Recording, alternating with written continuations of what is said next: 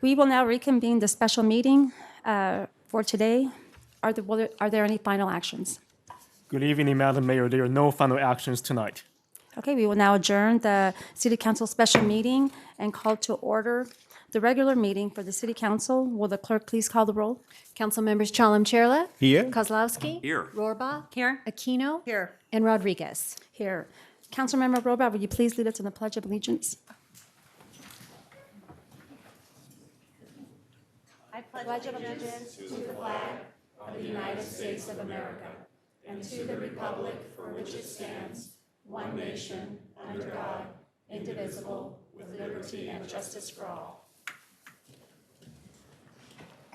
Are there any agenda updates? Good evening, Madam Mayor. There's a revised staff report transmitted for item number 4 on tonight's agenda. A copy has been provided to you previously, and it is also available on the table in the back.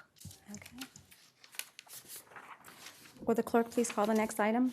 Yeah, Madam Mayor, we were going to move up scheduled presentation item number 1 to appear before business from the floor. We recognize we have a lot of high school kids in the audience that probably have other things to do this evening. So if the Junior Bulldogs are ready, why don't you come on in? And we will take up scheduled presentation item number 1. This is a resolution of commendation honoring the Folsom Junior Bulldogs for earning the 2022 Excellence in Academics and Athletic Awards. Awesome. Yeah.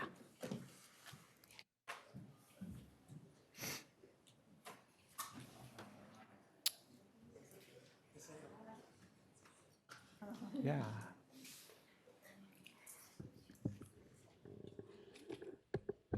I don't have a projected voice. All right. And is this on? Is this on?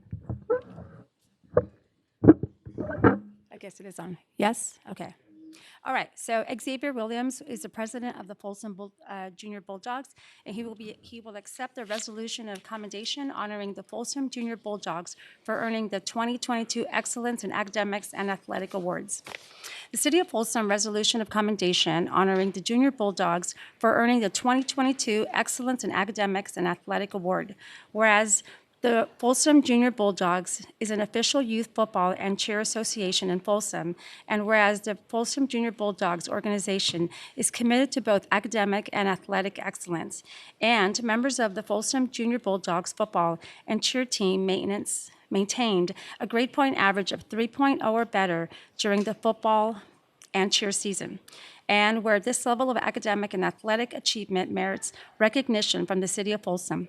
Now, therefore, I, Rosario Rodriguez, Mayor for the City of Folsom, on behalf of the Folsom City Council and the Folsom community, do hereby extend commendations in the highest regard to the members of the Folsom Junior Bulldogs, who have earned Excellence in Academics and Athletic Award in 2022 and encourage their continued excellence in the future. There you go. Congratulations.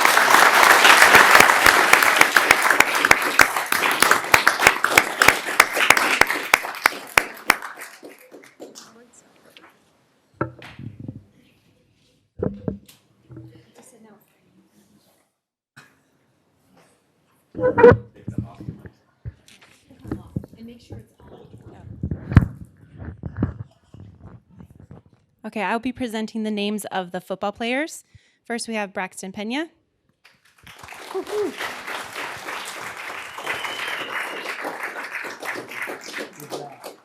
Gabriel Vargas.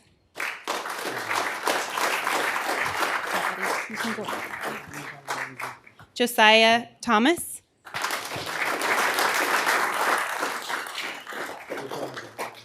Mace Hodson.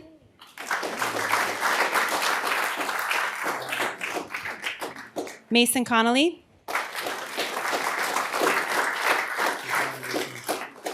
Nicholas Gustini Jr.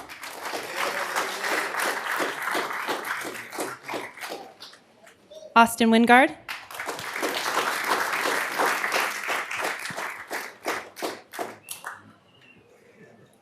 Aiden Coe.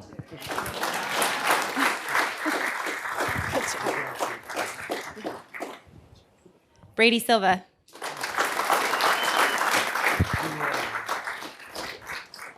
Brent Bezendorf.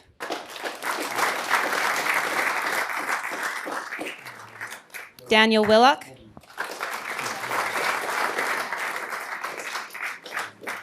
and Tucker Castrillo.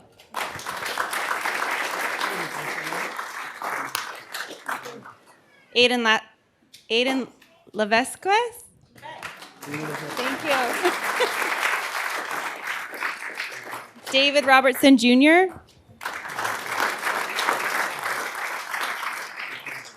Duke Hodson.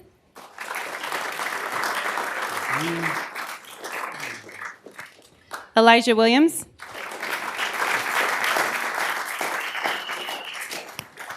Jalen Todd Pierce.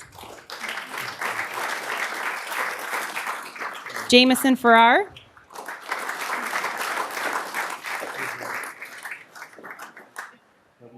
Jaden Lewis M. Lim.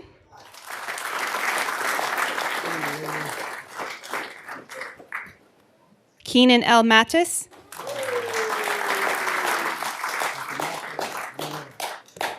Mason Trueheart.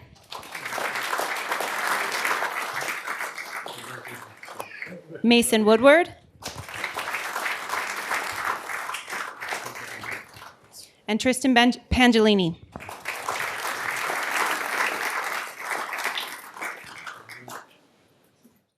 Carter Williams. Devin Hodgins.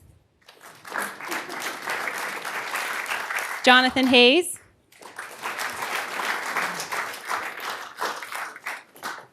Joseph Ironman V. Sixth. Nicholas Chavez.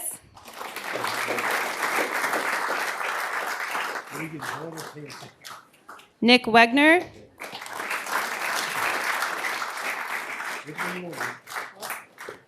And Zane Zabrowski.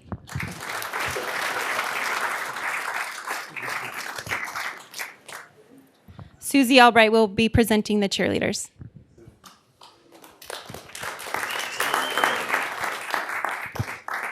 Real quickly before we start, I just want to say your Junior Bulldog cheerleaders went to a national competition over the weekend in Las Vegas, and we got 4th place out of 11 teams and had 0 deductions, so we are super duper proud of our girls, so congratulations, ladies. Yeah? Oh, okay. Addison Benavides. Okay.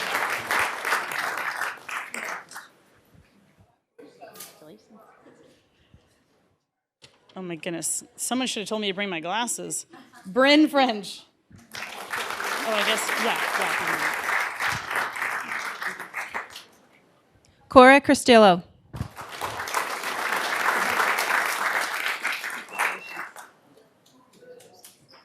Jada C.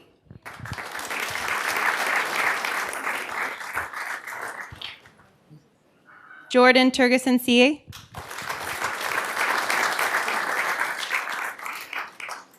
Aaliyah Pierce.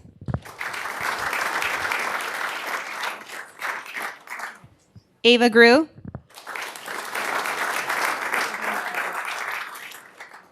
Avery Taylor. Caitlin Goring.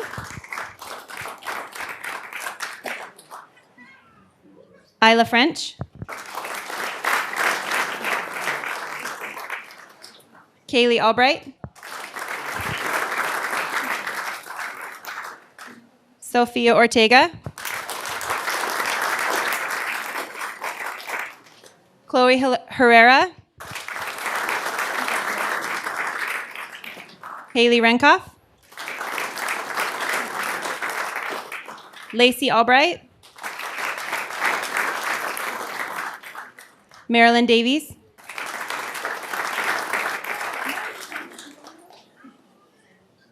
How do I say this last name? Where are we at? Henriha? Shayla? Okay. Shayla Hannaran. Tessa Borge.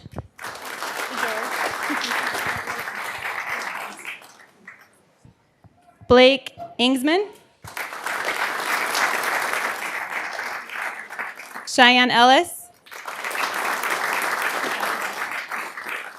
Emma Burkester. Haley Edwards. And Violet Hall.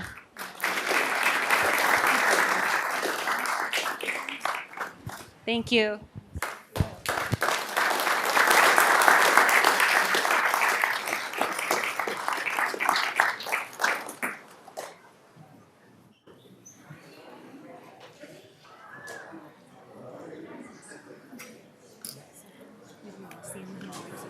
Okay, thank you. Okay. Okay. We're just going to give the room a minute to clear, and then we'll proceed to business from the floor. Oh, that's beautiful. It's so cool that when you know some of these kids.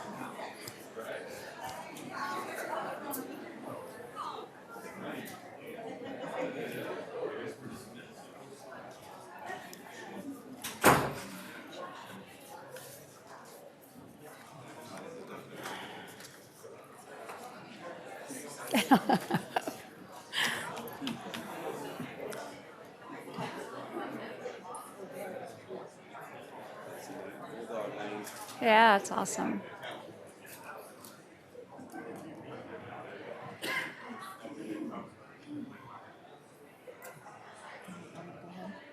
Yes. Should I ask you to call the next item? Okay, go ahead. Okay, will the clerk please call the next item? Certainly. Your next item this evening is going to be business from the floor. Madam Mayor, tonight you have 8 requests to speak under business from the floor. The first will be from Srinivasa Baka, who will be followed by Mark Loomis. All right, business from the floor is the public's opportunity to address the city council concerning any item within the city's council's jurisdiction that is not on the agenda. Please keep in mind that the city council is generally prohibited from discussing or taking action on any item that is not on the agenda. Public comments are limited to no more than 3 minutes. There is a speaker timer on the podium in front of you that displays the time you have remaining on your 3 minutes. The color will change to yellow when you have 30 seconds left and turn to red and blink when your 3 minutes are completed. We ask that everyone respect the 3-minute limit to ensure that all speakers have an equal opportunity to address the city council. Okay, your first speaker this evening is Srinivasa Baka. Come on down to the podium, sir. And we'll start your 3 minutes when you get going. Yeah, there you go. And the next speaker will be Mark Loomis.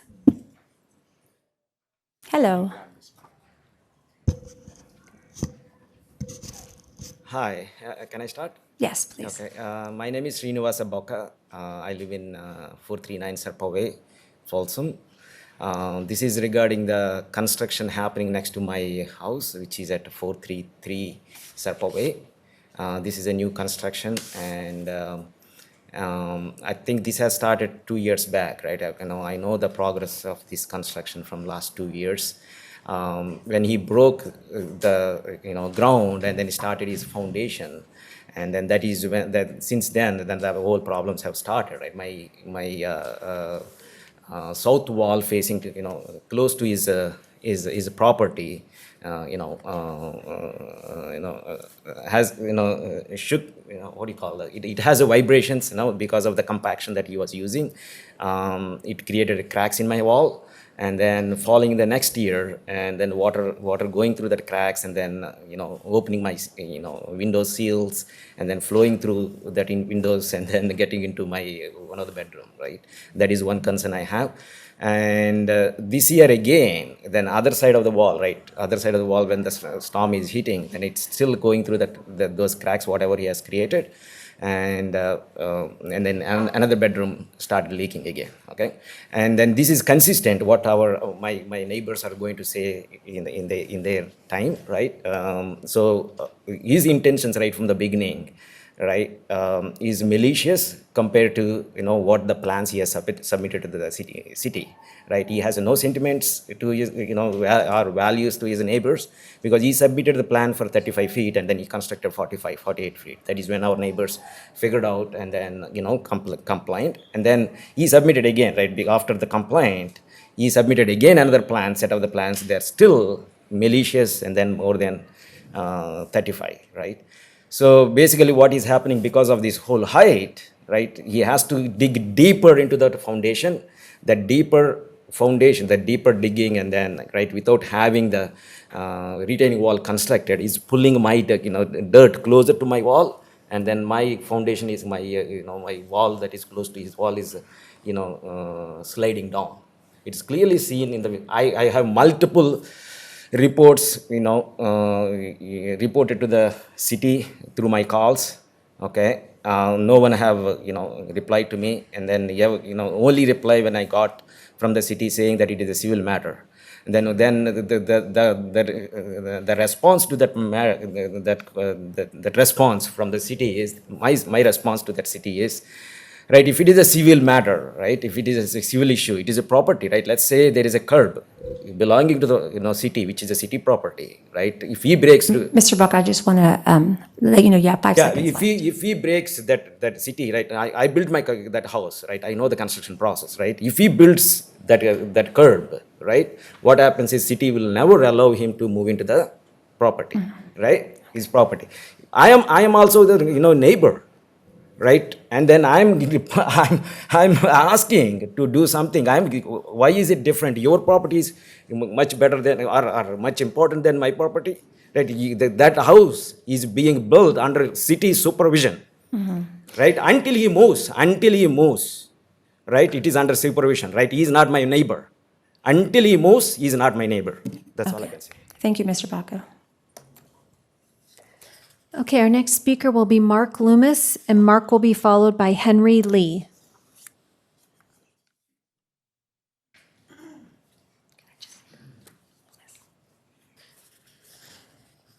Hi, everybody. I'm Mark Loomis, and our home's at 442 Serpa Way. My wife and I purchased our newly built home in April of 2019. Our home sits on the eastern side and has 180-degree western views of the Sacramento Valley and the coastal range. We sit diagonally from 433 Serpa Way. We, along with our neighbors, oppose the proposed design of 433 Serpa Way. Before my wife and I purchased our home, we took note of the vacant lots near us and the general home design of the existing homes. We felt our western view would be safe from significant incursions by future home builds. The relative home heights and designs appeared to be overseen by local statute because there were no outliers among the homes on the western side. On that side of the 400 block of Serpa Way, there are currently 10 one-story homes, 4 of which have recessed driveways, so the homes sit several feet lower than the street level. There are currently 2 homes with 2 stories, both with significantly recessed driveways that allow the structure to sit much lower than the street level. There are no existing 2-story homes without a significantly recessed driveway. 433 Serpa Way has no recessed driveway. It is 2 stories above street level, clearly an outlier. And to a lay person reading Folsom Municipal Code, section 17.13.110, the structure exceeds the 35-foot height limit. When preparing to build, the owner of 439 Serpa submitted a 2-story design, but was denied and told he could only build a single story, and only if it were with a recessed driveway. That home was constructed and is now neighbors with 433 Serpa Way. We became immediately concerned about the construction at 433 Serpa Way when the top floor framing was obviously significantly above, between 5 and 6 feet above, a line between the neighboring homes' roof peaks. The last page of the original approved plans for 433 Serpa Way showed the structure meeting but not exceeding that line. Concerns increased as it became clear the extent to which our southwestern view would be compromised by the flat roof, square-sided, rectangular architecture. The design is a strong outlier to the existing homes. A structure with a sloped roof meeting a line between our neighboring homes' peaks would be acceptable, and one that wouldn't block our view any more than a reasonable person would expect. That kind of design would be a harmonious addition to the neighborhood and not an architectural outlier that will remain so forever and decrease our property value by $50,000. I ask for a redesign that's harmonious with the neighborhood. And to finish, there's a reason why 10-gallon hats aren't allowed in movie theaters. Does anybody want to sit behind a 10-gallon hat? That's where our seating is now. Thanks for the opportunity. It's appreciated. Thank you, Mr. Loomis. Okay, our next speaker this evening will be Henry Lee, And Henry will be followed by Sharon Kendall. Happy New Year, Mayor and members of the council. I'm in the 434 Surfaway. I'm directly across the street, to that new home, and I'm here to raise the concern too. First, I greatly appreciate the timely communication with city planner, and also appreciate city leadership for paying attention on this matter recently. Last week, when we reviewed the revised plan, we realized this new construction still clearly violates the city codes and guidelines, and will significantly depreciate the values of many homes around Surfaway. And for example, Mark just mentioned his home value will be reduced by $50,000. And the Simpson, my left side home will be reduced by same amount too. And my home will be reduced by at least $100,000 because it totally blocked my view and from the hillside. And then the two adjacent homes to this new home will be at least reduced by $50,000 each. So total together is $300,000 loss on our property value. So why is that? First, it truly violates the city code regarding the height limit of 35 feet. And this home is virtually 42 feet high. Second, it does not comply with the design consistency as required by guideline. What makes Surfaway community great? It is beautifully pitched roof, single-story homes on the downhill side. This new flat roof, rectangular 5,300 square feet giant home in a very small lot is a total outline. And all other homes on the downhill side were not allowed to build in such way. Then, per guidelines, the new home on the downhill side will not be allowed to totally block the views of the homes on the uphill. So also there's some safety concerns to my neighbor on 439. We are here to sincerely request city team to ask the new homeowner to further amend the design plan to comply with the city codes and the guidelines. And more importantly, we really want to request some basic common sense, equity, and basic minimal fair treatment. Thank you very much. Thank you, Mr. Lee. Okay, next speaker will be Sharon Kendall, and Sharon will be followed by Rich Foreman.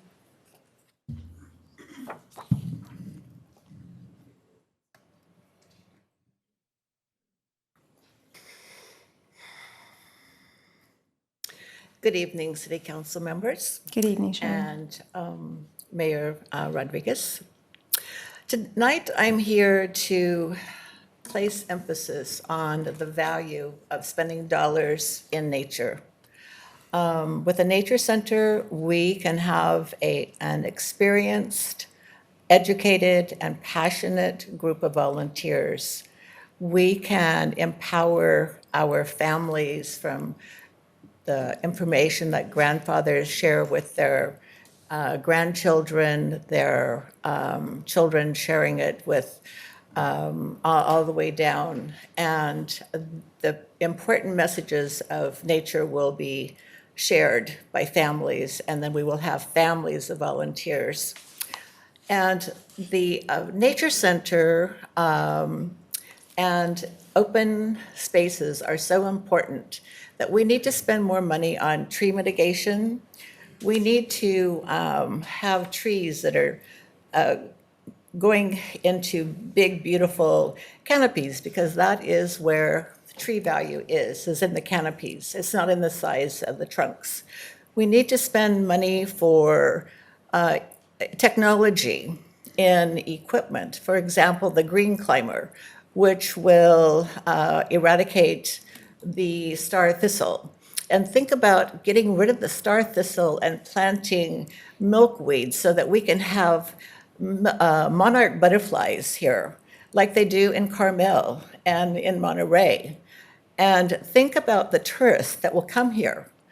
And so I really want to emphasize how much we need to really give parks more money. We need to take care of the trees that we already have. We have mature trees, and if you look at them, there's greenery up there, but a lot of it is mistletoe, and the trees are dying. And we need to have more money for parks. And our staff is working very, very hard. And I think that they work harder than any other department. They don't even have like a volunteer coordinator. And I think that we really need to appreciate all of the work that they do, and we need to reward them this year.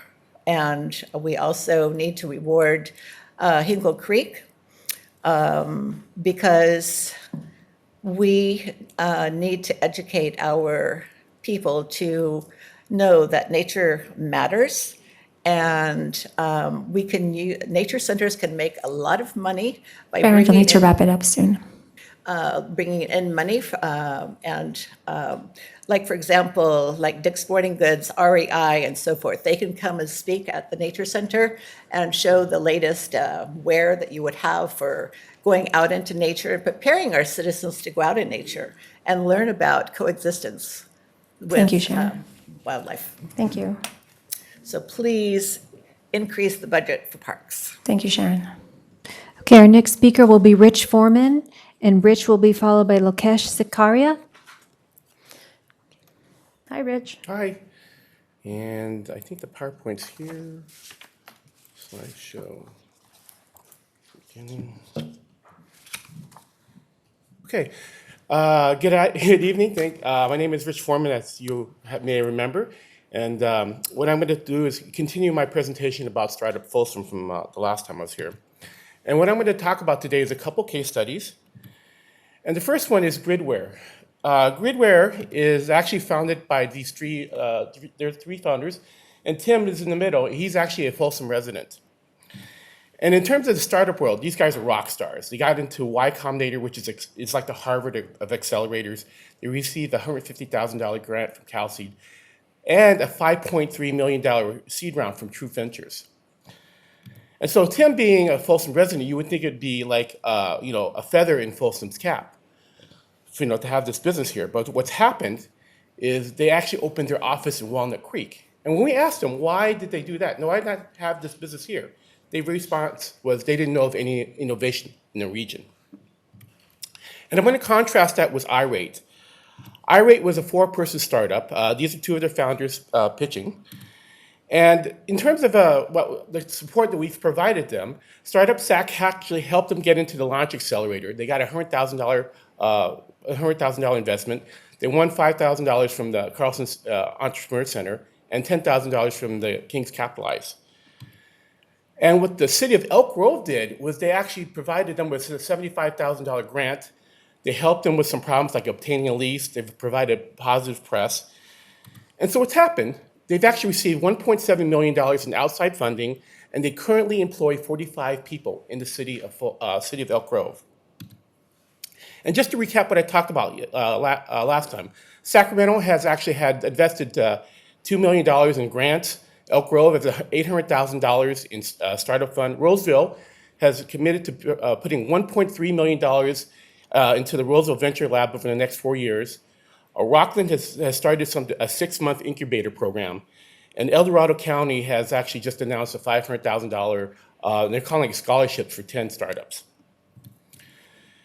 So we actually met with SMUD last week, and their conversation with me was they were excited to meet with us. And what they said was, Folsom is an entrepreneurial void. They see activity in Elk Grove, they see in Sacramento, Roseville, Rockland, and now we're seeing it in El Dorado County. But Folsom itself is an entrepreneurial void. That's not a good thing. And so I know our motto is choose Folsom, but I would like you to think about is actually think about how can we invest and grow Folsom. And what I encourage you guys to do is go to our site, folsom.org. You will see, startupfolsom.org. You will see our events. Come and meet with our entrepreneurs. Learn what some of the challenges are and how you can help them. And with that, I thank you for your attention. Thank you, Rich. Okay, our next speaker will be Lokesh Sakaria, who will be followed by John Salep. I hope I did that justice. You did perfectly well. Thank you. So good evening, everyone, and thank you for the opportunity here to speak. I'm Lokesh. I'm the founder of Moneta Ventures, and we are the largest venture capital firm in the region, based right here in Folsom. I've lived in Folsom since 1994, and cannot thank each of you and the law enforcement folks we have back there in terms of what an amazing city we live in. There's so many things we get right, and and each of you is almost volunteering your services. So appreciate that. So one of the things for me has been, we've grown a business here called Sparta Consulting in the past, which grew to about 500 employees. And then we started Moneta Ventures to basically help companies in the region develop and grow. We don't seek anything else from the city, directly as a fund, but we see a lot of activity, like Rich mentioned, in some of the other cities where they are supporting other volunteer efforts, almost similar to what Startup Folsom is doing with Rich. And by supporting those volunteer efforts, by supporting the city provides some dollars to them, that becomes a place for all the early startups and ideas to meet and grow. And what that does for us is eventually people say, you know what, I'm going to base my startup in Folsom. Companies like us then can fund them further and take them from there. So you look at all the startups that we have funded in the Sacramento region, and I was doing a count, and a lot of them originally started in Roseville and had some funding there, or Elk Grove had some, support ecosystem there. So my basic ask for the city council would be to evaluate, supporting something like Startup Folsom, where it's volunteer efforts, but they're bringing together entrepreneurs, training them, and it becomes a spot for everybody to meet. And eventually those that can help in terms of building that ecosystem, and companies like Moneta can then eventually invest in those companies and grow it, because we've done an incredible job these last 30 years I've been here. I think it would be great to continue that journey, and I think that's something that the city council can do. So thank you again for your time, and appreciate your taking. Thank you, Lokesh, and thank you for doing business in Folsom. Okay, our next speaker will be John Salep, and John will be followed by Donna Walters. Greetings. I'd like to speak on behalf of the Startup Folsom proposal. My name is John Salep. I'm a 38-year resident of Folsom, District 1. I've built a 3-decade career in technology companies, mostly global technology companies. I'm currently the head of a regional nonprofit that supports entrepreneurship here in the Sacramento region. My wife and I raised 3 children, all of them engineers, all of them who've left this region to pursue careers because, frankly, the Sacramento region didn't have engineering jobs that provided exciting opportunities for them. That's why I'm so motivated to support entrepreneurship and innovation-led economic development here in the region, so we can create jobs for our children, keep them in the local community. You may not know, but I head AgStart, which is a regional nonprofit. We support the largest wet lab incubator for startup companies, not only in the Sacramento region, but the entire Central Valley region. In the year and a half since we opened, just to share with you the example of what innovation-led economic growth can do, our lab at AgStart has supported 10 startup companies. Those startup companies have created 24 full-time professional jobs. These are science, technology jobs on the order of $90,000 to $100,000 a year. So that's $2.4 million added to local payrolls through what our nonprofit has been able to do. Those startup companies have raised $46 million in private capital, again, in the last year and a half, being in our incubator. They've created, 3 of those companies have now graduated, which creates demand for commercial real estate, not in Folsom, but in the region where our incubator is located. That creates opportunities for scale-up in warehouse development opportunities. And not only that, but creating the workforce of the future, those startup companies have created internships for 26 local college students to get experience in real-life wet lab commercialization activities. So we're really enlightening these young children to young students, college students, to pursue careers in technology. Folsom has a long history of technology-led development with companies like Intel, but as we learned last week, these global technology companies make their hiring and firing decisions elsewhere, and right now Folsom's employment in the tech sector is really driven by executives in Santa Clara, not here in Folsom. By having a diversified entrepreneurial environment, we can really have a much more stable and diversified economic development opportunity and create new jobs and employment here in the region. I invite all of the members of the City Council to join us at our incubator at some time, come for a visit, see what we've done with our lab at AgStart, and I encourage you to consider the Startup Folsom proposal that Rich Foreman and team have presented. Thank you. Thank you, John. Mr. Selp, could you repeat the name of your incubator startup? It's the lab at AgStart, Lab at located on AgStart. Main Street in Woodland, just north of UC Davis. And again, we've been open for a year and a half. Last week, we announced an expansion that is doubling the capacity of our wet lab in the region. Thank you. Okay, our next speaker will be Donna Walters, and Donna will be followed by Claire DeVries.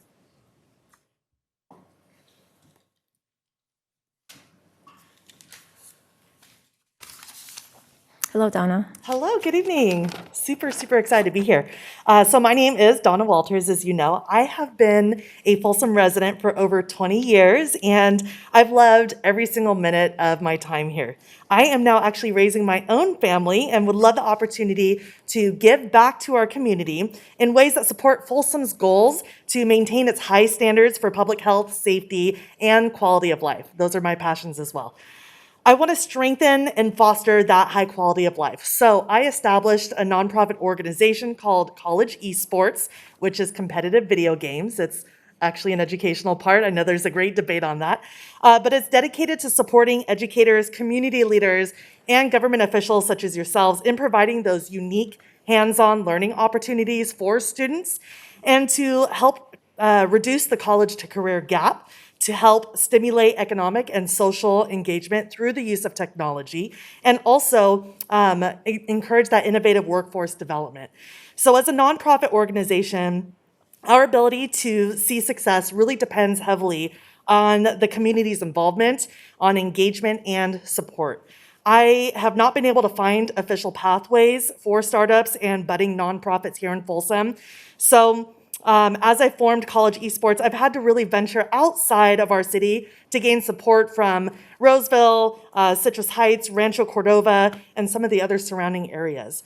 So I'd love to see more support for startups and businesses here in Folsom so that residents and our businesses don't have to leave Folsom in order to succeed. We need to support innovation, technology, and advanced educational experiences that are within our city here so that we can see continued growth and compete with all the other surrounding cities. I'd love to assist you with your goals. I really would. I'm an assister. I love to connect people. I love to assist people. I want to help you create that high quality of life for our residents and for my family so I can support other organizations that are here within our city limits. So I support Startup Folsom, and I ask that you council members do the same as well. Thank you. Thank you, Donna.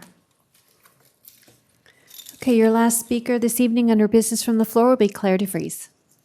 Hi, Council and Mayor. I'm Claire DeVries. I live in American River Canyon, and I moved here a few years ago because of your motto, Folsom is distinctive by nature, and the Greater Economic Council in Sacramento has that on their website, best place in California to raise a family. And so I am here to echo Sharon Kindle's comments about Hinkle Creek and the Nature Center. We take our kids to the bike trails and the parks and believe that my husband's an engineer. We live here, not neighboring cities, because of the natural beauty. And we should invest in the trees that have suffered from the recent drought and more resources for nature. So thank you. Thank you, Claire. You have no further requests to speak this evening under business from the floor. Okay, will the clerk please call the next item? Certainly. This takes us to your second scheduled presentation of the evening. This is recognition of the 2022 Folsom Holiday Lights Contest winners.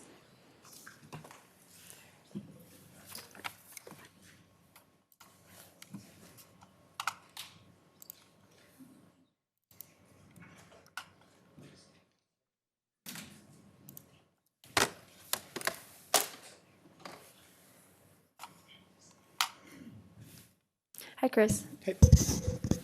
Good evening, Mayor Rodriguez and Folsom City Council members. I'm Chris Shepard, Communications Officer for the City of Folsom. Tonight, we will recognize the winners of the second annual Folsom Holiday Lights Contest held in December of 2022. This year, more than 45 entries were received in 5 different categories, and the promotion allowed the community to tour the merriest and brightest homes and businesses in Folsom, as all participants were listed and plotted on an interactive map on our website.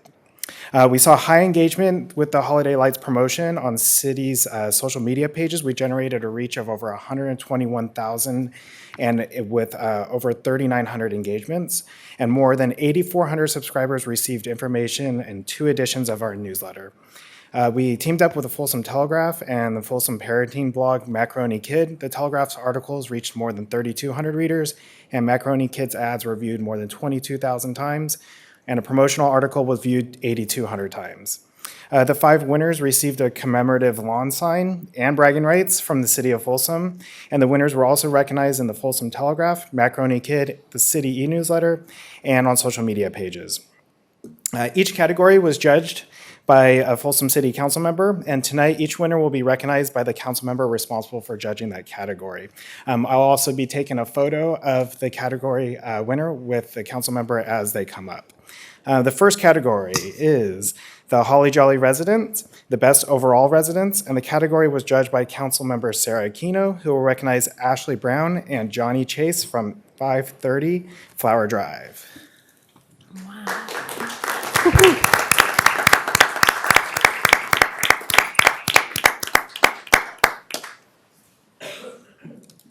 Let me just say, Do we come up? yeah, come on up. Is this on? No. I don't know how my colleagues do it, but I kind of take the list and I drive around and I make some notes that, oh yeah, this is okay, this is nice, and then you kind of see another one that's a little bit better, so then you go back and you cross this one, okay, this one's no longer a contender or whatever, and hope that there's somebody that will be a real clear winner to make it easy on yourself. So these folks live on Flower Drive, and when I drove up, I said, oh, yep, that's it, my job is done. So very nice job. Who put them up?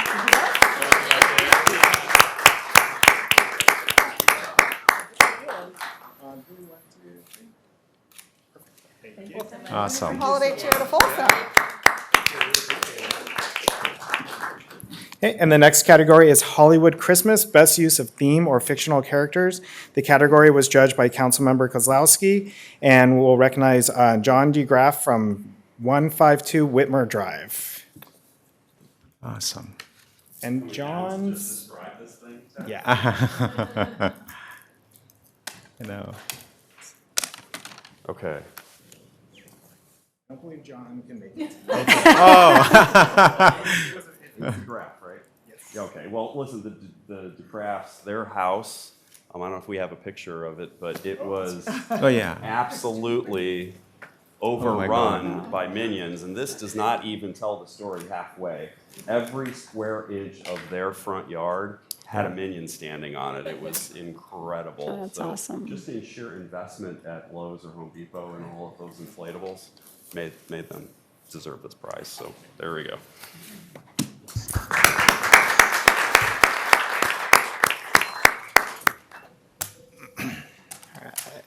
And the next category, sorry, I lost my place, is Clark Griswold category, best use of holiday lights. The category is judged by Councilmember Warba, who will recognize Robert and Megan Del Visco from 720 Hildebrand Circle. That's awesome.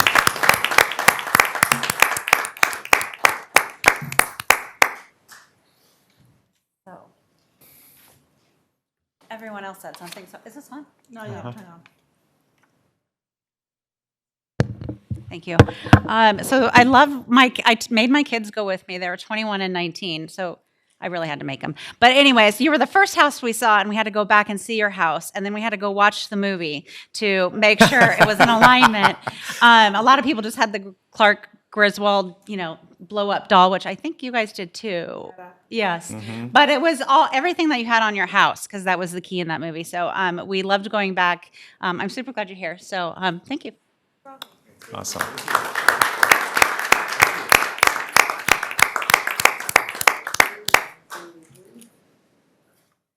Thank you so much. All right, next category is the Merry and Bright Business, the Festive Commercial Business Display. And this category was judged by Mayor Rodriguez, who will recognize Cy Watson from Bayside Folsom.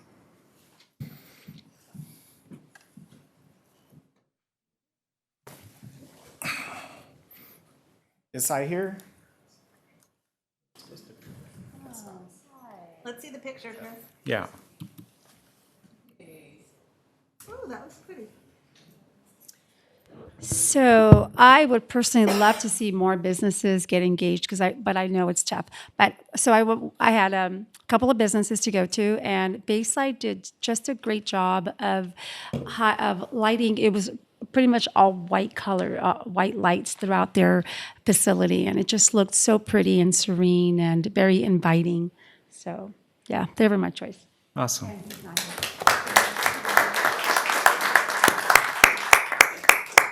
All right, and the final category is Illuminate the Block, the best multi-house display. This category was judged by Vice Mayor Chalamchera, who will recognize John Blake, representing the homes on Ledgemont Court and Dulverton Circle.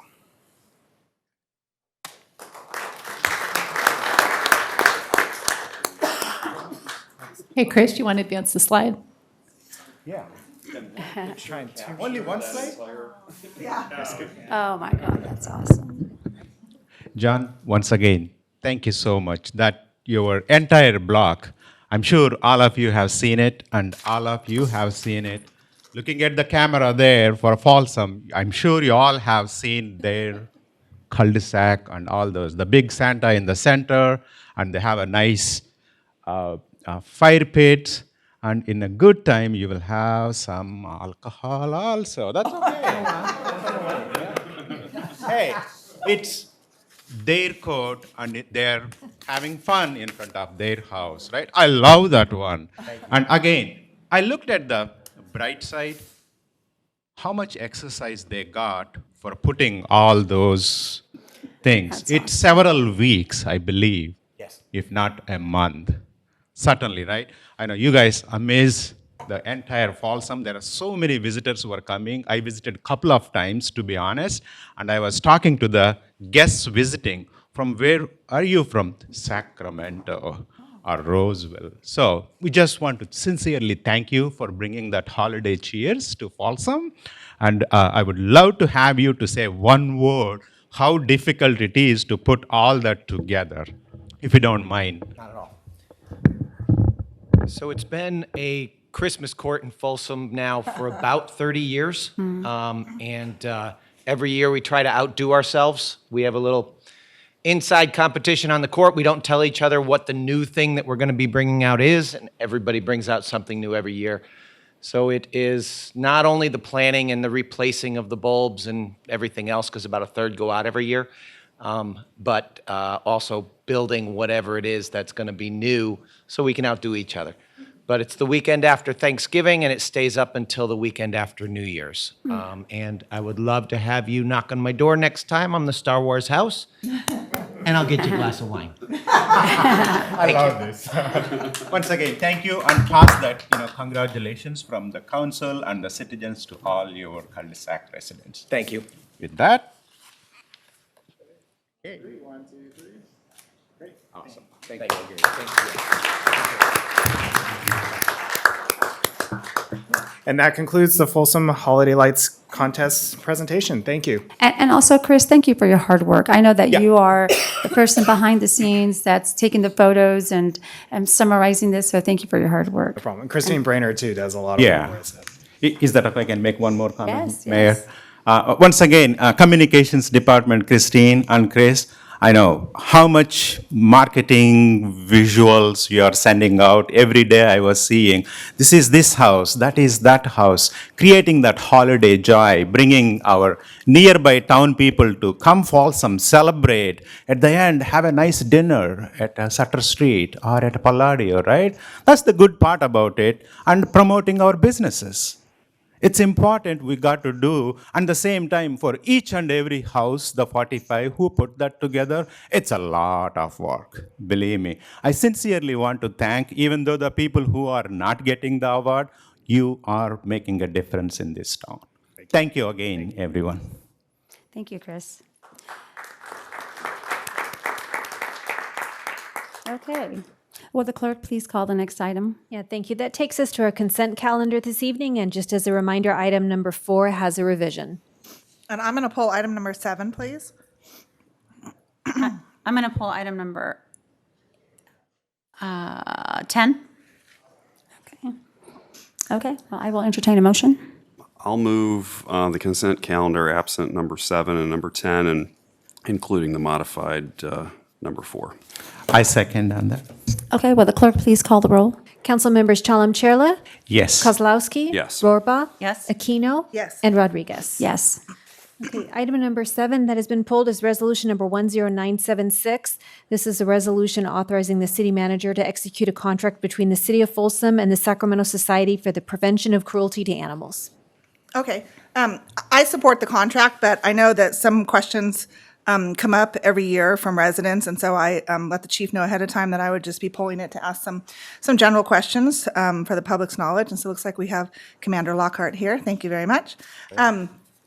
So one of the questions that comes up every now and then, especially on Facebook, is why don't we have our own shelter? I think the simple answer is we could not do that for about $80,000 a year, which is around what this contract is, in terms of finding a facility, staffing it, all that kind of stuff. Is there any other reason, or that's kind of it in a nutshell? I think that's it in a nutshell, because on an average year, we take in about 150, or we take 150 animals or so to SPCA. Okay. And then another question that's come up recently, I know historically we've had one animal control officer. We added a second this budget year. Are either of those positions filled at the moment? We have one currently working, and then probably in a month or so, we should have the other ones in background right now. Okay, good to know. Thank you. Okay, and then it's my understanding the contract says that when an animal is taken to the shelter, the SPCA will hold on to it for 9 days before they start to make plans for rehoming or something like that. Nothing's changing from prior contracts to this contract, It's correct? 7 days. But 7? Yeah, it's Okay. 7, yeah. Somebody mentioned 9 on social media, so okay, it's good to know.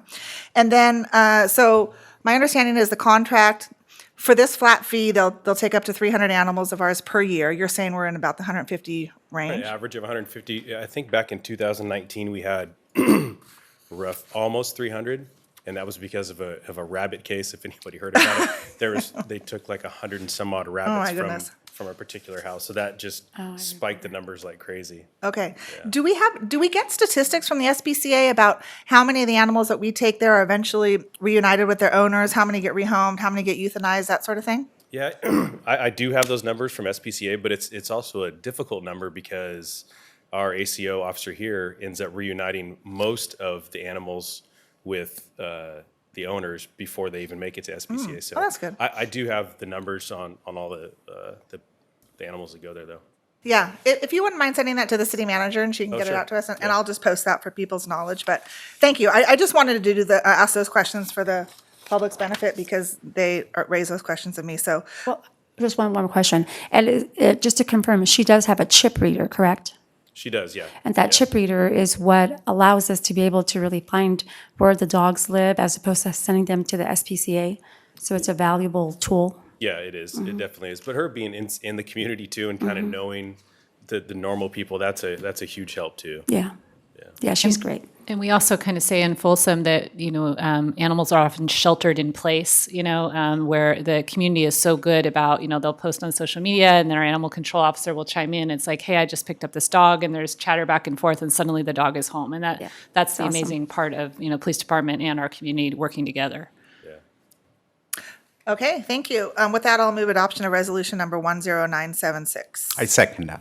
Okay, will the clerk please call the roll? Councilmembers Chalem Chella. Yes. Kozlowski. Yes. Rohrbaugh. Yes. Aquino. Yes. And Rodriguez. Yes. Okay, and item number 10 is resolution number 10980. This is a resolution directing the finance director to make a transfer from the general fund and enterprise funds to the risk management and compensated leaves internal service funds to replenish reserve balances used during the COVID-related economic downturn. Yes, I want to first thank Stacy for her explanation in December when we went over this. I just rewatched it to get a better understanding, and you were very clear. I didn't understand everything that you said at the time, but I do want to thank you for that. But a couple more things came up, so I've done some research on this, and we haven't had a problem paying this fund. Any other fund, like the general fund, when we had the downturn and the global recession, when we were trying to rebuild it, we would spend about $500,000 every year to rebuild it, coming out of recession.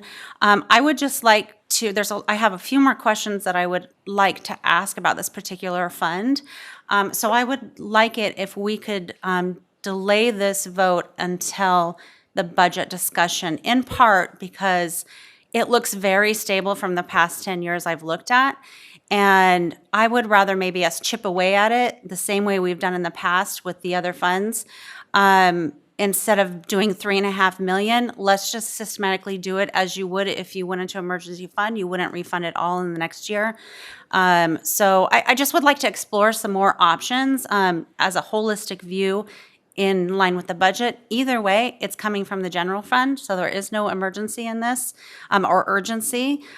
So I would like to continue to do some more work and talk to Stacy about this so I can feel comfortable about this vote. So I don't know if I need to make a motion not to pass it. Yeah, that would be. I'd like to make a motion to delay this until we talk about it at the during the budget. Okay, will the clerk please call the roll? Second. No, sorry, that's right. I actually have a apologies question. first, just some clarity. Is this a motion to table this particular item or deny this particular item?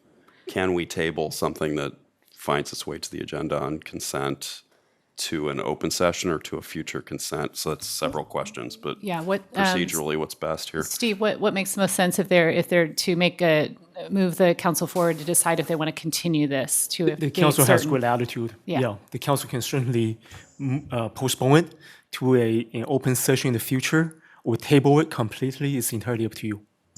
Gotcha. Would you please clarify your motion, which of those things you want to do? To continue it when we discuss the budget. As in later today? No, when we talk about, not the workshop, not the presentation, but when we actually discuss the budget. So like when I bring the city manager's preliminary budget, is that what you're proposing? When is that? I know you have dates already, if you don't mind. I have a question It's also. coming up, I think, I remember.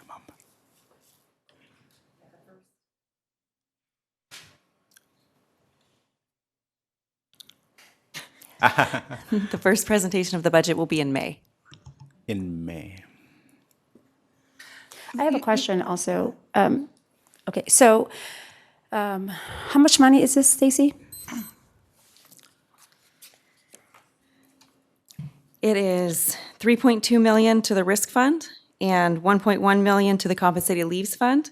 From the general fund, that is $2.9 million to the risk fund and just over $1 million to the compensated leaves fund. So I want to make sure I understand this correctly. We took money from those accounts and moved them into the general fund during COVID or somewhere around that time. During COVID, what we did is we transferred less from the general fund than was required to pay the expenditures. So that fund used up its reserves paying for the expenditures. Okay, so currently, our general fund currently looks like it's 3.2 above what it actually is because we have not paid back those accounts. Is that correct? That could be a way of explaining it. The general fund has that money, so it does have that reserve. But if you want to look at all of the reserves combined, you shorted the risk fund and the compensated leaves fund by using it during the downturn. Mm-hmm. So the general fund looks higher than it would have been had we not done that.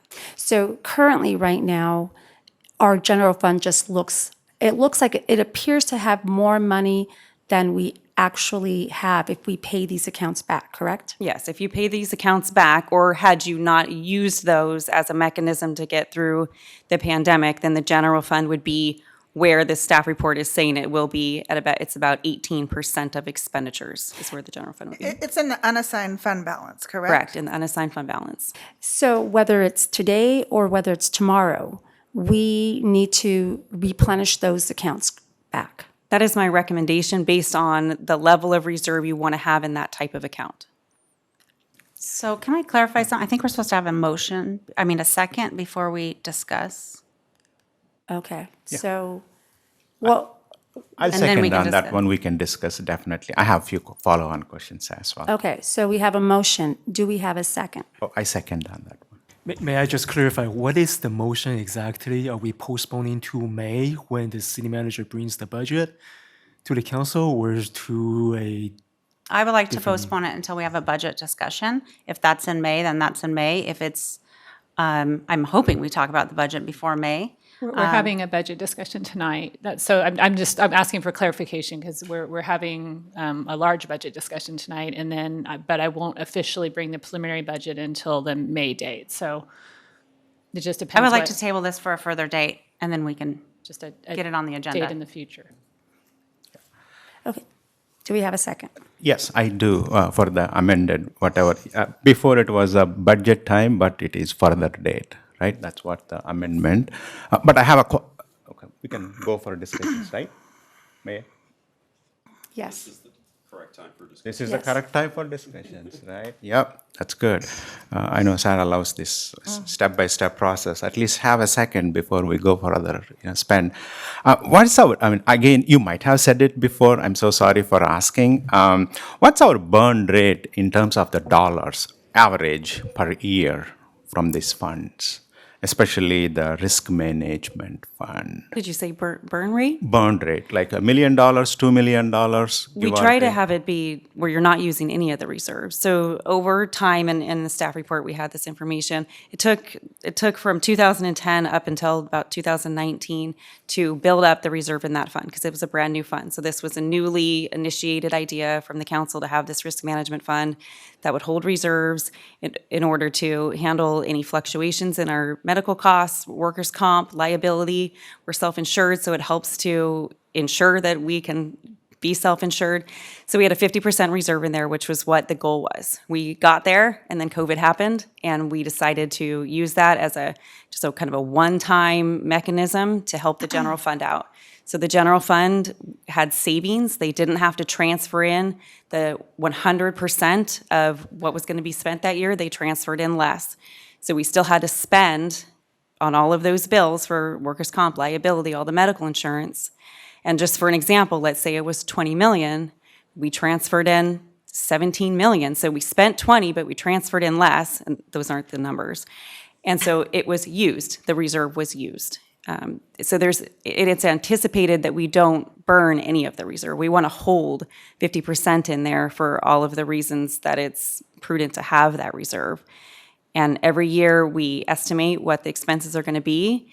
It's divided up by employee. And so every employee, whether they're in the general fund or in an enterprise fund, they don't pay it, but their fund pays that amount into the risk management fund so that the revenue is in there, and then we pay the bills out of that fund. So it should be close to a wash, but it could go, up and down just depending on how close the estimates were, or if there's a fluctuation in one of the costs that we were unaware of. Got it. So these are the reserves, primarily, right? We don't want to touch it, but once in a while we have to touch it. And that example is during the COVID time, yes, we touched it. Correct. Right? Is that the same case with the compensation leave balance also? Very Correct. similar? We don't intend to have a 50% reserve in that fund, so it's lower, but the same thing, we hope that what is transferred in every year is about what we spent. Got it. So, yeah, I'm making a second on this one to table this one until further date. But in my mind, that further date is, while we are talking about the 2023 and 24 budget season, it is coming. Finance and the city manager has been giving us a heads up. Hey, there is a delta of 1 million shortage or 2 million shortage is coming, the negative budget from next year or so. So we will get a chance to take all this again. Otherwise, it is already in an unassigned fund. It's there where it is as a reserve. No one is touching it. So my recommendation is keep it and table it for the discussion and see the full budget of 23-24 and make a motion that time. Councilmember Rohrbaugh, you said that you had some questions? I did. I thought, I wanted to table it to give Stacy enough time to go through. I can wait if you want to go and then ask a couple questions. I have a very, I think, simple question. If this is, and maybe I'm just like, I'm personally getting hung up on the semantics of the word reserve, because the way you describe the function of this fund is that there are specific expenses that we use it to pay, and that we take dollars from our general fund and put it into this specific fund in order to pay those. So what classifies it as a reserve? I think that's what's tripping everybody up potentially. And if I was in the audience, that would trip me up, because it doesn't sound like a reserve. It sounds like a special fund for specific bills that we pay. Yes, it isn't called an internal service fund. An internal service It's called an fund. internal service fund. Okay. Well, there's two of them, but they're both called internal service funds. Okay. One of them is the risk management fund. It's a specific fund for those bills that we pay out of it. So how did we get onto this use of the word reserve? It has a reserve in it of about 50% of expenditures. Okay. In order to that's handle- what's depleted? Yes. It's not depleted. It still has $5.5 million in it. Partially depleted. It's partially depleted. Okay, gotcha. Thank you very much. That was it. So the purpose of the fund, if I'm understanding, is, so you figured out, okay, the health insurance is $10 million for the year, right? That's what you're anticipating. And so you figure that out per employee, you put that into the reserve fund. But then, because of COVID-19 and stuff, it comes in and they say, oh, your health insurance is $11 million for this year. Instead of the general fund having to absorb that extra $1 million, it comes from the risk management fund to smooth out those bumps. Yes, exactly. And that's why it was done that way, especially during the time that this was created. We were having big fluctuations. And the health insurance doesn't go exactly at the same cycle as our budget process. So we may be thinking we're not going to have a big increase, and then we find out 3 or 4 months after the budget's been approved that they were going to have a very large increase. We also have the workers' comp and liability, same thing. We don't know what it's going to be when we're budgeting. And if there's a big increase and we have no reserve, or we didn't have the risk management fund at all, the general fund would just be picking up those bills in that current year. Kudos to past councils for doing this. Very prudent. It's unanticipated. So let me rephrase my question. Currently, the general fund is overstated because this money needs to go back to those accounts that we put less in. Is that correct? Yes, I don't want to. But right now, we have a picture that the general fund has more money than it truly actually has. Is that correct?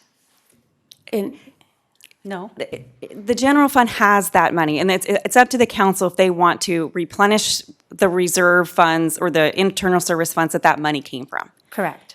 Okay. So I'll clarify. So the questions I have are, where did we come up, or how did the past council come up with 50% of our expenses? Also looking at the graph that you shared last time and looking through the previous, I think, almost 10 budgets, we really haven't fluctuated. As you said, generally they're a wash. It was the pandemic that was the outlier, right? And this was one of the reasons that you developed a fund balance. It's not a reserve fund, it's just what we carry in the fund balance, right? So it was 9 million, is that correct, around? Correct. Yeah. And the last 2 years, watching the budget thing last year as well, you brought it up, so you explained it again. So the last 2 years, because of a particular hardship, just like in 2008 with the global wrong year, Great Recession, we depleted we didn't deplete it, but we used our general fund reserve, and we systematically rebuilt that up over several years, getting to 24%, almost 24% this year. The general fund was stable in part because of this risk management fund. We didn't deplete the general fund reserve as much because of this. Because they wanted the risk management. My question is, why are we putting $3.5 million when we're out of the pandemic? And why don't we systematically over the next 2, 3, 4 years, put 500, 750, whatever, as we come through whatever downturn we're in. We don't have to deplete it. And the reason, or we don't have to completely just put a bunch of money in there for no reason. And the reason I say that is because we have $5.5 million in there. We have only used a few percentage of that. This is the most we've ever got down because we've been systematically building it up. There is no data saying that this is the level that we should be at. We are completely solvent. And if for some reason we had another pandemic or something that, we weren't calculating and it wasn't quite a wash, this is basically, either way, it's using the general fund reserves. So my intent is that we just systematically, as a holistic, with all the kind of fear-mongering that we're getting with the budget, that we just think about this like calmly and, all right, so let's start replenishing. I have no problem with there being reserves in there. But I want to ask, why did we do 50%? Why don't we do 40 or 35 or 25? Because when I looked at the graph that you shared with, we never got below 25, and as we were building it. So those are the kind of questions I have, and I think it's more of an evolved question, just like how did we get to the 15% for the general fund reserve, which I think is sufficient. So it's a bigger discussion than I was thinking that we'd have tonight, and that's why I wanted to table it, not deny it, but move it along. But I'm willing to amend it if you guys want to put 750 in it today, and then we talk about next year's budget and putting more in it. I would be fine with that. I think it's a little premature to just all of a sudden replenish it when it's absolutely solvent and fine from the data that I can see historically. I'd like to ask that you call the question. A vote on her Okay. motion. But and can a I just second. get clarity on the motion? It was to table this for a further discussion. Okay. Will the clerk please call the roll? Councilmember Chalem-Chierla, Yes. Kozlowski, Yes. Rohrbach, Yes. Aquino, No. and Rodriguez. No. The motion succeeds 3-2. All right. Will the clerk please call the next item? Yeah, thank you. This takes you to old business item number 11. This is consideration of expenditure of funds from the American Rescue Plan Act and direction to staff.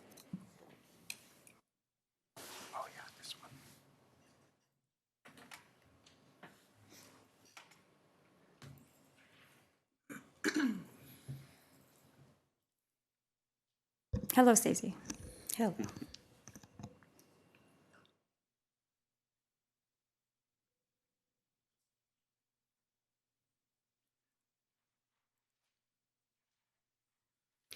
All right. Good evening, Mayor, council members. I'm Stacy Tamani, CFO. Tonight's presentation is on the American Rescue Plan Act, and staff is seeking direction regarding the expenditure of the funds that remain from the city's total allocation. For background information, the American Rescue Plan Act, known as ARPA, was signed into law on March 11th of 2021. ARPA established the Coronavirus State and Local Fiscal Recovery Fund, and the funds are intended to provide support to state, local, and tribal governments in responding to the impact of COVID-19 and in the effort to contain COVID-19. The city's total allocation was $8.4 million, and we received that entire allocation. For some background information on City Council action so far, on August 24th of 2021, the City Council took action to appropriate $2.2 million to be used on certain expenditures within the allowable use category of provision of government services. And then on April 12th, 2022, staff recommended and the City Council approved taking the standard allowance, and that appropriated the city's entire ARPA allocation under the allowable use category of provision of government services, otherwise known as replacing lost revenue. The City Council then divided the city's allocation into 4 internally determined expenditure groups. This is city facilities and infrastructure, economic development, general government services, and public safety. Here we have the total that's been allocated to each of these groups so far. City facilities and infrastructure is $4.4 million. Economic development is $1.3 million. General government services is about $800,000, and public safety at $1.4 million. So the total appropriation of our allocation is $7.9 million, and $507,700 remains. The city manager asked department heads to submit requests for the use of these funds. So I'll go through them here by department. Community Development asked for their permit counter remodel. There's a funding shortfall between the grant funding that they have and the amount that they need of $58,000. Also a request for an application called Agency Counter, and that's in the amount of $52,000. The Fire Department requested the alerting system upgrade for Station 35 at $150,000, Medical Director contract of $115,000, a staff vehicle at $110,000, 5 Cradle Points at $50,000, and 6 iPad Pros at $10,000 total. For information systems, a replacement of our wireless network citywide for $90,000, security setup for real-time monitoring of cyber threats at $50,000, and a retrofit to the computer room of $20,000. The library was requesting security cameras of $5,000. Parks and Recreation and Facilities, the first item here is a USDA mandate that the zoo perimeter fencing be replaced. It's no longer in compliance. That has to be done by March of 2024, or the zoo will receive fines daily. The cost of that is estimated to be at about $1.2 million. The sports complex roof has developed a fairly significant or a very significant leak. The cost of that is $725,000. They're also requesting additional funding for park renovation of $300,000, an update to the Parks and Recreation Master Plan of $120,000. We have another roof leak at 405 Natoma Station, $60,000, and a roof leak at the VFW Hall, $75,000. And the Police Department requested Dell computers and docking stations for 17 of their vehicles, $93,000. The total requests are $3.3 million. We have $507,000 remaining, so we have a shortfall of $2.8 million. All of the requests listed on the previous slides are high priority, but we do only have that $507,000 to allocate. Because the zoo perimeter fencing is a USDA mandate and it must be replaced by March of 2024 with daily fines for non-compliance, otherwise, we will have to close the zoo. Staff is recommending setting aside all of the remaining ARPA funds for that project. The shortfall between the available ARPA funds available and the total cost to complete the project will have to come from other sources to be determined. And so at this point, we are looking for direction from the council on how to move forward with the expenditure of the ARPA funds, and if you're in favor of setting aside the remaining $507,000 for this item. Okay. Are there any questions for Stacy? I have a question. Didn't last meeting or the one before, didn't we already approve the medical director for the fire department? Yes, he's saying yes. Chief Casano's saying yes. I think we approved the contract, but not necessarily the funding. Funding? Yeah. Isn't that an ongoing cost, not a one-time cost? Annual? Ongoing, right, Chief Casano? 3-year. Anna? Can you go back to the first one, that one, yeah. I don't have a question on it yet, I just wanted to.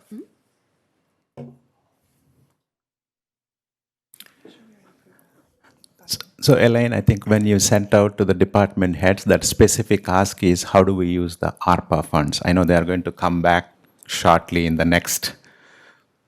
Right. So what will happen here, it just depends on what kind of direction you give in terms of use of the remaining dollars. But all the department heads understand that if, their items aren't picked for the $500,000, to just keep in mind that rolls into, their requests overall. So I ask you all to keep that in mind as well, that they're going to bring you their top requests. Yeah. And then, some of those are going to be duplicative of what's up here, but some may be additional. Any other questions? Oh, I have one, definitely. I want to bring it. I was offline talking to Mark, and of course I mentioned to Elaine also. Pedestrian safety, while pedestrians crossing that high-speed roads where the stop sign is, during the evening times, winter times, it's not visible. People sometimes usually go above posted speed, and it is a one-time cost to put a flashing lights when the pedestrians are crossing those busy intersections, especially where they have the lights, traffic lights. It's just a stop sign or even sometimes no stop sign. If any of you were driving on the Gulf Link Road, they have 2 or 3 legally crossing trail paths. And Gulf Link Road was posted about 45 miles. Most of them go 50, 55, 80 percentile. If somebody is crossing without having the visibility at 5 o'clock, 6 o'clock, 9 o'clock in the evening, it's dangerous. So installing that kind of one-time ones, I was chatting, and I did mention to them also, I'm going to bring this here as an appropriate to increase the pedestrians' safety. That's one thing I would like to use this, because those are one-time dollars, one-time cost. Each unit cost for each intersection about $6,000. I'm not expecting all the 507,000 be used. At least take as a 10 key intersections where the pedestrian safety is highest priority and install and look for the residents' inputs and success stories. That's one request I would like to categorize that $60,000 from this budget. And the second one is, if you don't mind, can you go back to the recommendation? The final slide, right? It's $1.2 million. It's still short, but hey, it's covering almost like 40% to save it. And don't know what is the daily fine for that. And eventually it is going to be shut down. That's what I hear. I could ask Lorraine Pagoni to come up and comment on that. And also I heard this is a very new thing our city came to know. Just recently found out, and it's very disappointing and frustrating, honestly. Good evening, Mayor Rodriguez and members of the council. Lorraine Pagoni, Parks and Rec Director. Yeah, we did just find out about that just right before the holidays. The USDA inspector came out, inspected our perimeter fencing, and made us aware that it did need to be increased in height. And the fines are based on how many animals you have in there. And so it equates to approximately $10,000 a day. Does that answer your question, Michael? It did. And yes, it came to us very recent. I think my recommendation is I really would like to take this one. I know I'm only asking because now you are giving us the direction whether we can save all this money. Before we make the decision, let this pass through the Parks and Rec Commission. There are great leaders whom we have appointed. At the same time, you have a great staff. Brainstorming it, how do we slowly generate the income? I'm not expecting by this March 2024, we are going to generate 1.2 million by increasing the ticket price for the zoo. That's not my intent. I want them to think, this is the expense for that program or that facility. What are those creative ways? At least we can slowly increasing every year 100,000 or 150,000. They have to think. I mean, that's where I'm going. I'm not ready to right away to lock this $507 million for that purpose. I rather want the people whom we have appointed, we call it as experts. Mr. Will Kempton is still here. He is a great advisor for that committee. I want them to think creatively, innovatively, with your team's help, come propose. So these are the things we are going to take for a future revenue generation. Council, can you help us to cover the cost? That's probably a fair ask. For right now, I am not ready for this one. Lorraine, I have a question. Do capital improvements go through the commission? They do not. Our renovation plan goes through. We do keep the commission apprised of the various projects we're working on, and they're very much aware of, because some of them are park projects, some of them are renovating a parking lot, whatnot. But they go through, but we're more explaining, here are the improvement projects we have in our queue, and they're sometimes they help us prioritize, but. Okay. Are there any other questions for Stacy or Lorraine? Just one for one of you guys. What would we typically expect to be our capital expenditure on the zoo annually for improvements of one kind or another? Repairs? Oh, okay. We are estimating, and we've never had an ongoing fund to maintain the zoo. And we consider the zoo as part of our facility bucket. About 300,000 for all of the facilities. So I don't know exactly what portion of that would be for the zoo. Some but fraction of yeah. 300. And Okay, we have thank you. pathways and fences and buildings to keep maintained. Is the USDA concerned with keeping animals in or people out? The animals in, but we feel like this will be kind of have a dual purpose. We have had intrusion. Can you appeal? Can you ask to buy some time, or tell them that that's something not a cost that we can absorb in 1 year?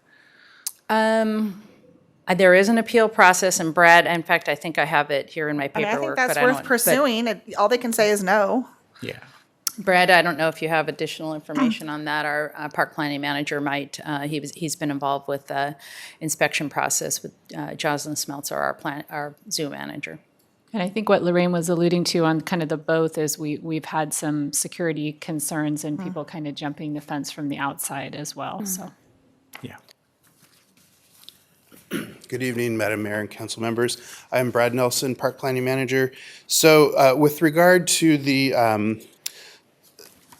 appealing the fines, there's a process. I think there were three opportunities to appeal that, but in the end, we could still be fined. So ultimately, if they did shut down the zoo, the fines wouldn't go away. There would still be a fine. So it would, then they would send out basically a cease and desist order, and then that would be that. What's the height of the fence and what do they want it to be? The height of the fence needs to be 8 feet. It's currently anywhere from like 6 feet to maybe 7 plus. There's a portion when we built the barn in 2018. So the front of the barn that faces the play area there is a tube steel fence that's 8 feet high. And then on the side, as it wraps around the side of the barn and down to the sewer access road, where the landslide was a couple years ago.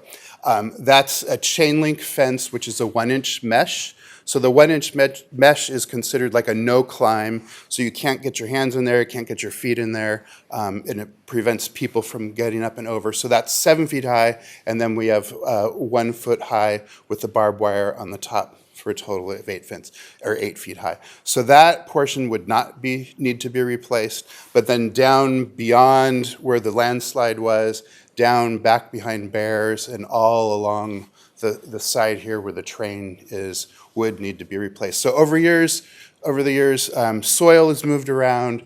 There's been a lot of debris and litter, so the ground level has been brought up. This fence itself is in a pretty bad state of repair, and all the gates are pretty much shot. The whole entry is about 6 feet high, and it's those stone columns from the 60s, and then there's like a low wall at the bottom, so it's actually sort of a step where it'd be easy to climb over. So the part of this is also replacing the whole front entry and securing the front entry a little bit better. Thank you. Just one more question for Stacy. So what is the plan to repair or replace the leaking roofs at those 3 facilities if we don't do it with ARPA funding? I have that prepared in the next presentation, but it would be the contingency budget line item in the current budget. Okay. So I think it makes sense for me, sorry, Mike, if you were gonna go. Some of these, like the leaking roofs, the remodel, the community development department, things like that, those are one-time easy items that will make a big difference to several people. I feel like there's time by March 2024. I like the idea of going through appeal process. Maybe it'll give us another year. We don't know. I think there's some questions on how, regardless if we get to March 2024, we're going to pay to get the fence rather than get fined. So I don't feel like if we don't do this, it's not going to happen. If we don't spend the ARPA money on this, it's not going to happen. I like YK's idea of having Parks and Rec look at this. I just think there's more options with this that we can take some time and make sure we have a funding source available by March 2024. So I would like to see this 500,000 spent elsewhere. Okay. Any other comments? Mike? Oh, Councilmember Kozlowski. I don't have any other comments. I was going to make, is there public comment that we need to do? We're going to go next. You Are have there no- any requests to speak? You have no request to speak on this item. Well, then I'll make a motion that we take the available funds, preserve them for possible use on this fence for the time being until we can address some of these other needs as we go through the budget workshops this spring. So not spend it? Not spend it at all until we resolve some of the other needs that we were presented with here tonight, but. So wait till the budget discussion, Yeah, basically. recognizing that we do have to, in fact, save the zoo or not save the zoo, and this gets us part of the way there. So what your My motion is to assign this for the time being to the zoo perimeter fence project. And actually, I guess that's just my motion. Assign this to the zoo perimeter fence project and ask the Parks and Rec Department to please refine the project before we start on it. Okay. So Is there a I'll second? second it, but I want to ask one other question of Stacy. So last meeting, we had an item for the paving of the Hinkle Creek Nature Center. We had set aside $200,000 in ARPA fund. It came in at $80,000, which is great news. So we know there's going to be, with some things that we've allocated already, maybe something comes in a little over budget, something comes in under budget. So it is possible we'll end up with more than $507,700 that is still left to be spent. So conceivably, we could be almost halfway there for the fence. Yes, conceivably. Our approach would be to come back with an item, kind of a cleanup item for things that came in a little bit under budget as we were estimating, so that you would be able to then allocate that. And these dollars have to be spent by when, these ARPA dollars? By December of 2024. Okay, all right. And I also just want to point out, everything on this list, they are one-time items. It's not a few of them, all of them. We chose them that way intentionally because these are one-time dollars. Okay. I seconded the motion. Okay. Will the clerk please call the roll? I have a friendly request to Mike's. I know you said the Parks and Rec Department, which. I guess that's not really part of the motion. That's just separate information. Obviously, we would like to see some refinement of what the actual fence project is sooner rather than later. I can request whether you're open on that friendly amendment. My comments are taking to the February 7th is the Parks and Rec Department, Parks and Rec Commission meeting, at least, giving them the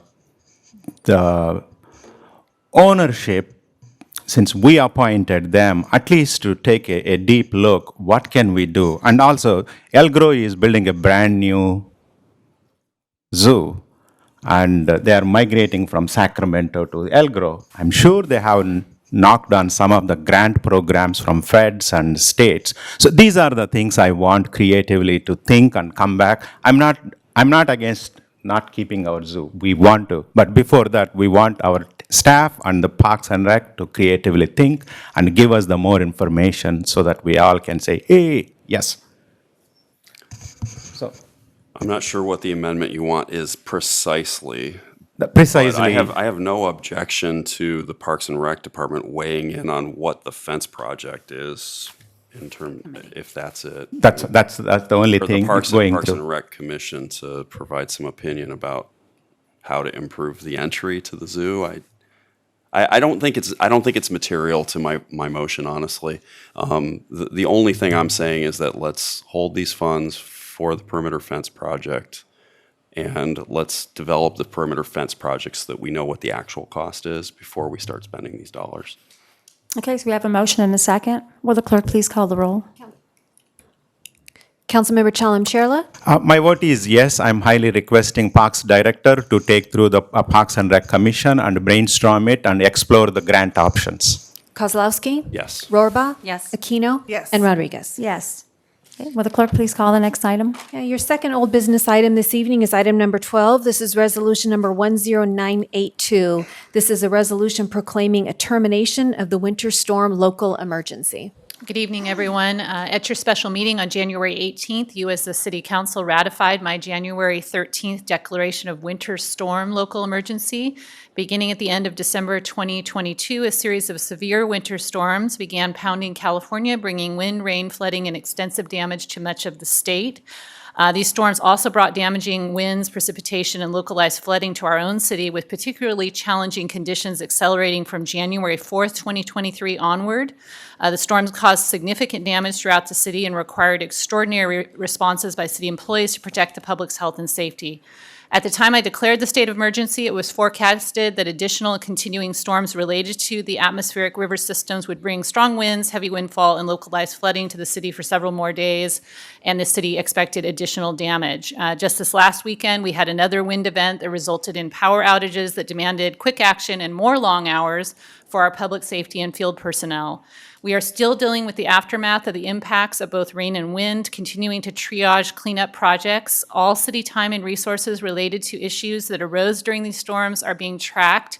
Should reimbursement opportunities from local, state, or federal agencies present themselves to us, thankfully, we have had a span of sufficiently dry weather lately to allow our hardworking city staff to catch up a bit. And I do feel it would be appropriate at this time to terminate the winter storm local emergency this evening, if you agree. So as your city manager and director of emergency services, I respectfully request that the city council pass and adopt resolution number 10982, a resolution of the City Council of the City of Folsom proclaiming termination of winter storm emergency. Happy to answer any questions. Thank you. Any questions? If there's no public comment, No I public. will move approval of Resolution 10982. I'll second.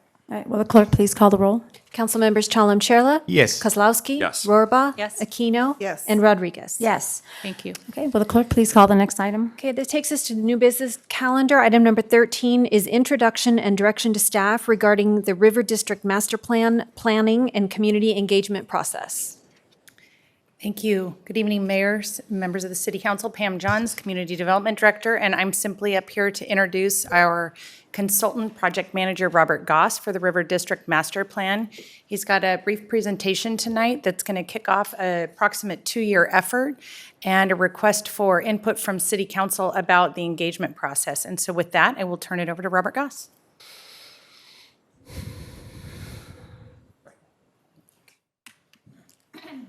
Welcome, Robert. Good evening, Madam Mayor, members of the City Council. I see this picture used many times, but this is the project this picture should be associated with, the River District. Happy to be here. 4 odd years since my last formal trip to this podium as staff. Thank you, Pam, for the opportunity to be selected as your project manager for this. The more I dig into this and engage, the more excited I get about the opportunities that you have before you. And these opportunities should be very quickly categorized into the vision category and the what if category for the long term as you think about possibilities.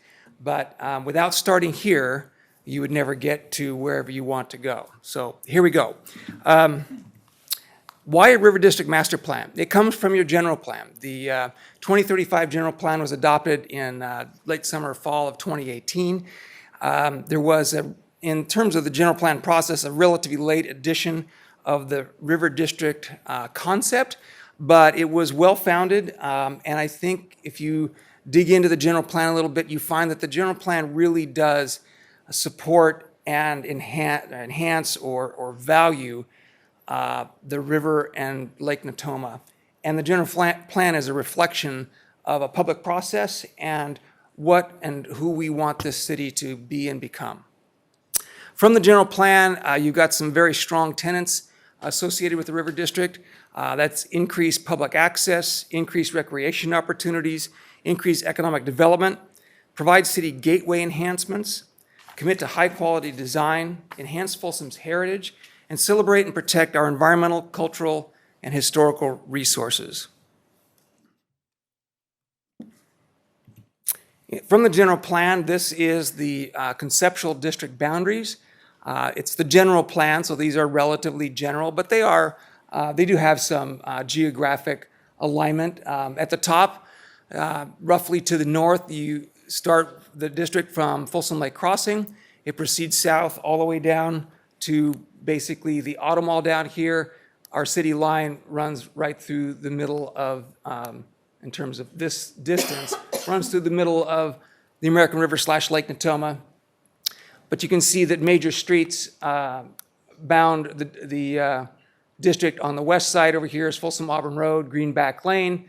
Over here, it's part of the historic district as well, and then Folsom Boulevard running along its east side, which of course includes light rail and the light rail stations.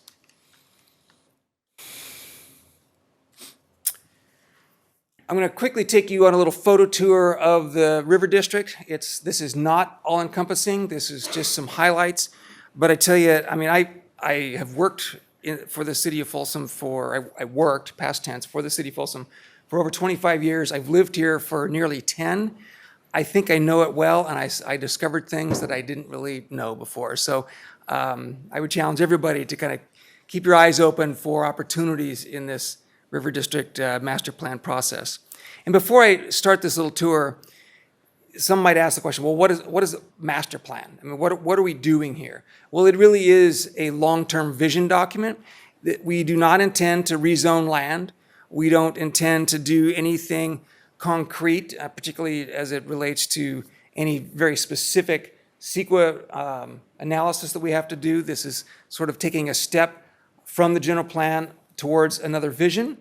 So we anticipate the CEQA process tearing off the general plan analysis. But again, this is vision-oriented. There's going to be some general aspects of the master plan, but I think when we go through the process, we'll find some very specific things too, things that the community gets excited about, that we get very specific ideas or concepts on, and we incorporate those into our master plan.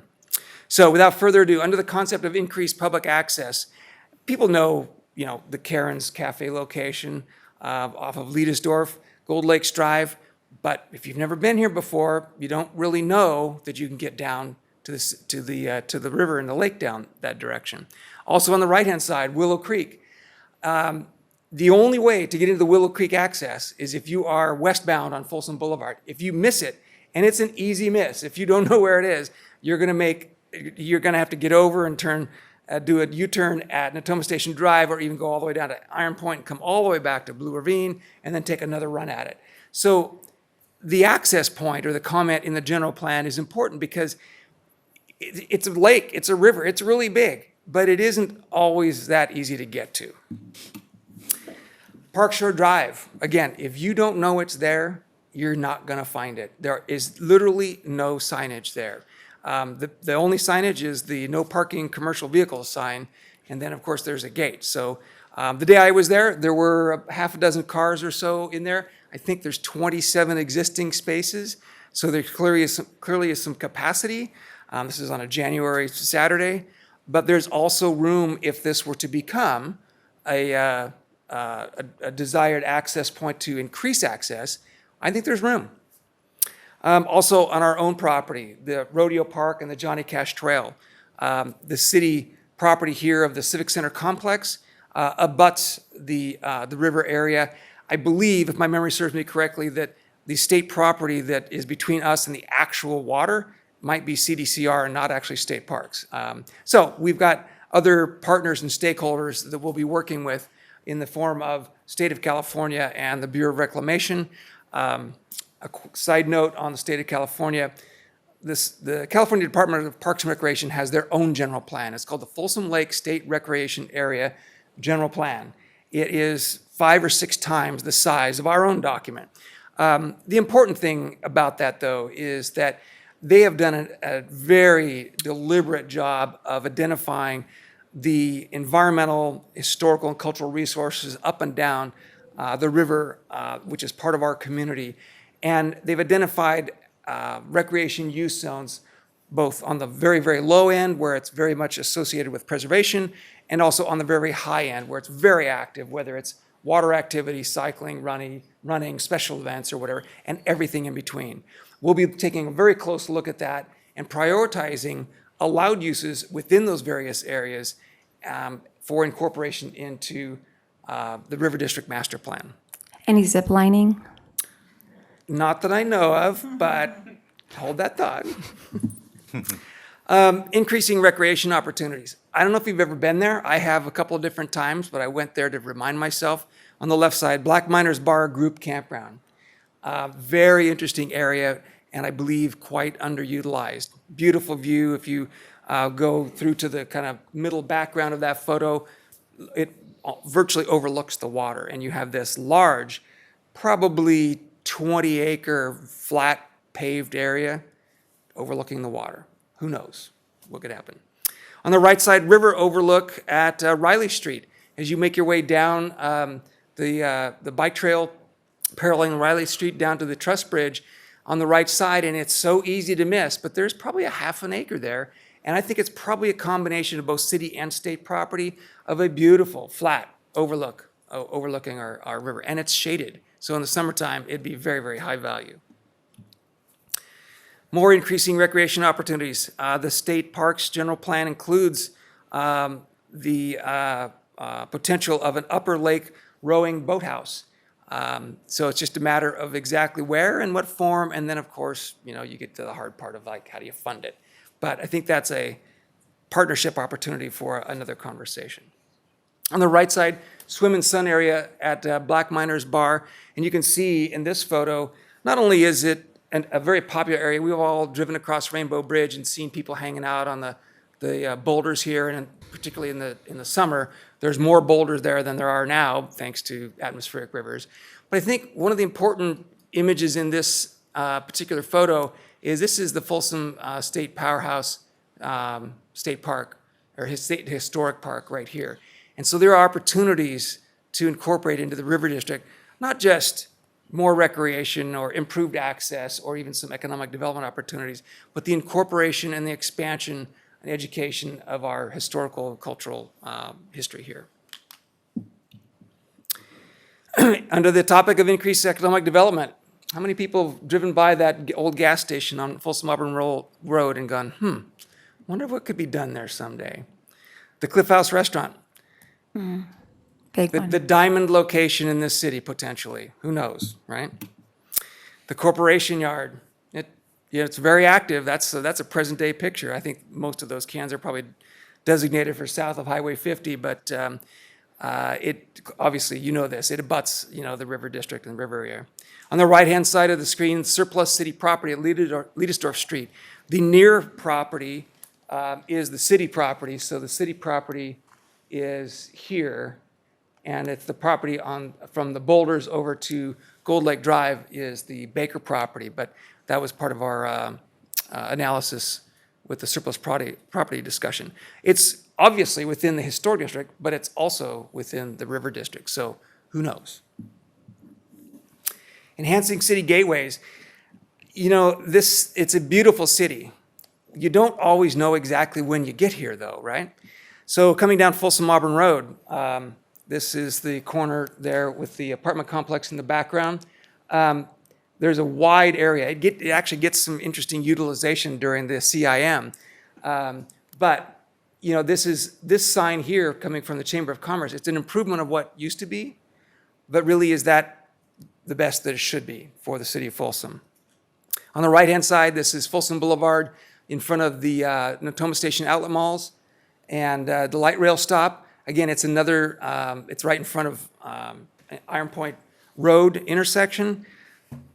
All it is just asphalt and a dilapidated, chain link fence. So, who knows for the future. Highway 50.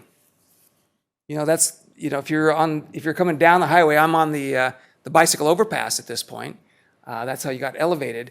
But you're entering the River District when you get off at Folsom Boulevard. According to the general plan, you make the right turn exit and turn left on Folsom Boulevard, you're now in the River District. So what are we going to have to say about that in the future? Then on Greenback Lane at American River Canyon Drive, there's really quite a nice wide spot there, so adjacent to the road, overlooking the lake. Committing to high-quality design. This is the entrance from Folsom Boulevard to that freeway overcrossing. You know, I know it's there. I've used it many times, you know, on my cycling trips around the city. I wouldn't call that high-quality design. Nor would I, also at Folsom Lake Crossing and Folsom Auburn Road, this is the other side of the street from that prior photo. You know, it's not indicative of an entrance or a gateway to a community that values a river in the way that we do. Unique opportunities abound. Back to the Cliff House. Boy, what if? You just never know, right? The underutilized Black Miners Bar. This is that Boulder area. In this area, if I remember correctly, it was the construction and property acquisitions associated with Lake Natoma Crossing that really isolated this area. And State Parks has not gone back and done anything yet, but it is one of the most visible and a very popular spot in our community along the river. And then, why an auto mall with waterfront? Look at that stunning, you know, view there. There is a freeway between the water and the auto mall, but that building is empty and has been empty for a long time. So who knows? What if? In working my way around the community, I, you know, made basically a lap around Lake Natoma. I got to into the historic district and to Riley Street and Scott Street, and I stopped and I was watching this. And this is a very, you know, low traffic day. I think if you were to analyze this city in terms of bike trail segments for bike trail counts and pedestrian counts, the segment from Scott down to the Truss Bridge might be the busiest segment in the entire city. And it is a, you know what they say, it's a cluster of activities with families and dogs and kids and water gear and strollers. I mean, there's everything that you have to navigate to do that. What I'm getting at is the scale is a little bit wrong. So if you go to this image on the right side, there's room there. And my point of all this is that this master plan will give us opportunities to examine things like this. You can imagine if there was a promenade, our own river walk from Scott Street all the way down to the bridge to that overlook that you saw at about 6 pictures ago or 6 slides ago. It's very feasible to increase that and make it a very pleasant experience that is associated with the historic district and connected to our river. This would be the termination of that of our own river walk down there, very close to the river.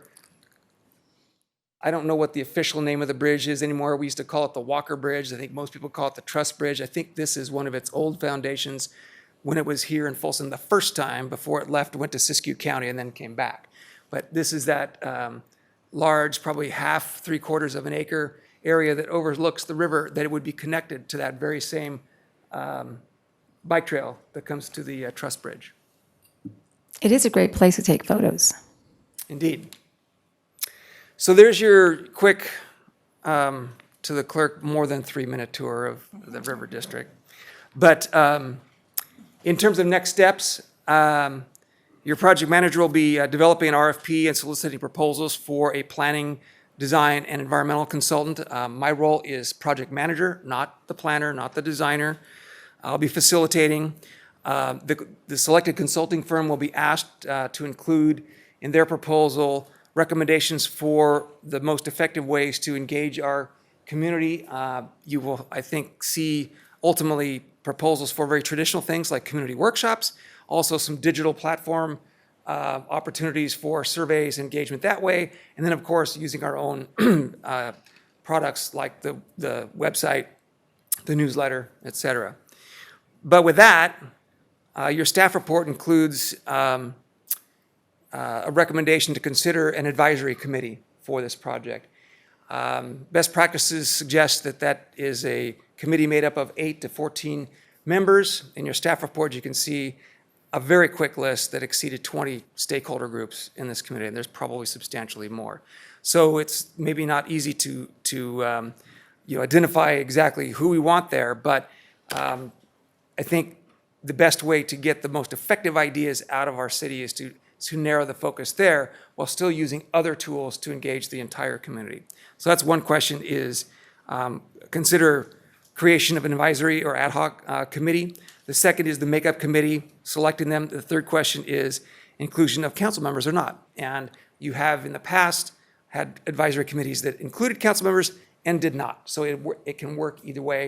Of course, the selection is yours.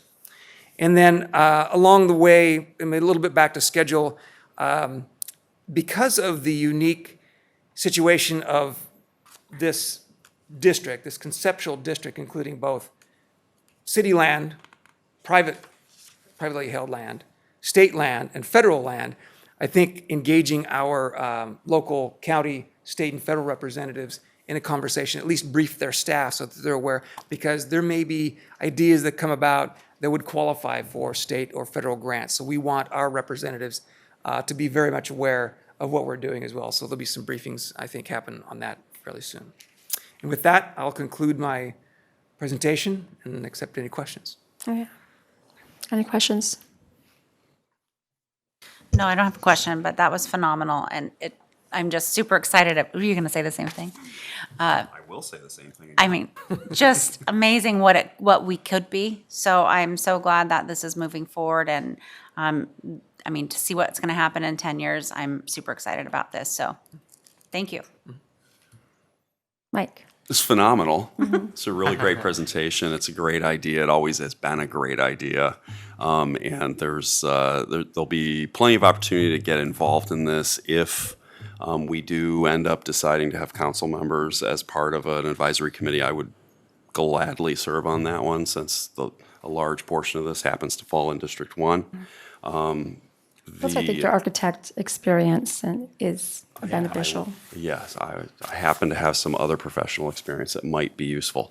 And then as it relates to the makeup of that committee, if we're going to get into a discussion of that, I think at minimum, it's essential that a representative from HEFRA and FHDA be part of that, which is the business owners in the Historic District and the Historic District Residents Association.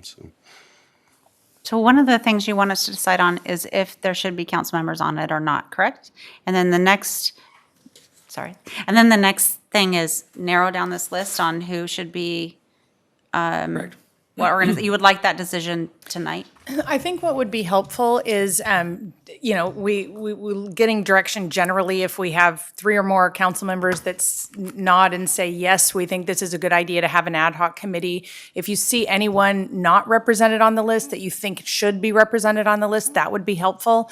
And then if you have a strong feeling about inclusion or exclusion of council members, that would be helpful. And if you all weigh in, individually, I don't think we need a motion. Is that correct, City Manager? I think we can just get your direction generally. Yeah, I would just appreciate consensus direction so we know what to come back with. Just on the committee, Pam, I think we have about 17 or 18 different organizations has been listed here. Is that a rep from each organization? Is that what the I think that was the high level? concept, but we may reach out to the organization and find that there's some overlap or opportunity to consolidate, or maybe there's not interest in participating. So this was intended to be a list that we would pursue, and then ultimately we'll come back to you with that recommendation on the committee after our project managers go in and do the legwork. Good. The recommendation is very good. I can see it. Some of those friends of lakes of Folsom and Lake Natoma, fall fan kind of people, right? I'm so glad to identify the diverse group besides our historic district associations. The list is pretty full in my mind. I'm not seeing anything missing. That's a good group. And yes, for the ad hoc committee setup and go from there. And I like council member involving, especially people like Mike. Okay. Councilmember Aquino? Yes to the ad hoc committee. I don't really feel the need to micromanage who's on it or, what categories. I think it's a pretty exhaustive list. I would just say that generally, I like to have a variety of opinions and maybe somebody who has not necessarily been a vocal supporter of this, but, not obstructionist, but people who see other sides that some of us may not see, I think is good to have that representation. As far as council members, I'm kind of indifferent. It doesn't matter to me if we're on it or not. If the council is represented, maybe it makes sense to have, District 1, and I think District 4 is the rest of it, right? Which obviously we don't have a representative from District 4. 2 or 4? I think it's District 4, because it's 4? kind of like the Natoma Station area. Oh, yeah. Yeah. So, yeah. So I have an idea, one thing that I don't see on here, which I had asked that we make sure if we have residents that there's a, like a broader scope of residents, not just historic district residents or District 1 or just along the river district. Because I know in my district, which is in the middle of Folsom, everyone uses historic district, and this is the draw to get us down. This is the draw to get people down and around and using all of this. So it might be interesting to have you guys consider having a representative from each district, a person. We did have at-large residents mentioned in the list, but interesting idea. Or One from each council district. appointees or something. But I also would love to be on this, but I think this is phenomenal. So that's my only thing. I think if we weight too heavy on historic district, the business district, without thinking about the broader Folsom and how are we going to draw people from south of 50 and how are we going to draw people from Empire Oaks, that would be my main For clarity, the more the merrier as far Right. as I'm concerned. I just wanted to make sure that at least those two groups absolutely are represented. My opinion, Robert, is I'm a yes on the ad hoc, yes on the council involvement, and I am open to your list and HEFRA and the Merchant Association and getting outside voices of the city. Sounds good. Okay. So it sounds like we will put a little bit more thought into this and develop a proposed membership and come back with a resolution which would suggest that the mayor form the ad hoc committee. That policy is listed in the staff report as one of your Correct. powers and privileges. Yeah. Do that. Mayor, I have one quick comment. As a PM, you probably may be thinking to coming to the city hall maybe once in a quarter, once in a 6 months to give us some sort of update because we are not involved, all of us. Certainly. Rather than hearing from grapevine, So that's- rumors are much better, right? Yes, I'd be happy to yeah, come on a it's regular 3 basis. months, 6 months, whatever is appropriate as a PM. I would love to have that. Thank you. Certainly. Robert, it is very reassuring to have you on this project. I think you've always been a big vision. You've always been very knowledgeable. You're so good about educating us on Parks and Rec, and so it's just reassuring to have you on this project. I am particularly excited because I've been hearing about this for a long time, and it is exciting that there's finally some movement going towards this. So, congratulations. Yeah, thank you. Appreciate being here. I second that. All right, very good. Okay, your next item this evening is new business item number 14. Similarly, this is introduction and direction to staff regarding the Central Business District Master Plan Planning and Community Engagement process. Good evening, Mayor. Again, on a similar effort with another master plan project, I'd like to introduce the selected project manager, Kathy Peace, and she will be introducing the project and describing that effort, which is similar but different. Similar in that it's a master plan effort, but different in that it's very unique, what the components will be, and the process we've outlined is similar in recommending an ad hoc committee. So I'll let Kathy walk you through that. Thank you, Pam. Perfect. Good evening, Mayor and City Council. I'm excited to be here as well to kick off the Central Business District Master Plan process. The project area is located on roughly 220 acres on East Bidwell Street, roughly between Riley Street and Blue Ravine. This area has been a priority for the city for some time. It was the original, one of the original commercial service areas in the city, and it continues to provide vital services to the community. There are several things, policies within the city that support this master plan effort. General plan policies support revitalization efforts and economic development. We are fortunate because over the last decade, there have been quite a few studies and plans that will provide information to inform this going forward. And so we feel this will be a process that will be instrumental in crafting a vision and a game plan to set our priorities. This is part of the approved use of grant funds that will help fund this effort. The next several slides show a couple of vantage points in the district, just to give you a flavor. It is an existing area, and so there may be opportunities for infill or increased development for housing and economic development. Some of the key objectives of the master plan, again, looking for housing opportunities, increasing economic development, commercial corridor revitalization. Some things that we hear quite a bit about is making this a destination place. So giving it an identity, looking for traffic calming, increasing pedestrian and bicycle improvement opportunities, safety, landscaping, parking strategies, and wayfinding are some of the things that we'll be looking at. And I had mentioned those other plans that are either have been prepared or ongoing, and this is the list of those. So we have a lot of information at our fingertips. So like the previous, we are asking for direction on part of our public engagement process. Should we form an ad hoc committee? And so similar to the last item, is this something that the council thinks would be a good idea? We've identified some community stakeholders, including businesses, residents, and others that should be involved. I think what's really important is because this is an existing area and it's a city-led effort, it will be really important to get business and community buy-in.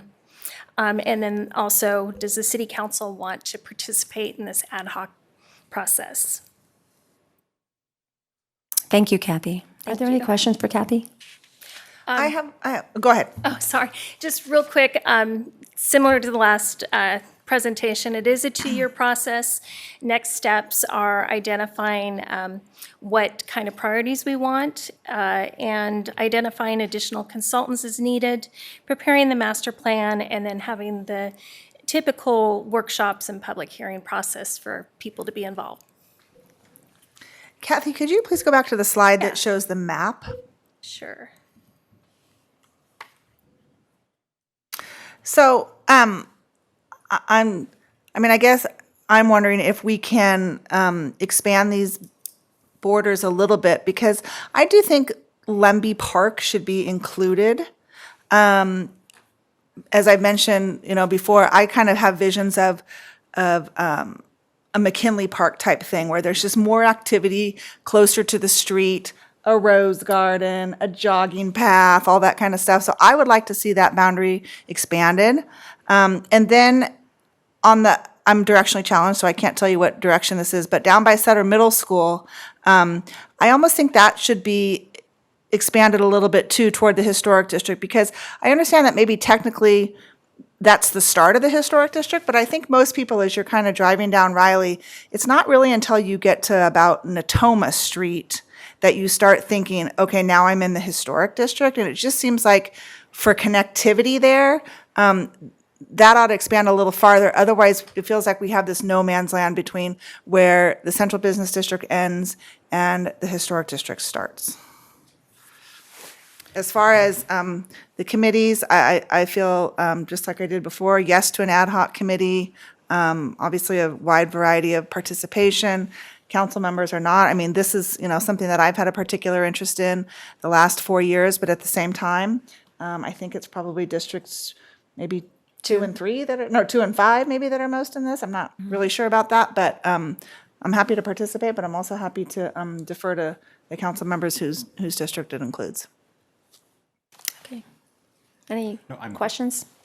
Just to clarify that boundary change, if I can add to that, the commercial properties that are along Riley Street up in that area where Sutter Middle School is, it should capture those ones that are on the west side. So, and up till, I agree with you, up to Natoma Street for sure. So basically pulling Sutter Middle School in and then the businesses that are on the west side of Riley Street there. I don't anticipate that there would be any challenges modifying these boundaries as we move forward, but if there is for some reason because of general plan policies or boundaries, we'll bring that back to you. But I hear you, and I think that makes sense to make those changes in the project process. Is this a copy from existing somewhere, or? This is from, it is identified in the general plan. Yeah, But it's not something that has a unique land use designation in that way. So I think we could modify it, and even if it means we made a modification to the policy document with the adoption of the master plan, that's something we could do if it makes sense. Thank you. Okay. Any questions? Any other questions? Anna? No. No? Okay. No question, but I'm No a yes questions? for the committee, and if council members want to be involved, I'm a yes, but I am also not, I don't know why on this one I feel like it's a little bit different, but, so I'm either way on that one, and then I think you have a good wide range here, so. Yeah, cast a wide net, more is merrier. Okay, just my feedback. I'm a yes to the ad hoc, yes to the list that gets created, and yes to council members. And I would particularly like to be on it. I would actually like to make the recommendation that Sarah Kino and I be on it, because Sarah, I think, has had many years of input and comments. And when you get people that are pretty passionate about something, there's good engagement. Are there any requests to speak? You do have one request to speak on this item, Mike Reynolds?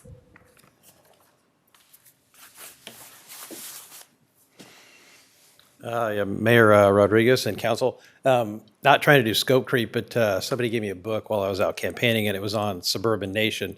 And one of the key pieces of that was making cities more walkable. So for consideration, the Bidwell Street that tees into Riley, that there is a bunch of vacant space along that. I don't know what it's zoned.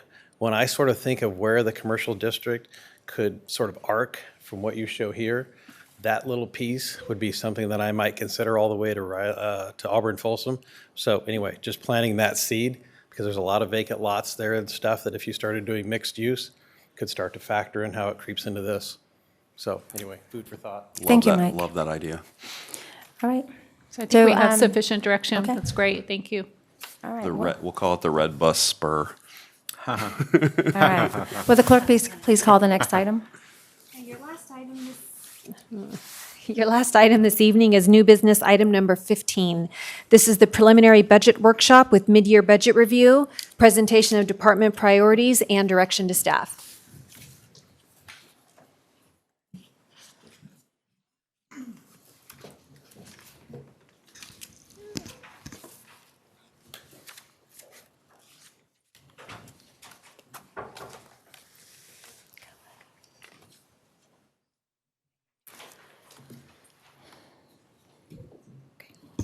Good Welcome evening, back, Mayor. Stacey. Again, I'm Stacey Tamani, CFO.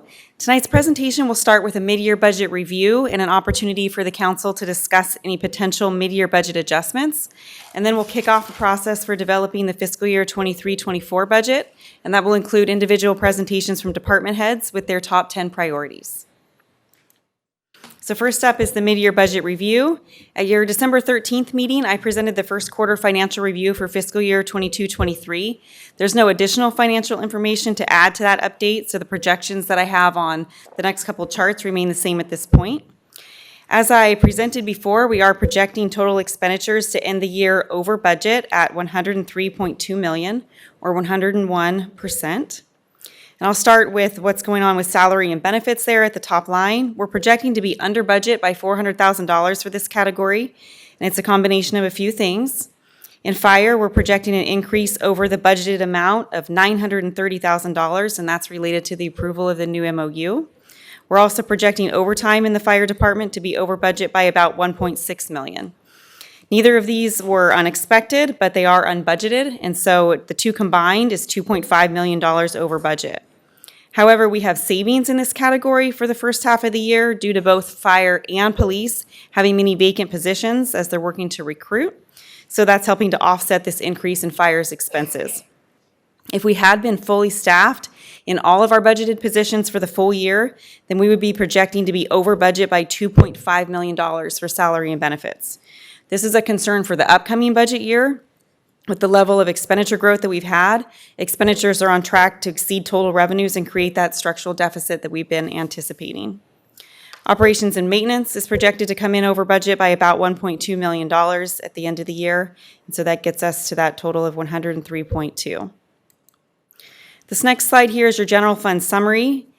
And I had anticipated the potential approval of the transfer to the internal service fund, so that's down there. But at this point, you'll have unassigned fund balance of the $23 million, and that's about 22% of fund balance. So this is a mid-year review, and it's an opportunity for the council to look at making additions to the budget. But because we are expecting to end the year with a deficit, the only opportunity for additions is for the council to use the unassigned fund balance or your emergency reserve. So with that in mind, I wanted to take an opportunity to review best practices for the use of the emergency reserve. The Government Finance Officers Association provides best practices for local governments, and the city looks to them as a guide for our financial policies. And in their fund balance guidelines for the general fund, they state that a city should, at a minimum, maintain unrestricted budgetary fund balance in their general fund of no less than 2 months or 17% of regular general fund operating revenues or regular general fund operating expenses.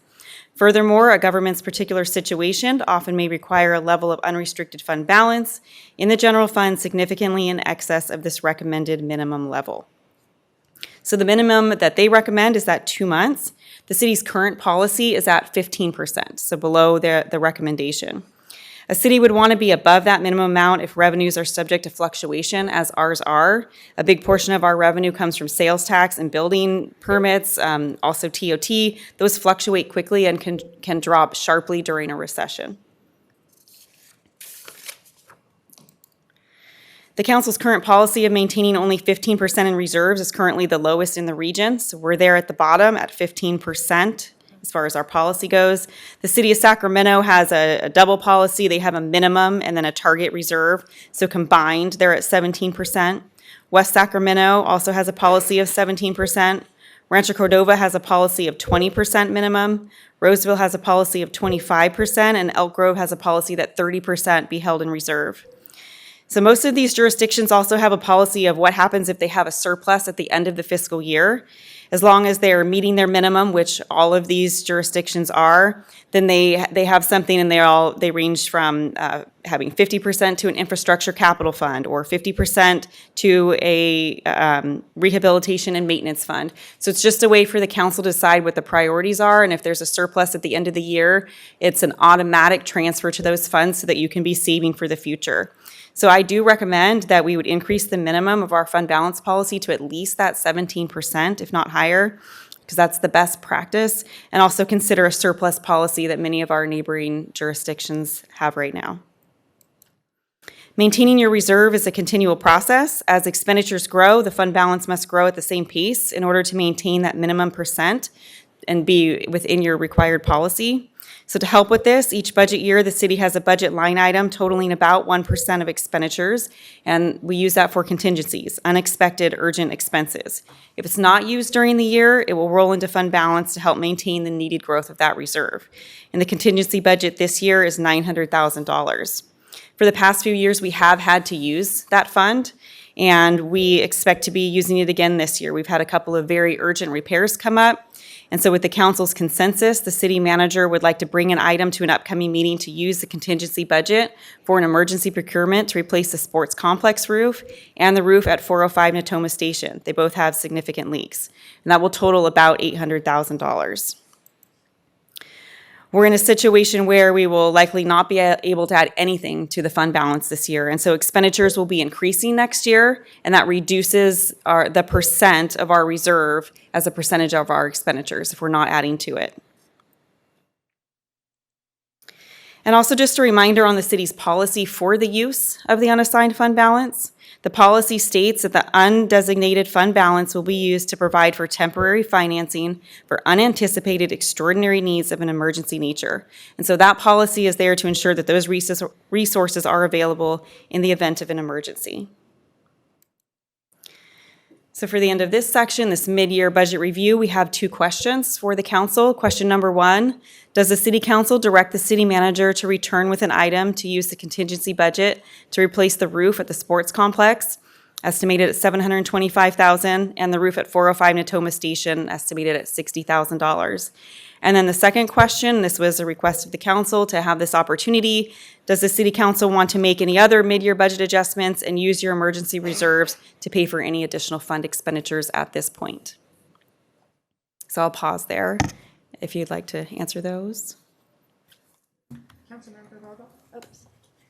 Councilmember Rohrbach? I don't have a question yet. Do you want to proceed to answer the questions that you have? Is that what you're asking? These are the questions to the council for the mid-year budget review, and then we'll go into next year's budget presentation. Yeah, and the second question specifically was what we were asked to bring this item for, is to kind of call that question. So we're asking about the contingency, use of the contingency, and do you want to use the emergency reserves to basically buy anything else here at the mid-year?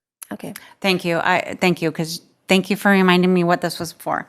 During the budget process last year, it was said by, it was a discussion through the council, but also our city manager, that if the police department did not get the grant for, they funded 1 police officer last year. For the other 2, the grant would supply 3 police officers, if I have that correct. It was promised that it would come back to the mid-year review. They did not get the grant as expected, and so this is what I wanted to talk about tonight. I think just knowing where we're at as far as our PD staff levels, I don't want to propose it. I think, well, I will. I would like to fund either 2 police officers or 2 CSOs. That would help with traffic, homelessness, would help the CSOs, our crime suppression unit. This is why I got T. I'm sorry I missed the first part of your presentation.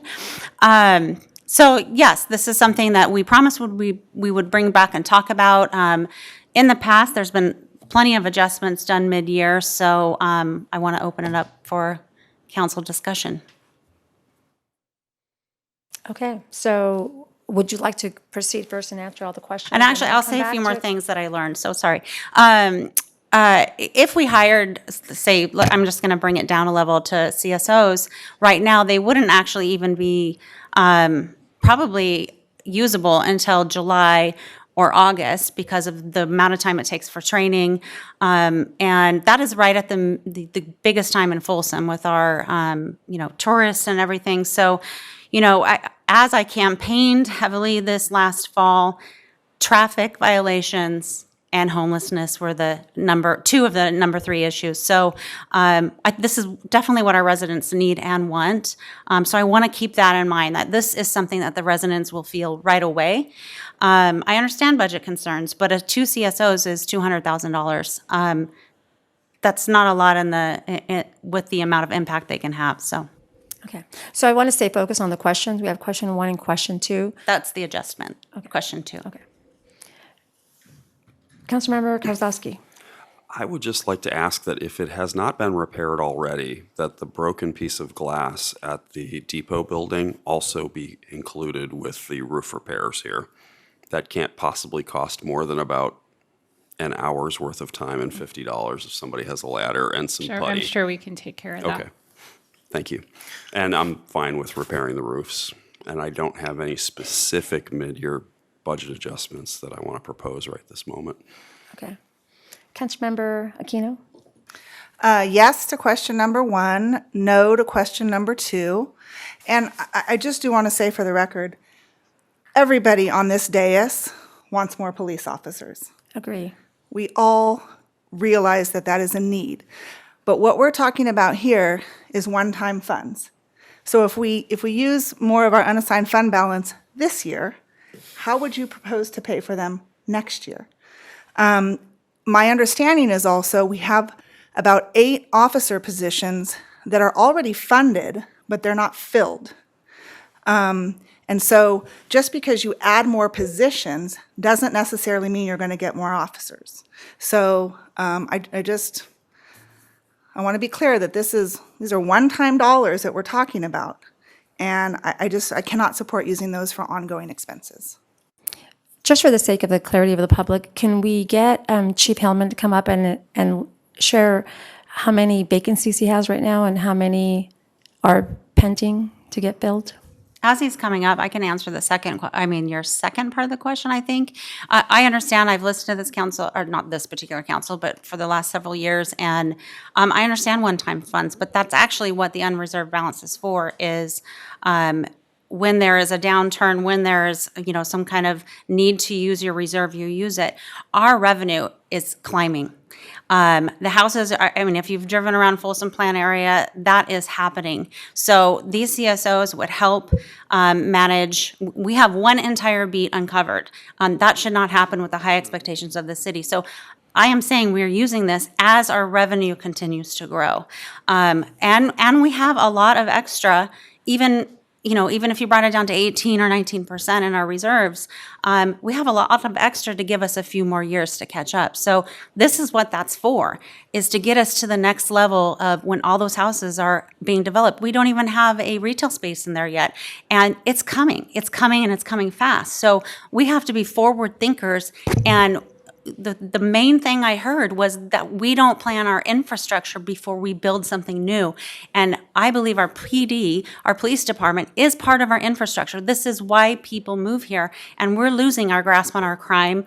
We're losing our grasp on our traffic. If we want Folsom to move forward and be able to do the River District Plan and the Central District Plan, I think this is just essential. It doesn't have to happen now, but it has to happen within the next 6 months.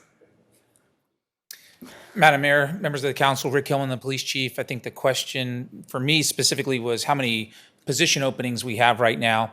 We have 8 current openings. However, we have 1 person that will be hired next week.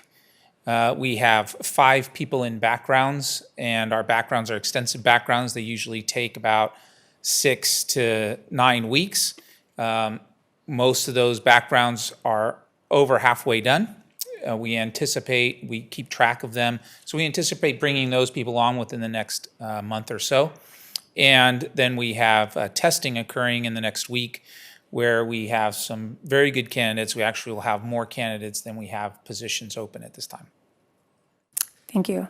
Any other questions for Chief Hellman? Just, Chief, before you go, if we were to, maybe not as part of this, but as direction for the upcoming budget that would start in July to open up some more space for officers, this next testing activity that you're doing, how long would it take from then to bringing an officer on? Since we've already we already have or will have a list established, it would take us a very short amount of time. Good. Will it take till July, I guess is my question. No. It would, I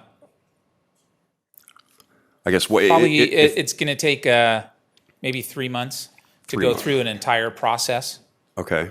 So that would take it to May. Okay, so if we were trying to take advantage of this next round of testing and hiring and training. Yes. And that would lead to being able to bring officers on in May, then what we're really talking about if we're trying to create additional officer positions is funding in this year's budget those 2 months, May and June, right? For those, whatever those positions are. And then having the ongoing expense, obviously, going forward. Okay, very good, thank you. Can I follow up on that question with Stacy? So I'm thrilled to hear that's great news that hopefully most of those positions will be filled. But will that then put us farther in the red as far as this fiscal year? Because part of the reason that we're under budget for salaries and benefits is because we have positions that are not filled. True. So those would be filled. We anticipate them being filled, but then if you added extra, positions, then the projection of being $168,000 over budget would just go up by however. But so, okay, so when these, let's just assume all 8 get filled, it won't affect that $168,000? No, 'cause You've already accounted for that? We're accounting for those to be filled. Okay. I want to remind too that if you remember last year, the survey was overwhelming that this was the number one priority of our residents. That wasn't in next year's budget. That was in this year's budget. I think, giving them the opportunity to put out the notice now to get 2 extra officers is only going to serve us well. Doesn't really affect our budget too much this year. And if you want to look at funding, $200,000 for 2 CSOs total. That's 5 years with just $1 million, but I don't expect to pay it out of our emergency reserve. There's no data saying anywhere that our revenue isn't going to be able to pay for this in the future. Stacey, I have a question. So when we look at projections of revenue and expenditures, you've already put in the expected, like the expectation of what we will have in terms of revenue going forward. Is that correct? So it's not like, when we look at our budget, we can forecast, or you have forecasted what the expectation is going to be in terms of revenue. Yes, we do a 5-year forecast that we maintain. Okay, that's what I thought. All right, so to clarify what Councilmember Rohrbach just said, that we have homes that are being built that we were expecting this revenue, that is already in the projections of the shortfalls that were expected down the road. Correct. In 24. Yes, we have property tax growing at a pretty significant rate, which was expected. And then we have sales tax nearly flat, and that was unexpected. And so what's happening is that we have about 50% of our revenue growing at a rate combined that is less than the growth of our expenditures. And that's what we've been talking about all along, is that our expenditure rate of growth has now exceeded the rate of our revenue growth. And we can't keep up with that. Okay, good. Perhaps for the city manager, the expectation for adding to the police department staffing for next year based on population growth, do we have anything already forecasted in that regard? Stacey, can you comment in terms of the south of 50 growth? What's laid out in the analysis? Yes, and so it was laid out in phases, 5-year phases. So for the first phase, we've covered everything except for 2 more firefighters. They needed 9 for the station. We allocated 7 in the last budget. So then the second phase is the next 5 years. It's 2025 to 2030. And for officers, it was 2 additional officers, a sergeant, and a records clerk was what was considered in that phase. Phase 3 starts in 2031, and it was anticipated then that there would be 12 additional officers at that point. So it was later on that funding would go towards. So those phase dates were associated with some specific amount of development that has occurred, or those were just No, an expected smooth growth? No, it was phased based on the amount of permits that would be pulled, that would then initiate that property tax revenue coming into the city. And are we ahead or behind the pace for the 2025 date? We're right about there. We're right about there right now. Right about. So- We're right about in the phase that we should be at. So we're following the plan pretty well. It's going as expected. Yeah. Okay. I'm looking, Except for a bunch of other things that didn't go. Listen, the planning is sound that has taken place, and the council has been careful to not dip into our reserve fund for the entire time I've been part of the council, and for many years prior to that. Partly as a reaction to the way that the economy crushed us back in 2008, but partially just because we are generally careful. But I can't help but agree that the universal sentiment throughout the city is that the police department it's a perception, a little bit understaffed. So finding a way to create some more open positions of some number and some category in this next budget is something that I think we do need to seriously consider. And to the suggestion of the CSO positions, if that's a relatively inexpensive way to get some more people to help slow traffic down, I'm potentially for making a mid-year adjustment to cover those 2 months that would be for those positions during this year. So for whatever that's worth, that's my commentary. Okay. Councilmember Waike? Chalam Churla? Thank you, Mayor. I know, I don't know whether you guys can remember what happened in last May, June, when we were getting ready for approving the budget for 2022 and 23. I'm going to use this word, I was a little bit adamant on getting a couple of more cops positions, and I was not saying to touch any of the reserves. I was not at all saying, and I was not at all tapping to any of the other ones. I did see the numbers there, the way we are adjusting to the public safety, fire and police. We have given almost $1 million to hire 7 firefighters. I never said don't decrease, no, do not touch those numbers. We are going to approve it, but we may not use that $1 million for those 7 firefighters in this year. And I don't, probably my colleagues may know what I'm talking here. I did ask for some updates from the staff and our finance director. We do have some savings in that $1 million to hire the firefighters, because usually it is the nature. As Chief Hillman said, Chief Cassano said, right? Hiring is going to take a time, but at the same time, we have to respond to the other needs as well. And also, I talked about a little bit on the overtime, how we are projecting. There definitely, I feel there will be some savings. I know my colleague Kozlowski was also asking, what is that formula, how that works, and all those things. Bottom line, I did see some savings. I did mention before, I said yes vote that time. I'll be back after 6 months. I'll look into it and I'll ask for some help. Now the numbers are showing, yes, we have some savings on those 2 allocated items, like $1 million, but we are using that one because recently we had our MOUs with the unions, which it increases the expenditure, right? So that's where I am. I just want to bring it to everyone's attention. Yes, I agree with, Sarah and Mike and everybody else. We do need that officers.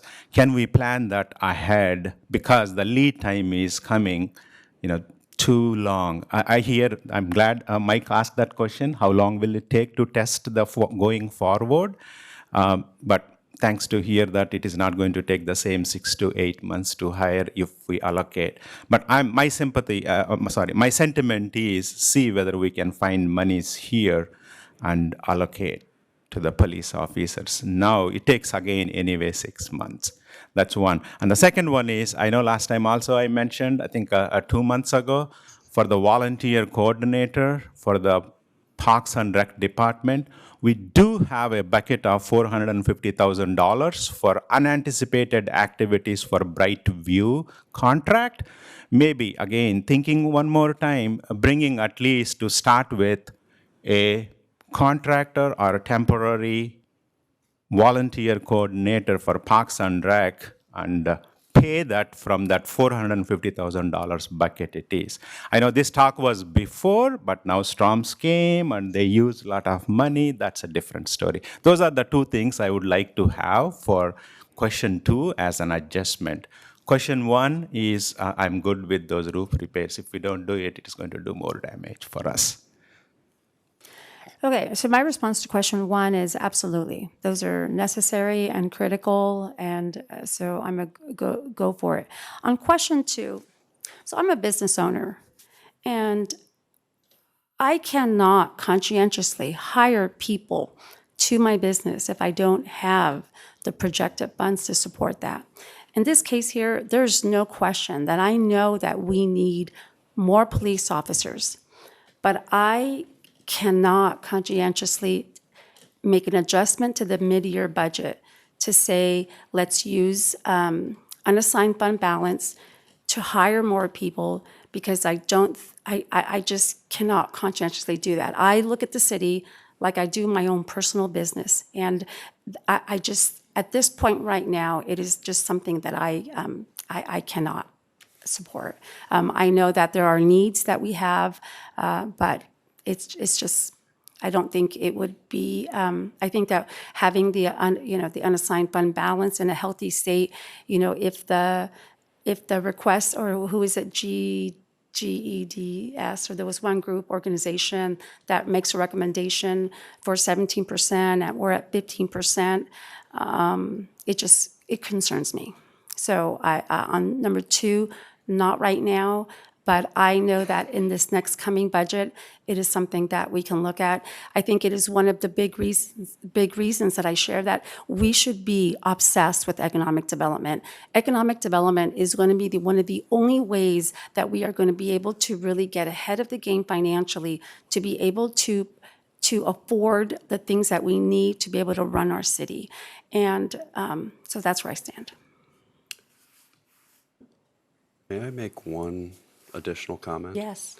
I asked when we talked about it back in, what was it, probably September, that we, in the new year, right about now, revisit the charm offensive that's necessary to have the city of Folsom's voters consider a sales tax.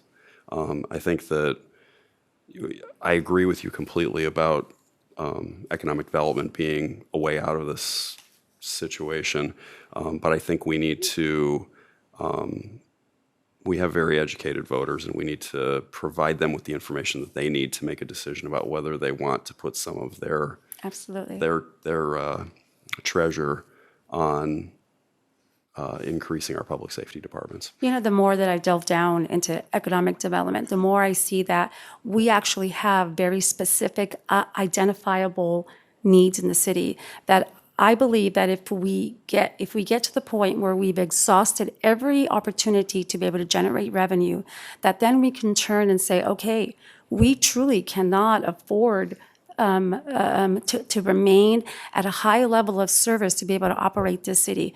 And at that point, I think that I personally can conscientiously go to voters and say, we need an increase in the sales tax to be able to provide, whether it's police officers or economic development, more of an emphasis in that, and really have a very clear picture of what it is that we're asking the voters to help support financially, and have it be, I'm a believer that if we can identify the things that are critical to be able to operate the city, and that we are specific in our needs, that we can get 66% of the city to support a sales tax measure.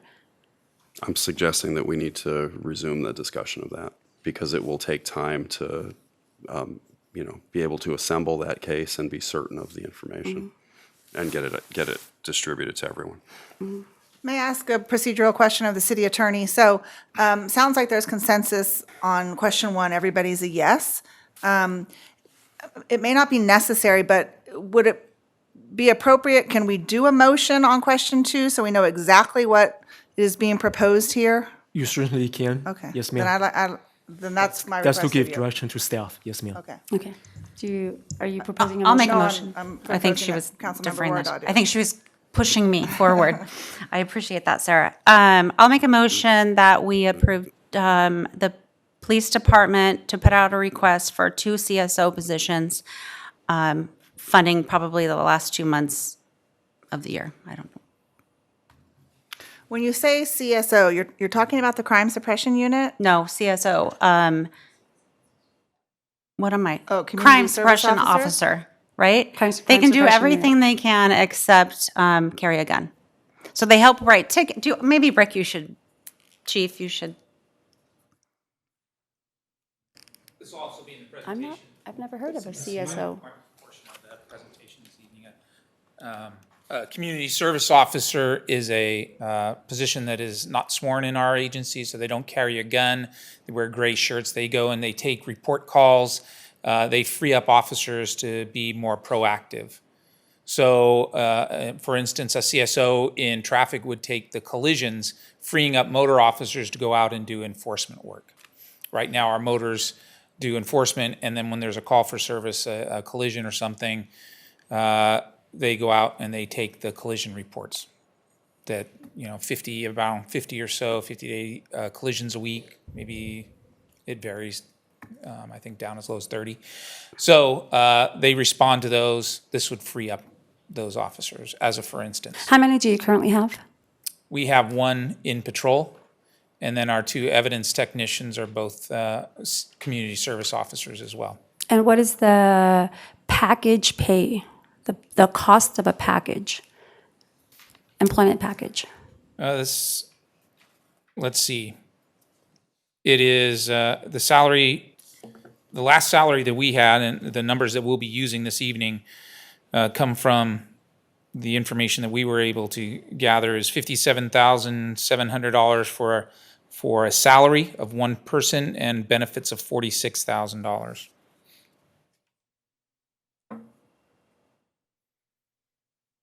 So $103,000 is what the cost of one CSO.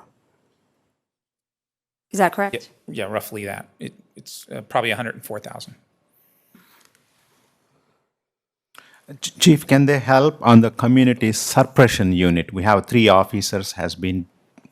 Yes, they can. They would help with community outreach and other things the community service office or the community crime suppression unit already does. They would go out, help with camp abatements, with providing information to individuals that are homeless, and help guide them to the right services. Okay. So the CSOs are additional help. My question was, can they release one of the CSU, community suppression unit officer, out for traffic or something? Yes, there's many things that are done by the officers that don't need a sworn officer to do. Okay. So they would be able to do that. They can, okay. So can I ask you just a question? Because, so you have a total right now of 3 CSOs. Is that correct? So is it possible to hire more CSOs and less police officers to be able to tackle some of the issues that don't require an officer going forward? Is that something that, I mean, when we look at the cost? That is the balancing act that we're trying to do. We are trying to, at one time, we had 4 community service officers in our patrol area and 93 officers throughout the organization. We're down, so we're trying to balance that. How can we bring up the officers so that they can handle the calls for service appropriately, and then bring in CSOs? There's things that CSOs can't do that we have to have police officers doing, and we need to get those numbers to be adequate, or we hope to get those numbers adequate first. So currently, individuals can now go online and fill out a police report that before you would have sent a police officer out to take, correct? Yes. So what reduction in calls is that having on the police department? About 10 a week. 10 calls a week, that's it? Yeah, we see about 10 reports a week that are on our online service right now. We've tried other creative ways of lowering those costs so that officers don't have to go out there. We have the one CSO who works a shift that is a Sunday through Tuesday, or the Sunday through Wednesday shift. We have a couple interns, 2 interns that are cadets, and they get to go out and they can work up to 20 hours a week. And we train them how to write reports as well. Okay. All right, thank you. Okay. Anything? Oh. That's a new one, CSO. So we have a motion. Do we have a second? I know I mentioned about the volunteer coordinator. I'm not asking for extra money. The money is out there in unanticipated activities, almost $500,000. So I strongly feel, that's why I'm advocating for that one, not touching any of the reserve funds, but tapping that one for either a temporary, I'm not asking even to bring into the payroll right away, to start and experience and see the value, from the community. I want to add that as a friendly amendment to the Can we just do 2 separate motions? Okay, so, all right. I'll second the motion. Okay, all right. And can you restate it, please? To fund two CSO officers Using the unassigned fund balance. using whatever we need to use to fund them. Well, no, let's get specific. Yes, unassigned fund balance. Okay, will the clerk please call the roll? Councilmember Chalem Chella, Yes. Kozlowski, Yes. Rohrbaugh, Yes. Aquino, No. and Rodriguez. No. The motion passes 3-2. Okay. Councilmember Challenger, did you have a motion? Thank you, ma'am. Yes, Mayor, ma'am. Again, as I mentioned, maybe Lorraine or one of you can help me where exactly that funds are. We do have allocated about $457,000. We did use recently $144,000 for doing the small bushes and planting the trees and the drip irrigation for $144,000. I think that can be done easily by the volunteers and through the volunteer coordinator. And some of the activities, our Parks and Rec adopted trial, it is not going as fast as we think, and also Community Service Day is coming as well, and continuing that volunteer coordinator efforts, yes, rather than once in a year, 4 times a year every quarter. Vice Mayor Tom Charlie, just for clarification, when you're saying you don't need extra money for this, are you saying to take money out of our contract with Brightview, a professional landscaping firm, to buy a volunteer coordinator? Is that what I'm hearing, or? True. Okay. Yeah, it's ad hoc funds has, not from the contract, but from the ad hoc bucket, there is $460,000 has been assigned for unanticipated activities. Okay, Lorraine, are you able to comment on that? I just want to make sure that money is there and accessible for that purpose before we have a motion. Good evening, members of the council, Lorraine Paggioni. So I totally appreciate the fact that the volunteer coordinator is something that you're passionate about, because we're passionate about it as well, and we have that in our upcoming presentation. The money that is in that account has been aligned with the Brightview contract when it was recently approved, and that's to do what we call unscheduled services. So right now, we have 2 parts of the bucket for maintenance for landscape contract. We have the mow and blow, where they're just out there mowing, they're blowing, they're trimming the shrubs. The unscheduled is something that is very critical to maintain our landscapes, and that is to replace trees, to trim trees, to go out in the medians and fix landscaping, to dig holes, to fix valves, to replace signage, to fix backflows. And if we were to deallocate that money, backflows wouldn't be fixed, irrigation, things that at a professional grade for our landscape maintenance would not be repaired or would not be repaired correctly. And I think it would be difficult for us to manage unskilled labor to quickly fulfill those needs using those funds. I want to make sure my colleagues, and yes, I agree with you, and I'm not asking the $457,000 or $500,000 reallocate. A small portion, 25%, 20%, whatever it is, and some of the activities you are describing can be easily done by the volunteer coordinator. Even last time there was a contract here for south of 50, planting the no more land died, and we were replacing that one with the small bushes, with the 1 gallon bushes, those kind of activities, running the drip irrigation, those kind of activities. I do see an opportunity for a small portion of reduction from that contract, replacing with the volunteer coordinator. Stacy, did you have a comment? Yeah, I just have a comment on the funding for that contract. Much of it, I don't know the percentages, comes from our CFDs and also our L&L funds.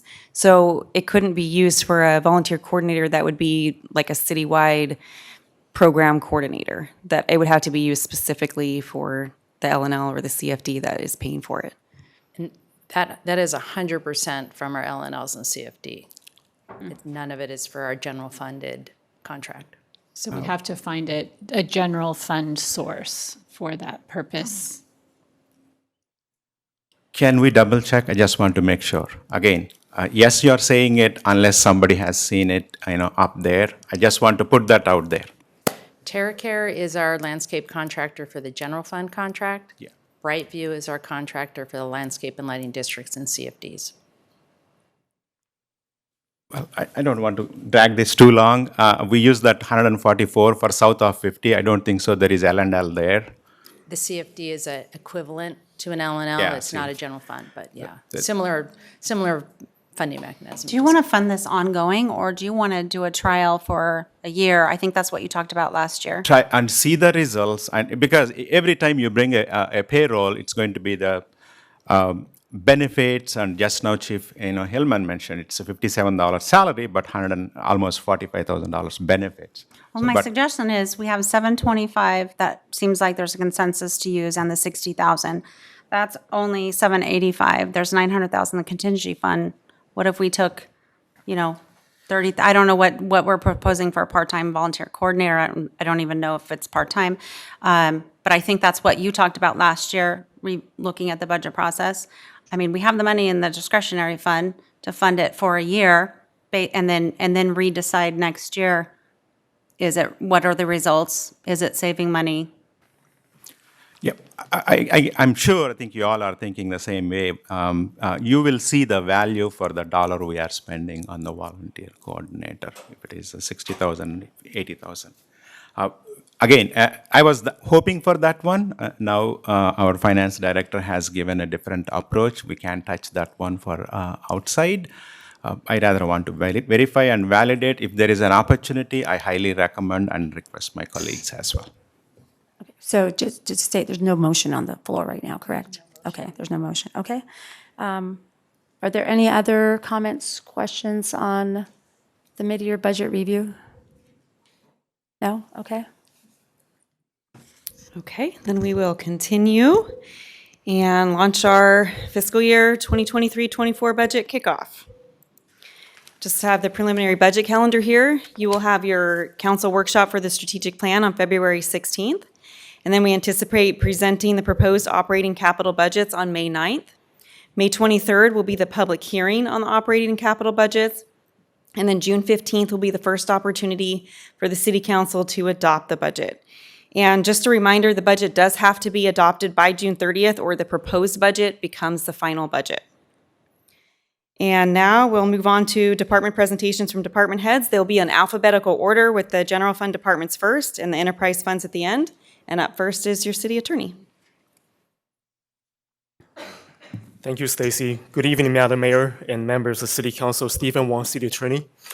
For over 15 years, the City Attorney's Office has been operating half of what was before 15 years ago, the staffing level. We used to have 4 full-time attorneys servicing the City Council, City Commissions, litigation, and handling all department legal service requests. But even though we have been operating at half the level, candidly, that is totally okay with me, because I am that intensely focused in making sure that we protect the city and our taxpayers' resources. Having said that, it is also a saying that maybe we are our own worst enemy, because we're able to provide expert legal services without interruption. We have been seeing an increase in the number and complexity of complex litigation cases and development projects as well over the years, and that requires me to go to the city manager for a request of a third attorney. We don't need to go back to full staffing, but a third attorney would help balance the load better. Recognizing that we're probably not going to have this item fulfilled, I would yield my time to the rest of my colleagues, subject to your questions. Thank you. Thank you.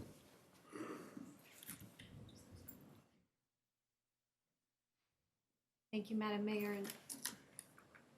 Madam Mayor and City Council, the City Clerk's Department will be coming to you this year with a pretty modest budget request. And this is really in recognition of the fiscal constraints that we're under right now, so we don't want to unduly burden the overall general fund. And the clerk's department, every few years, undertakes kind of an internal procedural audit where we like to break down all of our practices, see where we can innovate, redesign, and improve what we're doing. And as we look at that, we do see a couple opportunities where the addition of some new technology could really help us in that endeavor. And that would be focused on the goal really towards transparency and public access to information, aligned with increased staff efficiency. And so the two things we will be asking is specialized software to facilitate public records requests. We're seeing a strong trend in the increase, not only in the number of public records requests, but the complexity. And the city's under legal mandates to respond within a certain timeline. And we just believe that the addition of technology will help replace the current manual process that we use to track all of these. So that's something we'll be looking for. It's a cost of about $11,000 a year on an ongoing basis. We also would secondly like to explore some new software to facilitate the Political Reform Act mandated filings. All of you that have run have had the pleasure of filing in our electronic system, and we recognize it has some areas for improvement. So we would like to explore that opportunity. We've identified preliminary software that would just be a very slight increase of what we're already spending, to the tune of about $2,400 a year. So right at this point, those are all the additional items that the clerk's office are looking for, and I yield the floor to the rest.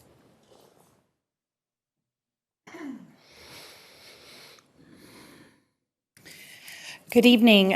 Community Development Department also has what we consider to be relatively modest requests. Like the City Attorney's Office, we are down 43% of our staffing levels than we were 15 years ago. When I got here just over 5 years ago, we have 24 staff, full-time staff. We reorganized our department, added 2 new staff in anticipation of the Folsom Plan Area development activity. We have, over the last 5 years, increased permit activity, the volume, the inspections, both of permits and revenue is up about 20% from 5 years ago.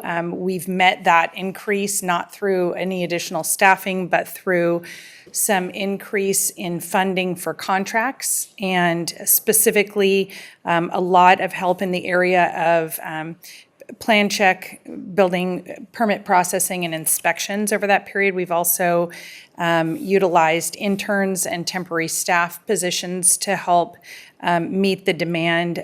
We've done a lot of things, and I think we are at a point where having 2 additional staff positions would be really helpful. And so the focus of the requests are on 2 new staff positions, some new technology similar to the clerk's office to help address the information requests, and then some equipment that is necessary to do our jobs. So the first position would be either a development service analyst or building plans coordinator position. We don't currently have the development service analyst position in our contracts, but it's something that other cities in the state and region have utilized as a way of getting someone to do process administration for the permit processing and improving and streamlining systems. They're the administrator for electronic software. As an alternative, we do have a building plans coordinator position on the books, and that is something that that could be utilized. But someone to help balance. We've got about 2 full-time contract people that have been helping with a range of these systems, and our existing staff are strained. And so that's one position we believe would be really helpful. The second is building inspector 2. We have 3 full-time building inspectors for all building inspections in the city. We have, for the last 2 years, been contracting between 2 and 3 full-time inspectors to supplement that, just depending on the inspection workload. The nice thing is when we have a high inspection workload in a week because of an apartment project or just a high volume of, new construction, single-family homes, we were able to increase or decrease that on a day-to-day basis. But now we've reached a point where having a full-time building inspector and one that could come and help with minor permit reviews is something that would be really helpful. Agency counter software was something that was identified in the ARPA funding request. I'm not going to click the link here and take you to the view, but please take the time to look at, City of Sacramento is the one in the region that uses it really well. But I think for a cost of $52,000 one-time setup, this is a software system that marries with our electronic permitting system and updates multiple times daily so that anyone interested, any resident or customer interested in finding out what planning or permit project is happening at the city in real time can find it out. They can search it by geography or permit type. They can pull up and get alerts on status updates. And we spend an awful lot of time, not just in community development, but in other departments answering questions about that. So I think this is a good, easy technology that doesn't take a lot of setup time or ongoing expense. There is a maintenance cost of about $35,000 ongoing, so it's not just a one-time expense.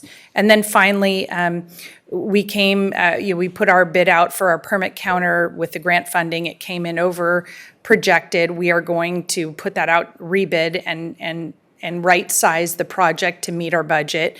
But we do believe that we will not be able to do a lot of the perks that we think are important, like public kiosks. And this was something we always anticipated would be a way for the public to come to the front counter, access information and records where we're able to do some monitoring of that record review, and then also submit their applications if they don't otherwise have access or they need a little help through that process. So those kiosks we expect would cost about $12,000. And then we have 7 vehicles out of our 12 vehicles in this community development fleet that are 20 years old. There are 2 that are really not doing well. And so the request is to replace 2 of those vehicles that are 20 years old, or upgrade them in some way because they're getting expensive to maintain and not operating very well. So with that, I will turn it over to Christine for economic development. Pam, I have a couple of questions, if that's okay. Sure. Yeah, thank you, ma'am. I know I hear quite a few times, the building permits and inspection, it is delaying more and more. Yes, I understand before we were pulling the 100 permits for south of 50 until September, October. Now it went down. Is the workload in your department? I know you mentioned some of the positions, but I can't correlate which ones are going to help what. But that's the buzz in town. Folsom, it's getting the permits. Again, nothing wrong on you or your department, but the workload. That's why I'm touching on that one. Yep, we issue about 6,000 permits a year. So having 100 a month of single-family home permits is just a fraction of the workload, and they all take plan review. We have 1 plan checker right now. We have been unable to fill our second plan check position. So our building official is doing plan check, and we have 1 plan checker, and then we outsource everything else. And we have timelines for that. Yeah. It's taking longer now than it did a year ago, 2 years ago, 3 years ago. And some of that is system glitches occasionally. We don't have the same availability to do over-the-counter minor permit reviews the way we did, but we're working on getting that improved. So we have heard those same frustrations and concerns, and we do think we need to do some things to address it. Not all of that is increasing staff levels. It's fixing systems, getting new contracts in place, and filling positions, at least 1 that is unfilled right now. Okay.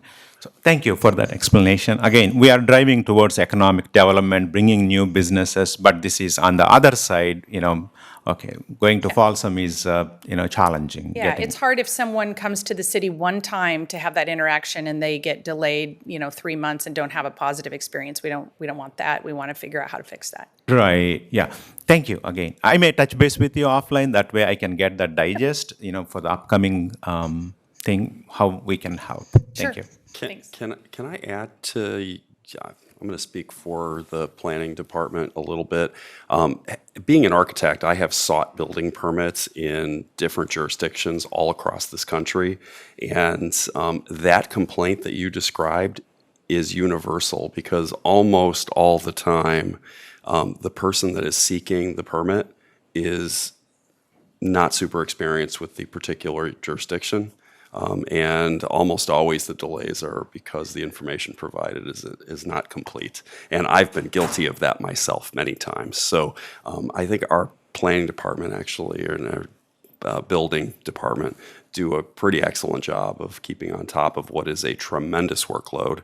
And that critique that you may have heard from people is kind of like everybody speeds in my town. It's everywhere. And it's not well founded generally is what I'm saying. All you have to do is look at the I mean, just the buildings that have happened in the last 2 years, just in the Folsom Plan area. Tremendous. Yeah. And the accelerated growth. So Yeah. You're doing a great job. The system allows us now to kind of track and be able to tell people and point them back to it, but there are times where something really just is caught up in the system and we need to free it up, or we've just not had the capacity to complete a plan check within a target timelines. Our target timelines are very reasonable. You know, it's just when someone has to go through multiple iterations because it wasn't addressed properly, that's what really hangs people up. Yeah, you did. Thank you, Mike. Yeah, no, I hear, but when I always question the middleman, middle contractor, not the owner, not the planning department. In between, there is one more person, right? That's what I tell them. Make sure your contractor is submitting everything on time.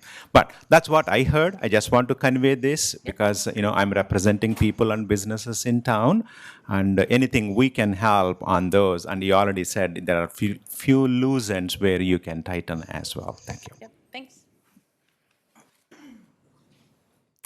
right here, this is show me the money. If we want to get all the other things done, this right here is it. Okay. Well, thank you for the introduction, Mayor and City Council members. Christine Brainerd, Communications Director for the City of Folsom, and the City Manager's Office recommends investing in economic development research, planning, and consulting support. This work would take place in close collaboration with Choose Folsom and TEDCOR, and I did talk about this approach with Joe Gagliardi, President and CEO of Choose Folsom, and he's aware of this conversation tonight.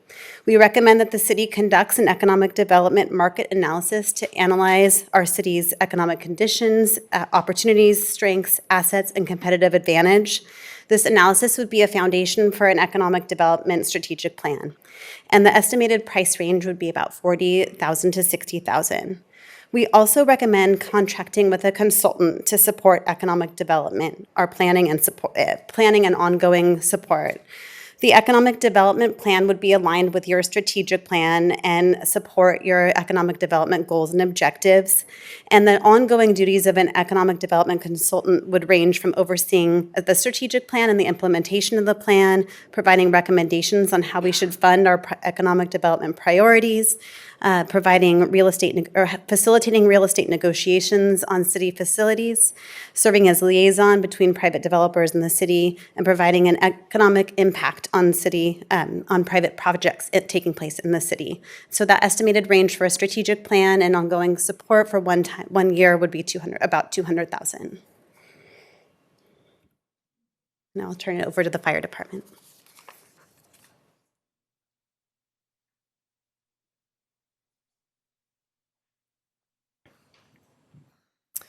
Good evening, Madam Mayor, members of the Folsom City Council. I'm Ken Casano, your fire chief. As you can see, unfortunately, the requests from the fire department can't really be modest. Everything that we ask for is extremely expensive. This is a list of the fire department's top 8 proposed levels of service requests. I will detail each of them in the pending slides covering personnel and then apparatus. The reason most of our requests are for positions fall under administrative staff is we are still trying to return to the levels prior to the recession of 2008. Since 2008, the fire department has grown 11 firefighter positions. It's an increase of about 24%. However, That increase is resulted in an increase in service delivery, adding a third medic and 2 fire stations. Administratively, the fire department's chief officer positions have decreased by 2. That's a 50% decrease. The first ask, the training division chief position, excuse me, this is one that the fire department had before the economic downturn in 2008 that led to budget reductions. This position is critical now due to the percentage of new employees that now make up most of our line staff personnel. The training division chief involves administrative and supervisory work that includes researching, planning, developing, coordinating, and delivering the training to all Folsom Fire Department personnel to ensure compliance with state and federal guidelines. This position will certify that personnel are trained and competent to effectively, efficiently, and safely execute all responsibilities consistent with the department's standard operating guidelines for emergency services delivery. This position is currently being filled by a chief officer who also manages our EMS division. We are an all ALS department, advanced life support. This chief officer spends much of his time dedicated to EMS. In addition, this position will provide other administrative duties, such as preparation of monthly and annual reports, preparation of an annual division budget, special projects as assigned. One of these special projects will be the introduction of a cadet-type program for local high school students. The admin battalion chief position. This involves administrative and supervisory work that includes direct support to the training, operations, and EMS divisions. This position is primarily for succession planning in the administrative roles of the division chief and supplement the oversight of personnel. 4 out of the current 6 chief officers will be retiring in the next 3 years. It is extremely important to have succession planning. Third one is the fire prevention officer position. This position assists the prevention division to complete state mandated inspections, annual life safety inspections, and risk reduction for the community. This position was not backfilled when we promoted an employee to deputy fire marshal. Instead, we hired a fire mechanic at that time because that was the priority that we needed. Due to the continued new construction, increased mandated inspections, and fire life safety inspections, the prevention division optimally requires 2 prevention officers. The fire prevention officer provides public fire safety and fire prevention. Administrative assistant position. This position will provide clerical assistance to the operations, training, and EMS divisions. These divisions currently have no support staff and rely solely on the administrative assistant to the fire chief to assist with clerical issues. All 3 of these divisions have regional responsibilities that require administrative support. 9 firefighter positions. This is to actually specifically staff Engine 35 at Station 35. And that would be to serve 2 crucial purposes. 1, alleviate call stacking in the busiest district of Folsom, while simultaneously decreasing the wear and tear on our most expensive apparatus, the tiller truck. And 2, provide suppression capabilities for the historic district. There are currently no suppression capabilities within the first response area of Station 35 in the event of a fire incident. And when I say suppression capabilities, what I really mean is putting water on fire. There is no apparatus in the Station 35's first in, including the historic district, that has that ability. All of our apparatus and vehicle requests have a commonality: rapidly rising costs combined with limited inventory.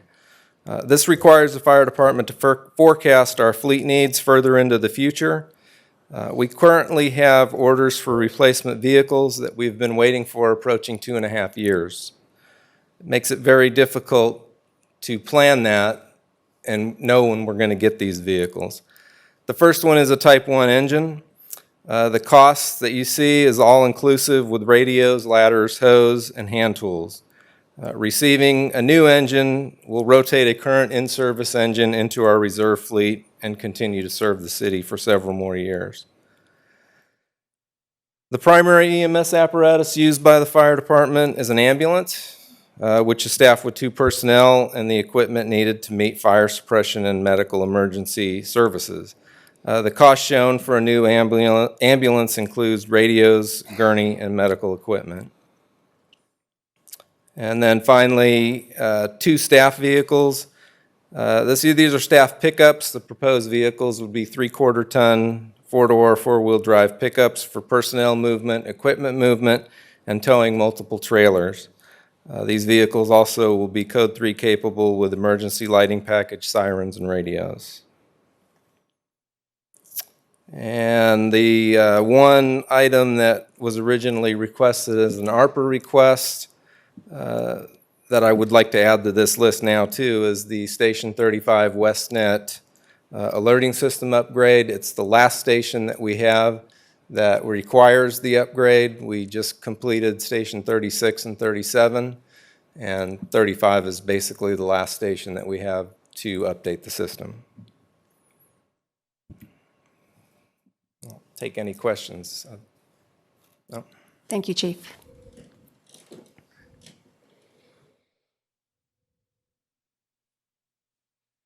Good evening, Madam Mayor, City Council. Tom Grunison, your librarian.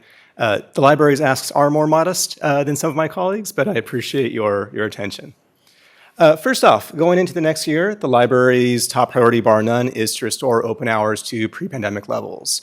This is something that's widely desired by our residents. Staff are eager and ready to go. The last thing that we need is to restore our temporary staffing budget to its pre-pandemic level. That comes in at a cost of only $40,000 per year. I always hesitate to present the public library as an unsafe location because that's not my experience, but it is very much a public space. And with that, there do come some safety considerations.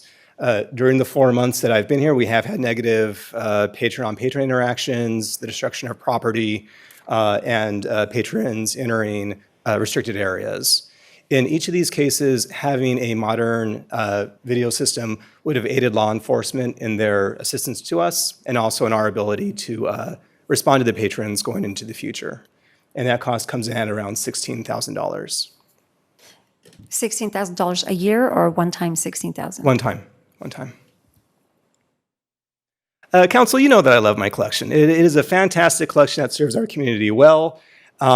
There is one area where the star does not shine quite as brightly, and that is in our community languages collection.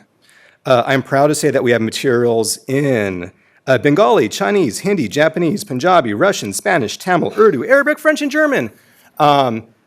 It's harder to say that with pride when I report that we have only 1,100 items for all those languages together.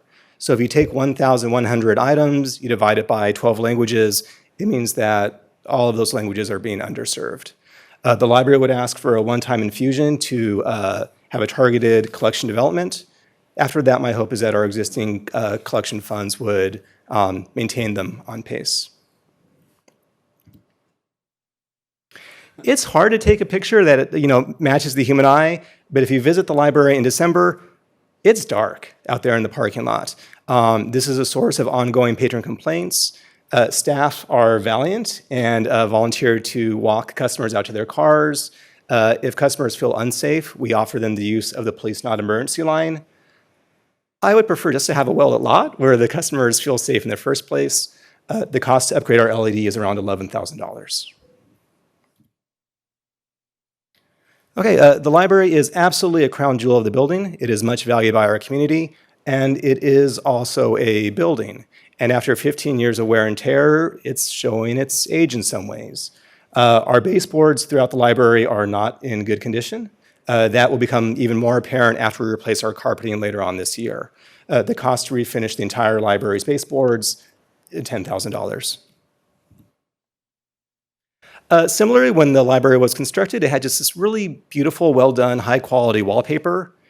And after 15 years, it's become stained, it's beginning to peel, it's scruffed.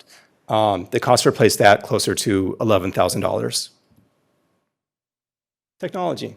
Out of all of the well-used PCs in the library, none are as well used as our AWE early learning platforms. These are computers that have built-in programs to teach children how to use the mouse, how to use the keyboard. There's some mathematic and shape. They're very well used, and there's more or less a continuous line to use them all day long. We've had them for many years now, and they see heavy use as people learn how to use the mouse for the first time. One of our units went down permanently earlier this year. Another one is showing signs of failing. To replace all three of these platforms will come in at a cost of $10,500. During the pandemic, the library undertook a number of cost-saving measures. And so instead of replacing all of our PCs at the end of their lifespan, we repurposed existing ones. That means that in our teen space right now, we have one solitary PC. And our teens prefer to use PCs in groups. It's a social arrangement. As the library reopens and we see our usage increase, the entire library affirms that we want the teens to have their own PC area.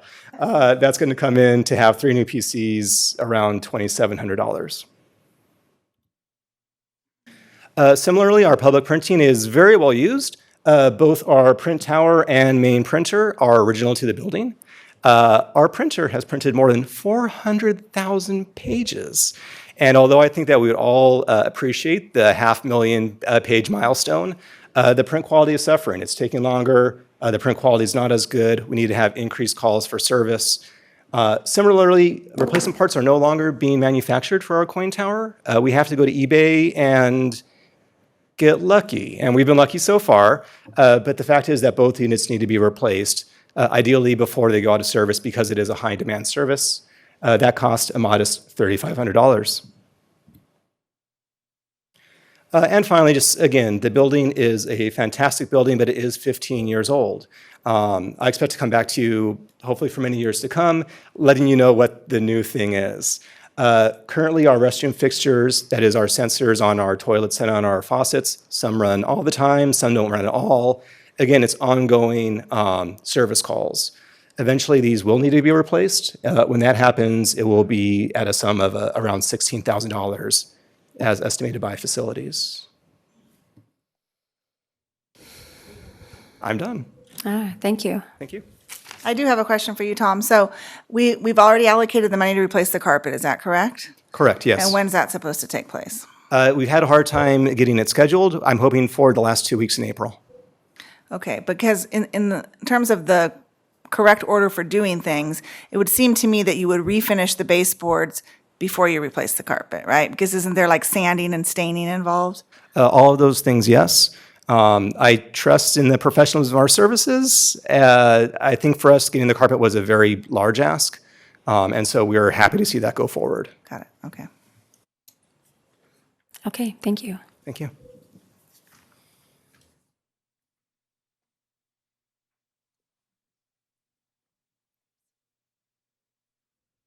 Okay, most of our requests from the Office of Management and Budget are for the Information Systems Division.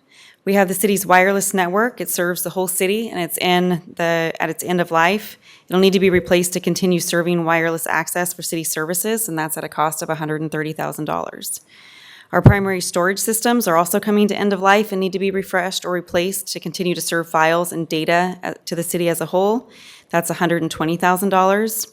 Immutable storage is a storage system which allows us to be in compliance with state regulations relating to data storage as well as disaster recovery. It allows us to store files and data which are immune to ransomware and cyber attacks. That's $80,000 to do that. Equipment constantly needs to be replaced due to end-of-life or breakdown scenarios, and so we're asking to have replacement switches for our aging infrastructure and equipment, $40,000. And our current equipment racks are where we house our servers and network equipment. They're full, and we're asking for additional rack to house equipment, which will allow for future expansion of equipment as we go. That's at $6,000. For my finance division, currently we prepare the entire budget using a manual process with Excel and Word documents. So this budget software called ClearGov would help with that. It creates an electronic platform that automates most of the budget book. It has templates, charts, tables. We can create a budget book online for residents so they can interact with the approved budget. And also the budget can be printed from that, which is a useful feature. It'd be a great upgrade for us because we just have a very manual process for the whole thing. And those are our requests for the year, and I'll pass it on to Parks and Rec. Whoops. Is Thank the you. immutable storage a replacement or an addition? That's a replacement. Okay, got it.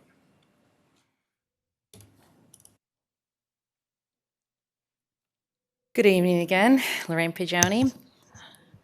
Well, I think I might be topping the charts on slides and sharing our needs. Tonight I'm going to go through quickly our staffing needs, our parks and trails needs, facilities and buildings, compliance and security issues, contract funding, park and trail development, and some ideas I have for investments to create revenue.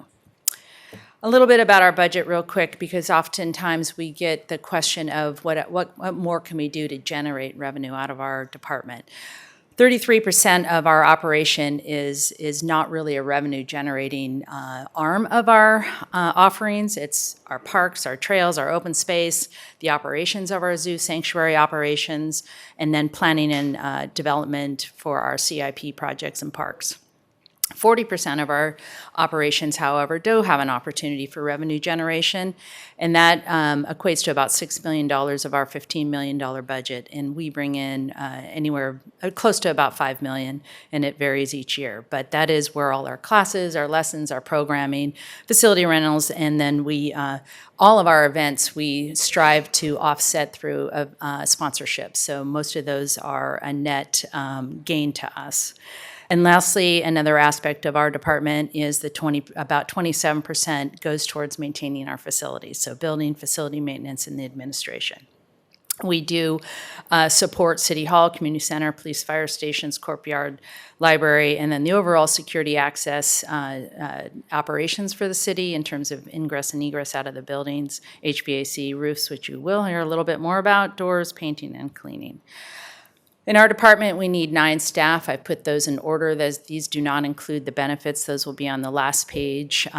We do, as mentioned before, are looking forward to the opportunity to have a volunteer coordinator and a lead. In the vision here that's been created through our Parks and Rec Commission and through one of our subcommittees is that volunteer coordinator this would be a new program, so we'd like to stand that up and work with our all of our partners out there to help us get certain projects done, but also be able to be on the receiving end for the philanthropy that's out there, the Rotary clubs, the Eagle Scouts that are out there, the Community Service Day, and we'd like to be able to have a program that funnels through that volunteer coordinator to help get those projects done. So, as Councilmember Chalamchera said, and Vice Mayor Chalamchera said, it's a critical part, but we see this as having a really broad reach throughout the city, not just for Parks and Rec projects.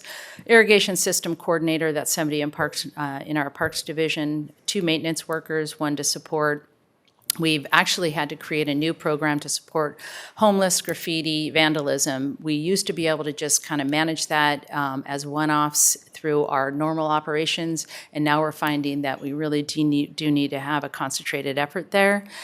Recreation coordinator, as it supports the Folsom Plan area growth, building trades worker, increased needs just due to the aging of our facilities. This facility alone is 31 years old. The community center is 31 years old. The zoo, the same. It's just really hard to keep up with all the upkeep. Park Planner 2, because we have a little over $30 million worth of CIP projects that we're juggling right now and additional projects on the way. Recreation coordinator, we'd like to be able to kind of have a permanent face to our being able to do our rentals in the for all of our facilities. Right now we have a part-time person, so we're not probably serving as on 100% level there, and a zookeeper to support our operations there. I have put it in a top 3 category, again, without benefits of $247,000. All of those would be $650,000. Each year, we take our park renovation plan to our Parks and Rec Commission. We have a little over $6 million worth of Parks and Rec renovation needs. So every single park has every item identified: how many trash cans, how many benches, how many lights, how many square feet of paving for tennis courts or ball courts, how many basketball hoops. All of that is itemized. Each of those, every 2 years, we go in and identify and categorize its life cycle, where it is in its life cycle. And each year we either move it from a 2, which is okay, to a 1, which is not okay. 3 is actually better. So each year every 2 years we check that. We bring the list to the Parks and Rec Commission and ask them to help us prioritize what to do. And several years ago, we were all over the board. Now, because we've come up with this system, anything with a Category 1 is definitely fair game. But then we also realize we can't possibly achieve millions and millions of dollars worth of renovations in 1 year. So the sweet spot for us is about $400,000 a year that we are capable of addressing and try to work on that list. Again, also similar sort of operation that we have prioritized with our trail repairs and maintenance. This year we are going to take some of the ARPA money that we did receive, which is $250,000, to actually see if we can go out on 32 miles of the trails that are general funded and actually repair those route lifts, so that we're underway collecting that data right now. Our goal is to resurface 4 miles a year. So if we can get this in as an ongoing ask each year, we would be able to achieve that goal. Again, facility repairs and maintenance. I think the city has done a really, really good job trying to repair and patch and prolong the life of our buildings, but they've reached that point you just can't put a Band-Aid on it anymore. So we are at that point where you'll see some one-time asks, and this would be an ongoing ask, so that we don't have to keep coming back in these big, with the big asks, and we'd like to be more proactive. Current facility repairs, and I've highlighted the ones that I think are most important right now. Our sports complex roof, which has been on the ARPA list, which was on your list for the 1% contingency. The 405 Natoma Station, as you know, we just recently leased that out. It started last April. We had got no complaints whatsoever when Brighton was in the facility about any roof issues. There's 10 HVAC units up there. There's a lot of opportunities for leaks and things to happen, and it's just, I think it was just time for that facility to show its age, because this was new for us to have to wrangle with this. The VFW building, same thing. We've been limping along trying to keep them satisfied with small repairs, but we've got to a point where we can't maintain that roof with just small repairs. I'll just skip to around. We've got HVAC and boiler issues, and none of the stuff that we're dealing with is small. These are large-scale commercial units and specialized contractors that just you can't whittle down prices to small amounts. So there's several items there that need attention. We also have, you've probably seen going in and out of our doors, there's very old mechanisms of those doors. Sometimes, especially when the power goes out, all of a sudden things don't work. So we've got a lot going on there. Parking garage, concrete, city hall clock tower mechanisms. We have several floor repairs. And we have people working out of facilities that have no bathroom. The depot building and the superintendent's property, we are underway with that project where we're analyzing just what our historic architectural needs are of those buildings. I am waiting to get the very last couple pages. I have a draft report that has given us an idea of here's what you need to do or here's where the areas that need to be repaired. Now I'm asking for them, and this was part of their scope, to give me an idea of how much this would cost so that we can budget it. So these are just kind of working numbers that we can get more specific with. But if we are going to be deliberate about maintaining that building, we're going to have some, for the depot building, we're going to have some upfront costs to kind of get it in a good state, and then we're going to need some maintenance dollars. Superintendent's house is from the report that I've read, it needs to be raised off the foundation, a new foundation in, lots of structural things in order to stand that back up. Remind me again, where's the superintendent's property? On Bidwell Street, right near the Y property. Oh, okay, I know Yeah. where it is. I know where it Yeah. is. All right, compliance and security related issues. I mentioned the building access controls for the city buildings. That's about $350,000. The zoo perimeter fencing that we mentioned earlier. We are, in terms of that number, we are going to be working on fine tuning that number because we knew we'd have to go out to bid anyway, right? But we took engineers' calculations to give us the linear feet, demo costs, and so we came up with that number, but it's quite possible it might be a little bit less than that, hopefully, but we will get that number fine-tuned. Certainly more than the 500,000, I think that if assigned to this, we would be somewhere between that and $1 million, I believe. We also have a mountain lion exhibit situation. It's not as critical as the zoo fencing issue. We're suggesting allocating about $750,000 over the next 2 years. Contract funding replenishment. Every year, we try to create these landscape contracts that bracket them for as many reasonable years as possible because we lock them into like CPI increases. Well, CPI is a lot less than what we're really seeing how cost of materials and services climb. So it's been good for us how we've been administering those. But nonetheless, we are adding new areas to our city suite of parks and trails too. So rising costs, addition of services, addition of areas to serve, we anticipate, and this isn't a new ask, this is something that we bring to you every year, the contract costs, but it's just trying to make it upfront and apparent that these are ongoing costs that need to be realized. Park planning support, we've been using a park planning consultant to help us with the augmentation of our park planning process. So we would want to see that too. It's been very helpful. We also would like to see if we can't get some assistance for grant review and preparation. We know that the grants are available out there. It really does take some tedious time to drill in, see if we're qualified, and then start rallying the people and the time that you need to apply for those grants.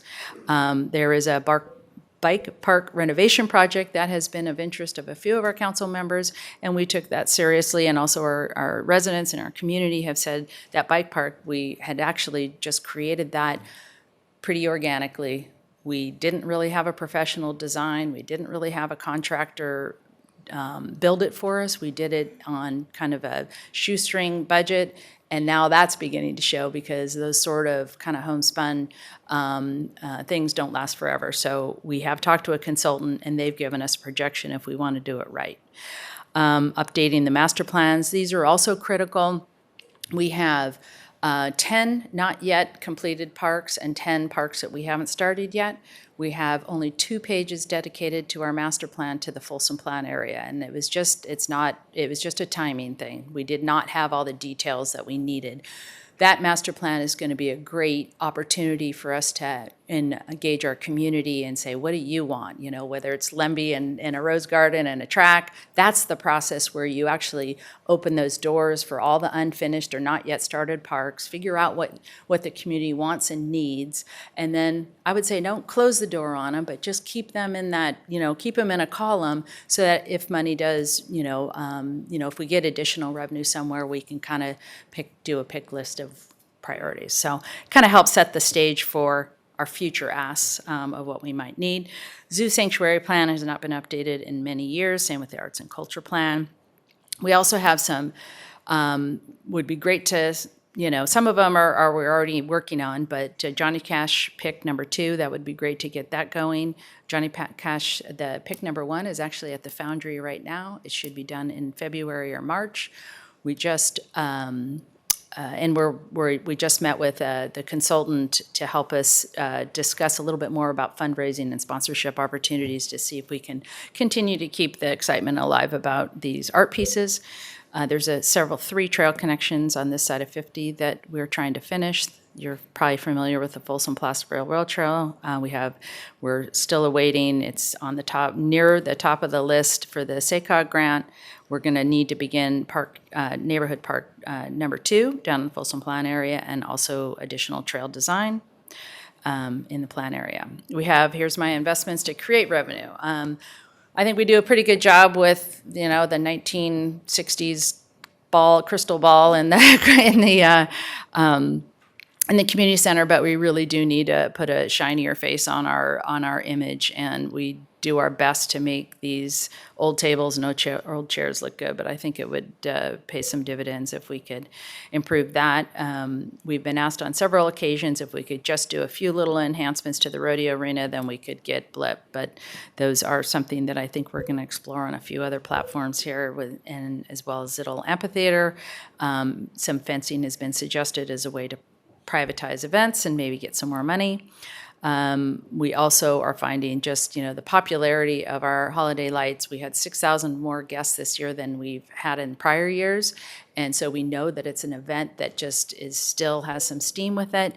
And then, creating a little new opportunities and new things to look at could also increase revenue. We also have an opportunity. We used to have a van that would go to schools and do outreach programs, and they pay for us to go out and do that. So, summary: we have some ongoing and yearly costs: staffing, parks and trails, and facility repairs, landscape maintenance contracts, and planning support, and about $3.5 million. One time, the facility needs I mentioned, the compliance and safety needs, which includes that zoo perimeter fencing, investments for making revenue, Johnny Cash pick number 2. Other items, if we want to start digging into those: the bike park, the depot building, the superintendent's house, the master plans. Total of, I might have topped my colleagues' ask of $11 million and $200. The ranking is here. As our chief financial officer mentioned, the sports complex roof is just it's a high priority along with the fencing and the other roofs. So I am prioritizing facility needs over staffing, which is hard because we don't always, our residents don't look at our buildings and go, wow, you've done a great job or whatever. They look at our programs and our offerings and whatnot. So we get a lot of bang for our buck from our staffing, but I know that these are super important too, because we got to look good and serve our community the best we can. So that concludes my presentation. I just have a quick question. The recent storm destroyed the shade structure in this little amphitheater. So what's the plan to fix that? Because I'm sure the cost was astronomical. Yeah, I don't even know if we have a budget for that yet, or a cost estimate for that. But yeah, that's us. That's a Parks and Rec facility. That particular area, once after Public Works was done developing it, became an urban park, so to speak. So it's now under our purview, but we'll look into that. And I just did get an email or a text back from my facilities supervisor who says the window was ordered. The vendor had to do a project in Pasadena, and he said we're going to have it next week or the following. One pain. I know. I could have fixed it myself months ago. Probably a special order. Oh my gosh. So, but yeah, thank you. I'll find out on that. Can you back up 2 slides, please? Okay, so this happens to be the place where my regular work intersects with some of the requests that you've made. So I'd like to make a suggestion to the city manager. One of the things that I spend a lot of my time doing, or people that I work with spend a lot of their time doing, is taking some of these categories that you have, the facilities needs particularly, the compliance and safety items, improvements to extend the lives of buildings particularly, or parking lot lighting perhaps, or library fixtures and baseboards and things like that, and doing analysis of what the capital costs that can be avoided are by doing it now rather than later. And that is a first step towards entertaining proposals for a public-private partnership on those types of things, because a lot of that, if we're committed to spending the money on these things over time, we can get them done now at a cost that's less than what they will cost if we kind of pay as we go over time. So just a suggestion that would be a worthwhile investigation. And I happen to work with a bunch of experts on that topic, so if you need somebody to bounce an idea off of, I'm happy to provide that help. Appreciate that. Thank you. Thank you. Yep. Thank you.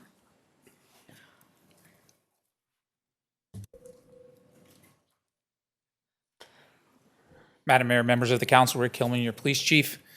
My first item today, and I just went by priority, put items up there. Hit you with the biggest stuff first, I think, but 8 additional police officers.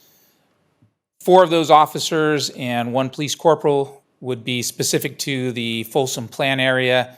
It includes a couple vehicles and other equipment, including body-worn cameras and other supplies that the officers need in order to do their job. The Folsom Plan area right now, we don't have anybody that regularly drives in that area. Our minimum staffing is 4 officers and a supervisor. The 4 officers handle 4 of the 5 areas in our city. So we have our areas, our city divided up in 5 geographical areas. So the plan area right now does not have officers patrolling that area. If you'll recall from last budget, the officers that we were given 3 officers in the fiscal year, I think it was 18-19, and those officers went to our community crime suppression unit. So this would help provide officers for all of our shifts and coverage out there. The second would be 2 officers and a police corporal for our community crime suppression unit to add to the sergeant and 2 officers that are already there in that unit. That is to have 7-day-a-week coverage. We find that most of the time, the officers in that community crime suppression unit are not doing everything on their list. They're doing one thing, which is dealing with problems related to individuals that are homeless. And they run around chasing them and doing the same thing week after week because the officers only work 4 days a week. And when there's no coverage, the people seem to know that and take advantage of that. So they take up camps in different areas, and it takes us another week to get them moved out. If we were to have coverage all the time, we would be able to help make that better, and the unit would be able to do more proactive things other than just dealing with homeless individuals. These are ongoing costs with the exception of the other equipment and the vehicles. Those were one-time costs. Our second priority would be the 2 community service officers that we talked about earlier. These would be assigned to do several different things, including our crime scene investigation and other duties with our traffic unit and our neighborhood services unit as a whole to free up officers to do proactive policing. Our third priority is a workspace. Our facility, we outgrew our facility a long time ago, and we've shoved people into closets and other storage units or storage areas of the building. Our traffic unit works out of a storage room that doesn't have air conditioning or heat, so they have portable units that they've brought in to do that. And while most of the time they're in the field, they're oftentimes in the office. They have, especially with major accidents, they have to spend a lot of time behind the computer reconstructing that stuff. So what we're looking at doing is renting a facility. The first year cost would be about $207,000 to do tenant improvements. We looked at a facility, just as an example, across the street from the police department. We'd probably put in a crosswalk with flashing lights. And we would be able to put our neighborhood services unit over there, which consists of 14 staff members, animal services, and traffic. The one-time cost is around $150,000, with $57,000 being the rate for rental and utilities. Our fourth priority was a mechanic. The reason that we put the mechanic up there is we get great service from our corp yard, but we also pay a lot of money to outfitters for our vehicles. And looking at those costs, we think we can offset many of those costs, both on the mechanic side, but also on the upfitting side. It costs for a police car now around $100,000, and many of those costs associated with upfitting, which is about $30,000, is the labor costs. So we're looking at offsetting that. We look to replace our police vehicles that exceed 75,000 miles. The cars themselves have 75,000 miles, road miles on them, but they average about 400,000 miles on engine time. And we find that replacing our cars at about this mileage lowers our costs to the mechanics. So we would need about 12 cars, and that includes, that doesn't include the cars that we've already purchased using ARPA money and such to catch up from years of being a little bit behind. And what is the average miles that is put on a vehicle per year? We try to do 75 per year. Mm-hmm. So we're averaging about 15,000 to 20,000 miles a year. So we're putting on more than the 75,000 in about 5 years. So we try to keep the cars for at least 5 years and 75,000 miles. Okay. Our sixth priority item is a records technician. 25% we would say would be related to the Folsom plan area. That records technician and other equipment would be a computer and such. It would be ongoing costs of around $86,000 that obviously goes up as salaries go up.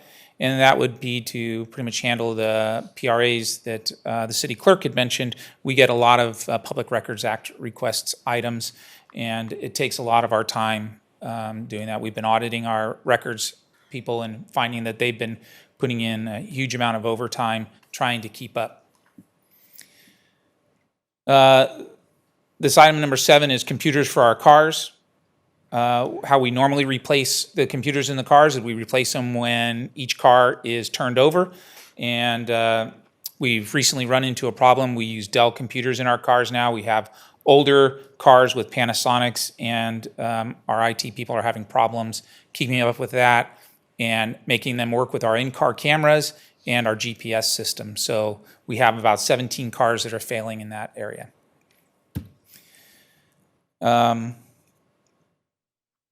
Keeping up with our officer volume is our dispatchers. We added 1 dispatcher this year, so we have 14 dispatchers now and 3 dispatch supervisors. Our call load is continuing to go up. They handle well over 100,000 calls a year, and we are looking to add 1 more to help them get more staffing and minimum staffing during all hours of the day.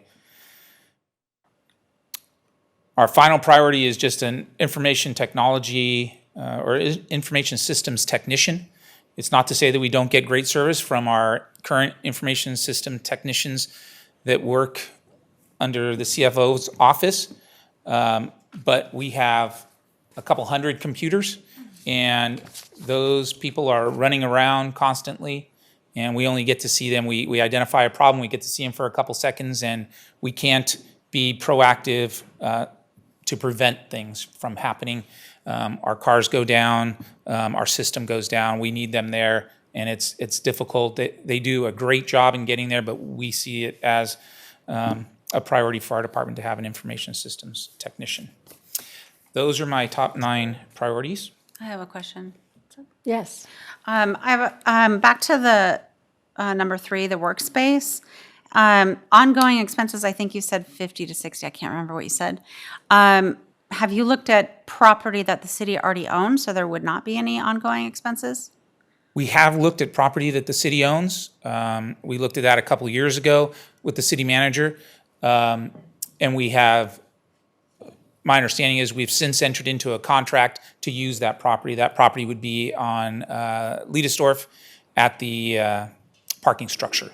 So we look to use that 3,000 square foot area. We were going to put some offices down there, put our community crime suppression unit down there, our traffic officers, and then have open space for the community to use and for us to use as a training room. Instead, this alternate plan that we're looking at would give us about 1,800 square feet, be right across the street from the police department, tucked away. So it's not going to be out there visible to the community, but it would be a place for us to get people out of a clothes closet and a storage unit. I think two closets actually, and a storage unit. Is that building under contract?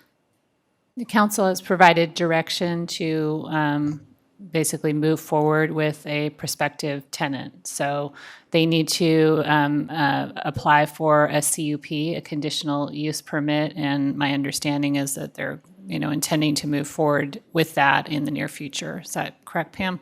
Yeah, that's what we understand. They're waiting to hear the findings of litigation that's relevant to their CEQA review. So we don't know for sure, so there is one person that you're dealing with.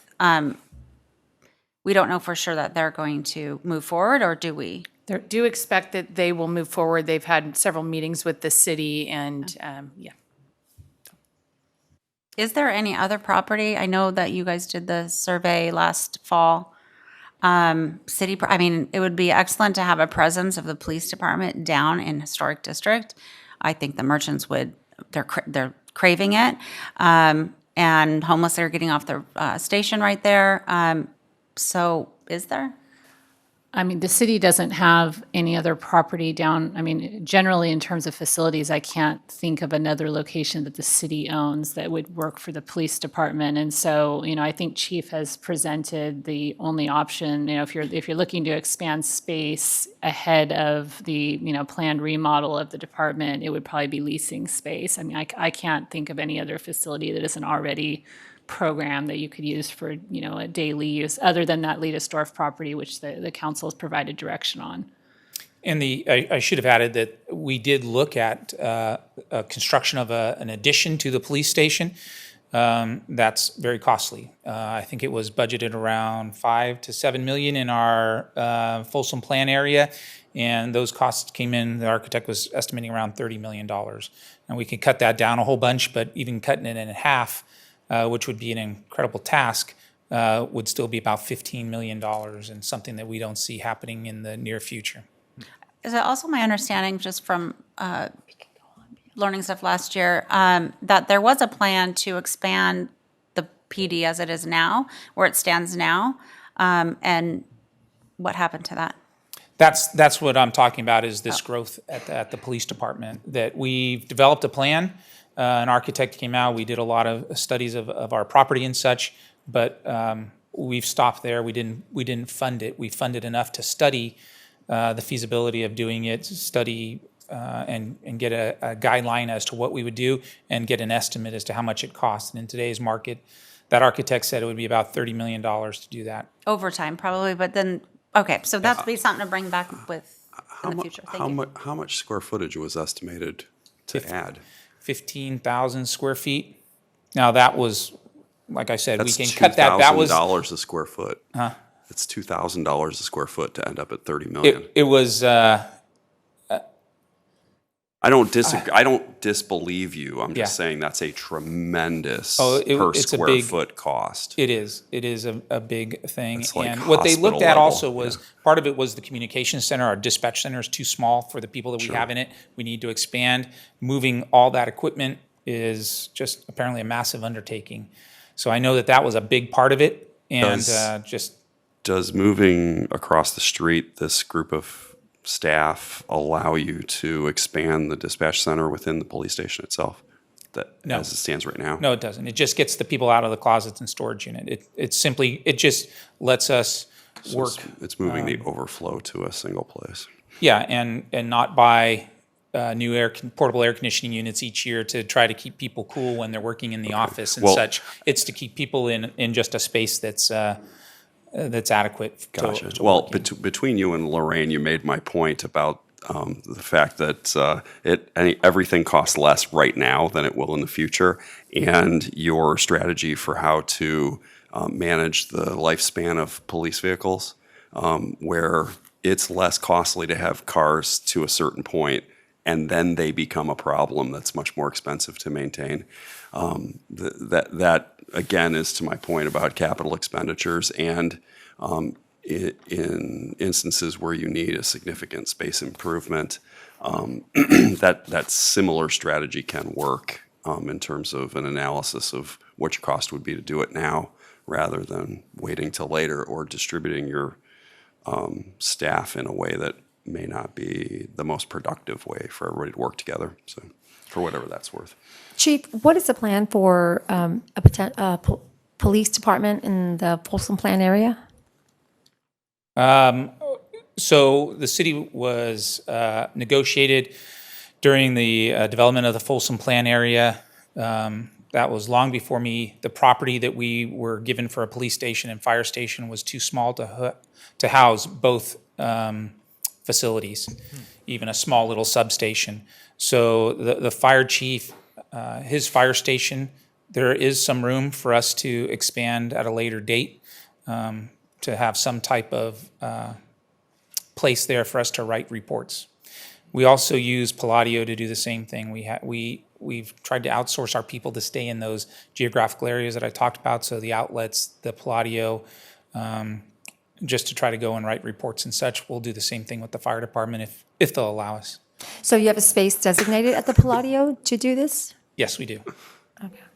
Yes, Palladio has been great, and that came with the development of Palladio. We have a small office over there that the officers can go in and write a report. Okay. I feel like somebody's commercial development south of 50 is going to get super fast-tracked if they're willing to volunteer some space. I was just thinking the same thing, Yeah. town center. I think the small space at the Palladio is Noah's Bagels, by the way. Good evening, Mark Rakoven, your Public Works Director. I have just 2 slides for you, but they're packed chock full of information. So the first slide is our engineering, streets, and fleet combined. And the key elements you see here is largely personnel. This is driven by succession planning, the growth of the community, and creating some opportunities for promotion and advancement for some of our mid-management.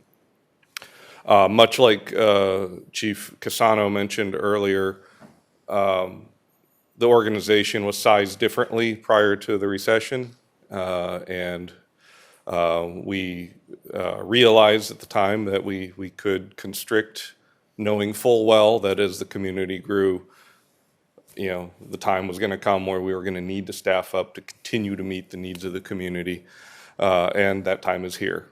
So, we have recently lost 2 personnel from our streets and traffic division that have gone on to other employment. We are expecting some retirements in the next year or 2. So there is going to be significant turnover in that division. And so not only are we going to need to fill those vacancies, but we're going to need to create more supervising and management to keep that operation running. Can I ask you a quick question? I think you might have said this one, I'm not sure. Is this in terms of your priority? Like number 1 is your number 1 priority? That's Okay, correct. thank you. Yeah, these are working with my staff, these were the priorities that we laid out. The workload that I mentioned, of course, we know that, south of 50 is growing, and so we have roads and streets and signals and signs that need to be maintained. But the existing infrastructure north of the highway is aging and failing, and so it requires more attention. And so again, we need to keep staffing up so that we can keep delivering the same service levels to the community. Items 3 and 4, the maintenance specialist for street sweeping and the accompanying vehicle, that is to augment the 1 street sweeper that we currently use, and we clearly see a need to expand that operation further, not only to keep the streets dust suppressed, but that's also an element of our stormwater pollution prevention program as well. GIS technician, again, we do get good support from our information systems division, but that's 1 person. We've had 3 GIS technicians leave city employment in just this last 2 years. And that is a lot of asset management layers that are just simply not getting kept up. And that's, that creates inefficiencies for several departments. So whether this GIS technician resides in Public Works or as an augmentation to the Information Systems Department, that is yet to be determined, but it is a high priority for my department. maintenance workers in storm drains and signs. Again, this is not only because of the growth south of 50, but we do not have a storm drainage fee right now. We do not have a dedicated storm drainage staff. It is our streets division that largely responds to those issues, much as we just saw recently during this atmospheric river event. It was our streets division that was out there unclogging storm drains and trying to respond. And so we do see the need to have a dedicated team of storm drainage personnel for maintenance. So how long have we gone without a storm drain maintenance For worker? as long as I've been here, we've never had a storm drainage dedicated team. It's always been done by our streets division. The service trucks. Since you've been here until I know, yeah, it's been a drought, right?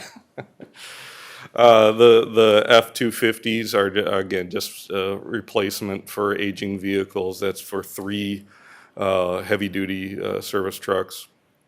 Construction inspector 2. As you know, we have several large capital improvement projects. We have our annual pavement and striping projects, and numerous smaller projects that crop up throughout the year.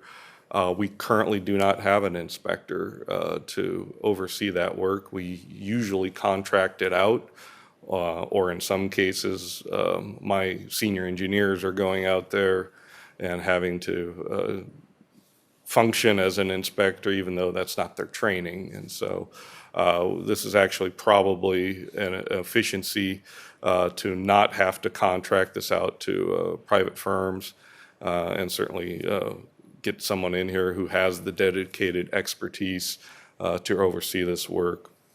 And then the last one, fleet has some equipment that is aging and actually reaching a point where it is no longer reliable and becoming unsafe to use. Their mobile lifts and their brake lathe are the 2 that they highlighted as priorities. There's other equipment that may show up as lower priorities than these, but these are the top 10 for this division.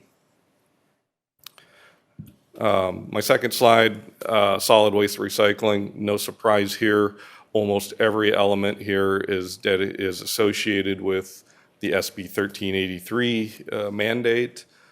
Some of it is affiliated with the fleet electrification mandate that's also coming down from the state.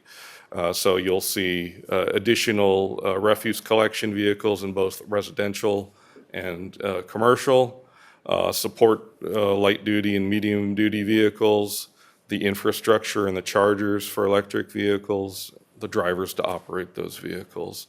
The senior refuse drivers reclass is to create training positions. It's a promotional opportunity for seasoned drivers who can then become trainers, and this is becoming more and more critical as we've had to expand our solid waste driver fleet, just like every other agency in California because of SB 1383. Frankly, we're hiring people that have commercial vehicle driving experience, but not necessarily refuse vehicle driving experience. And so it's led to more incidents, more claims, and just highlights the need to have more in-house training to get these folks up and running and make them successful refuse drivers. Mark, these generally are enterprise fund budget requests, though, this page. And that's why I broke this out as a separate page. Items 2 through 10 are all enterprise fund. They're already accounted for. I just wanted to highlight them for you here as that division's priorities.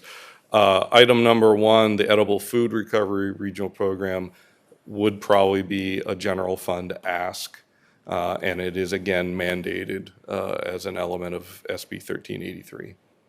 What is the fleet electrification mandate? By 2035, the entire city fleet would have to be electric vehicles. Which piece of legislation is that tied back to, if you happen to know? I don't know the specific piece of legislation. I'll have to look that up and Maybe get you it back could to get you. that to us at some point. Yeah, It's not it's- urgent. Thank you. And then lastly, the recycling specialist is 50-50 split between our household hazardous waste program and the ever-growing recycling program. So, if there are no questions, I'll turn it over to Marcus. Thank you. Thank you, Mark. Mayor Rodriguez, members of the council, Marcus Yasutaki, Environmental and Water Resources Director. I have 4 slides for you tonight. This first slide is just a quick overview of the items that are likely to be brought back in front of you. We are still talking internally about the last 2, so the water management specialist and the office assistant. That might be something we can incorporate potentially into maybe a mid-year budget ask next fiscal year, and not necessarily have to present it at the beginning of next fiscal year, so just keep that in mind. 2 things I do want to point out. These are enterprise funds, so these are paid through by rates from water and wastewater customers, so we are not competing with any general fund dollars for these items. And 2, those items highlighted in blue are already currently accounted for in the rate study that was adopted in 2019. So this is not something that has these do not have rate impacts and already are accounted for. It's just a timing of when we are going to implement those specific items, and that time is next fiscal year. So the first 2, water distribution operator, water utility worker, I have a slide that will discuss that. We do want to increase the rebate funding. A lot of feedback we've heard from the community in terms of usage, but also our water conservation team in terms of just how many rebates are being processed. And we did have an item, I think it was last council meeting, to appropriate some additional funds for rebates to get us through the rest of this fiscal year. So we know that that's a continual increase. Treatment plant chemicals and utilities, just like many other items and goods, are increasing, but those were accounted for. Water meter replacement, this specific item for $150,000 a year. It's likely that it would only be for 5 years because there's a certain, there were about 5,000 meters installed back in 2007, 2008 that are just at a point where they're either underreporting or not functioning correctly. So the idea is to get those taken care of in a quick 5-year time period. So this $150,000 likely would increase maybe 5 to 10% each fiscal year, but it would only be for the next 5 fiscal years. Then we do have some classification requests, and this is just to align the responsibilities of our regulatory required staff at the treatment plant, water quality, and wastewater collection. So those positions that are required to have certain certifications, certain licenses issued by the state of California, and those positions where the city is required to have a staff person at that particular certification level to align with where either the industry standard is or where our neighboring agencies are in terms of responsibilities, certification levels, and the licenses for each one of those positions. And then a principal engineer classification, that would just be to have an opportunity for kind of professional growth within our engineering and admin staff, because right now we have either a senior engineer or a utility section manager, so we're looking to potentially have something that's in between. These are all just to reclassify or potentially reclassify the current position title to a higher position title. Does not necessarily mean we would have to fill that at that time. It just has an opportunity for that to be available to our team.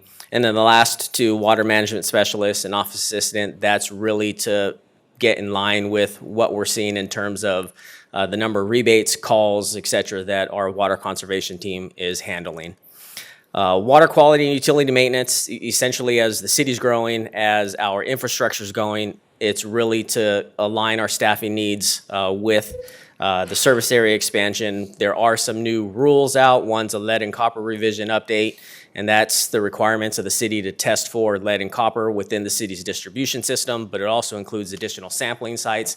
And as the city expands, you have to add more sampling locations to that. And one thing that's now new is the addition of school and childcare locations within the city that have to be included in your sampling, which was not previously included. So we just have more monitoring and sampling to take care of.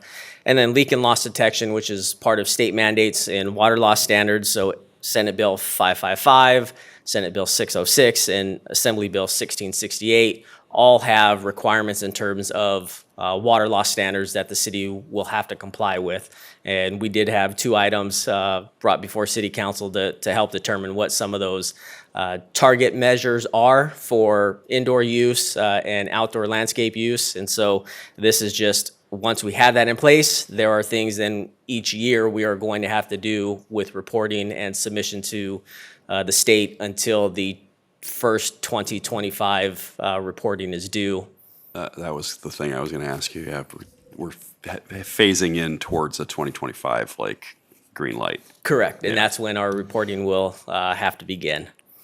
Water conservation, again, service area expansion, rebate program expansion, customer programs that we offer and likely to be recommended to continue to offer, and then getting in line with the water use efficiency standards, which we talked about a couple council meetings ago. And the last slide I have is just to give you an idea of where our water conservation team was in 2013 in terms of the number of calls and customer interactions and where we are today. So it's almost 8 times as many, and during that time, we've only added 1 staff person to that group. So, just want to give you an idea of the amount of tremendous work they're doing and give them all the credit for responding as quickly as they do to our customers, because California is making a big push for water conservation and water use efficiency. I keep telling you, if you have a podcast, it might cut back on all those phone calls. There you go. And that is the last slide I have, and I will take questions or probably turn it back over to Stacy. I have just one quick one. You mentioned that there's a group of meters from 2007-8 that are kind of starting to get kludgy. Yes. 5,000 of them?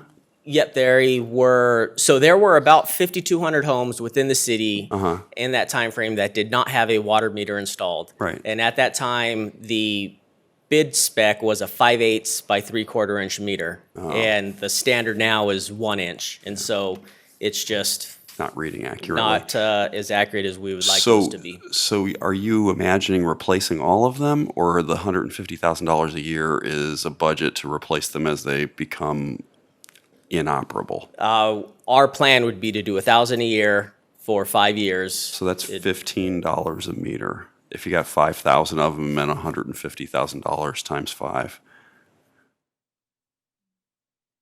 Okay. Just throwing that out there. You don't have to comment. Okay. Okay.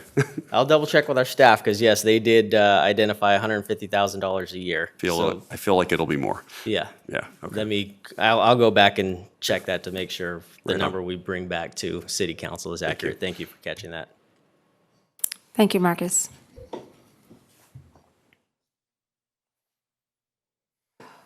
Okay, so as we finish up here, we just have a quick look at the economic outlook and the looming budgetary concerns.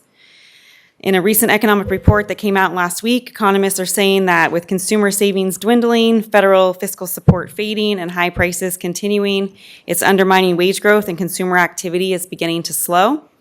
Without consumers out there spending, negative growth will likely return sooner than later, and it increases the possibility of recession. So we'll be watching this very closely, as any recession will likely impact our sales tax very quickly. We do have some top major budgetary concerns as we move forward into this next cycle. First is our projected structural deficit. The cost to provide our current level of service is growing faster than the revenues we receive to pay for them. This will potentially require cuts to city services. Second, sales tax growth is declining. The current projection from our sales tax consultant is for sales tax to grow by only 0.4%. That's a statewide projection. We usually are right there with the state performance or below it, because we do not perform well in our countywide pool, and we also don't have a distribution center, which raises some jurisdictions up, takes us down. We knew it was declining, but we thought it would be at 2 to 2.5%, not 0.4%. Third, there are millions of dollars, as you just saw throughout these slides. It's estimated at least $20 million annually of unfunded or underfunded infrastructure and facility maintenance that the city has deferred year after year. This includes storm drainage, roads, parks, trails, city facilities. These needs do not go away when they're deferred. They continue to accumulate, and the cost to pay for them continues to grow. Fourth, with current resources, the city as an organization is finding it hard to remain competitive in the region when it comes to employee compensation. We're a full-service city. It means we provide services, and our biggest expense is paying our employees to provide those services. The city's in a situation where our neighboring jurisdictions now have more financial resources at their disposal than we do, and it allows them to provide better compensation packages than we can responsibly afford to do. As our financial situation becomes even more constrained in the next few years, this inability to afford to compete with our neighbors will become an even bigger issue as it relates to recruitment and retention of quality candidates. Fifth, the city currently does not have a policy or the resources to provide consistent funding of a capital renovation fund, the establishment and funding of an IT infrastructure fund. There's many different titles or things that we could be saving for. These are best practices to be setting money aside for renovation and replacement, and there's currently no room in the budget to contribute to these types of funds. Sixth, we have a growing service level needs in the Folsom Plan area. It will require additions to the future budgets. We will continue to see property tax grow. We know that. It's planned and expected, and it will need to be used for those additional service requirements. It shouldn't be used to support our current general fund operations. And last, uncertainty of our future CalPERS contribution requirements. With the chance of a recession coming, it's likely that the pension system will have another year of underperformance. When that happens, it adds more budget pressure to the city as our contribution requirements go up. And just a couple more slides here. We have some historical data on our staffing levels from 2008. That's the blue bars to where we are in 2023. So this was during the Great Recession. The city manager's office is down 40% from where they were. City attorney down 20%. City clerk down 25%. Community development down 43%. Fire's up 6%. Human resources down 11%. The library is down 37%. Management and budget down 17%, Parks and Recreation down 38%, Police down 10%, and Public Works at 37%. So you're seeing 20 to 40% in almost all of the departments there. Police down the 10% and Fire up the 6% because we added both of those fire stations. This is a slide that we've shown before too. It's the population growth versus our general fund positions. And you're seeing just really flat growth for positions since the downturn. But the red line is showing growth in population. So service needs and population continue to trend up, but the city's ability to add staff as needed has not kept up. And that brings us to our last slide here. This is the pie chart indicating the allocation of the budget by department. And it changes maybe by 1% here and there over the past few years, but it generally looks just like this. And so the question that we would like to ask here at the end of this presentation is, does the City Council want, as we move forward and develop the next budget, to have the budget reflect a similar allocation of funds as you see here? And that's all we have for you. So one of the questions that I had asked you, Stacy, during council review agenda that was that I thought was interesting. The full service cities surrounding us, Elk Grove, Sacramento, Roseville, they each 50% of their budget goes to police and fire. Elk Grove is not a full service city. Oh, they're not. served by a fire department and parks department that are separate, distinct agencies. So then Sacramento and Roseville and some of the other cities, they run in the 50% to police and fire. It's generally the allocation, about 50% for public safety. Okay.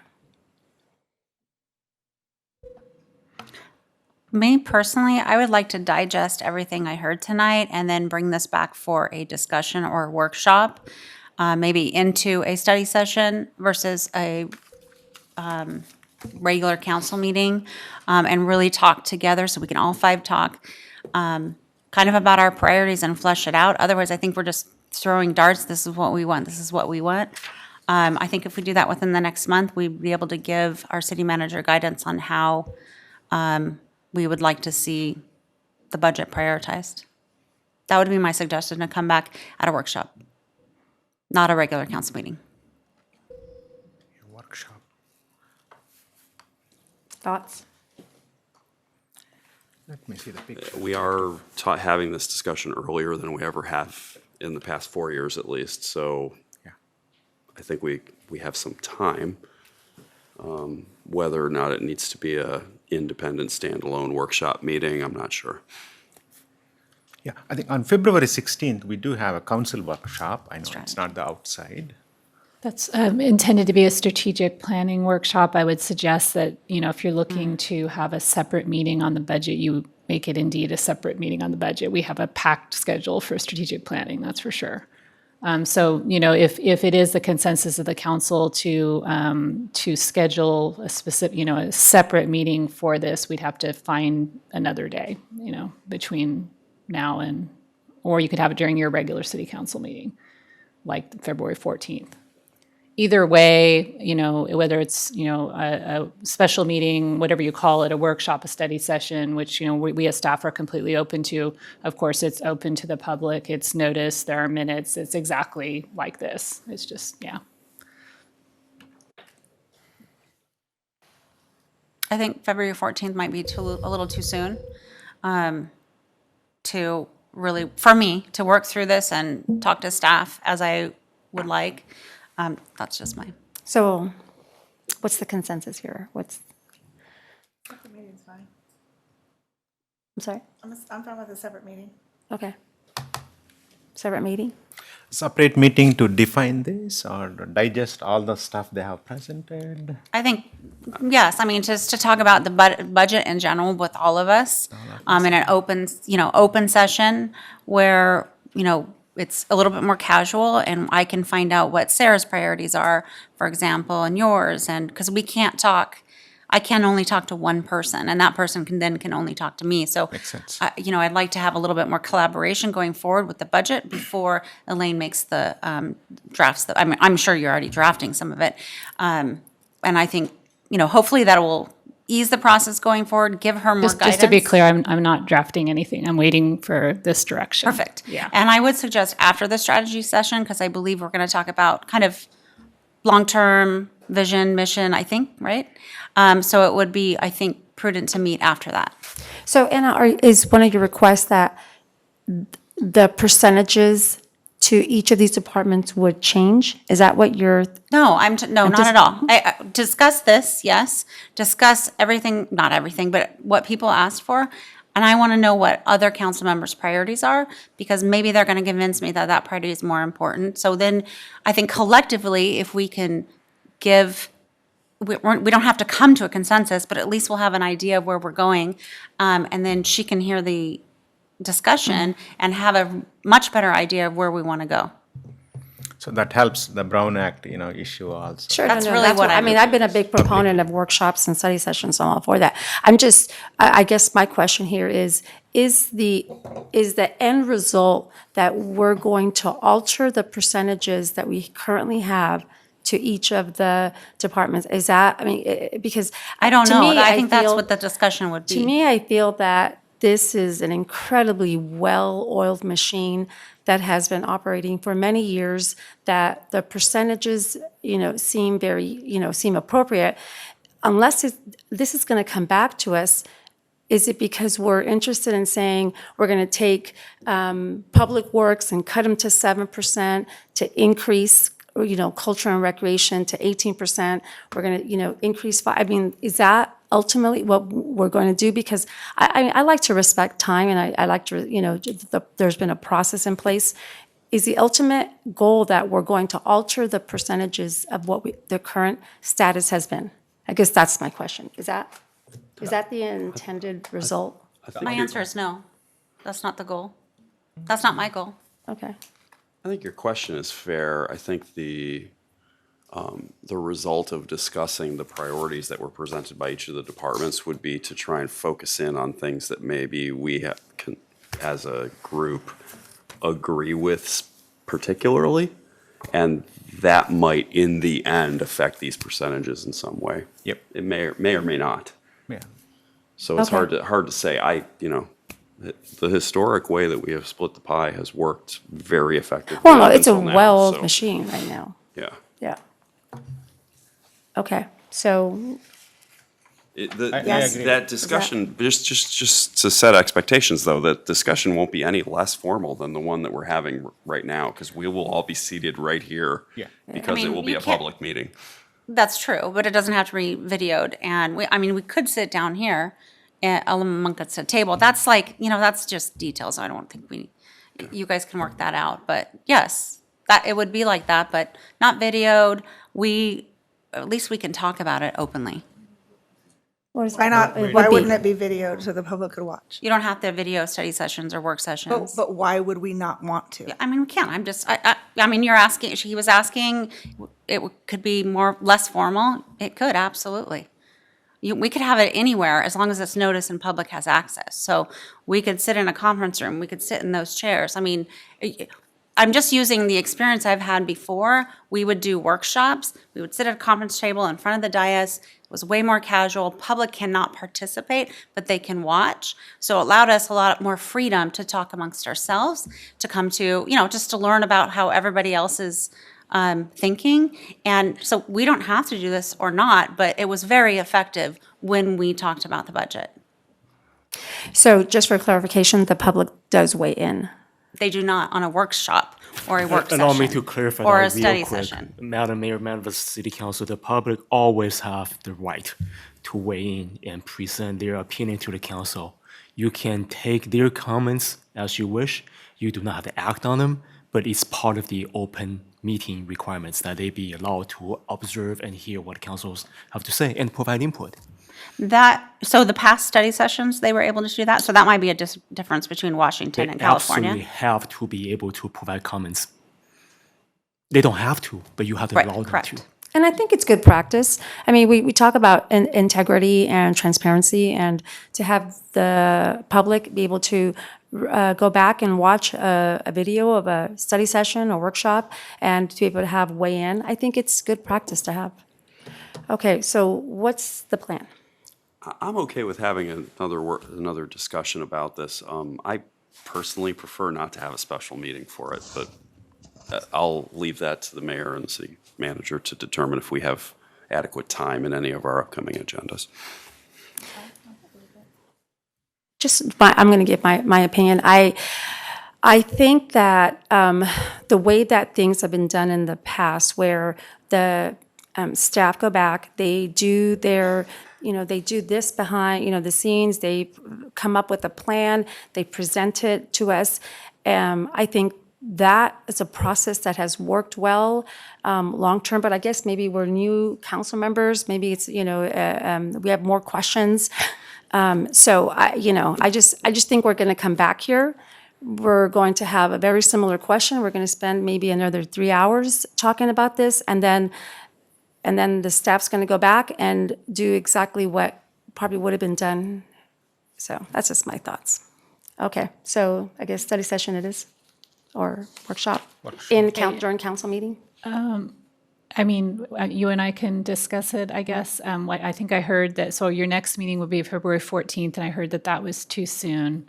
And then February 16th is your strategic planning session, and then your next meeting after that is February 28th. So am I hearing, is there a consensus that's looking for a special meeting sometime, another special meeting sometime between February 16th and the 28th? Is that the right timing? Just so.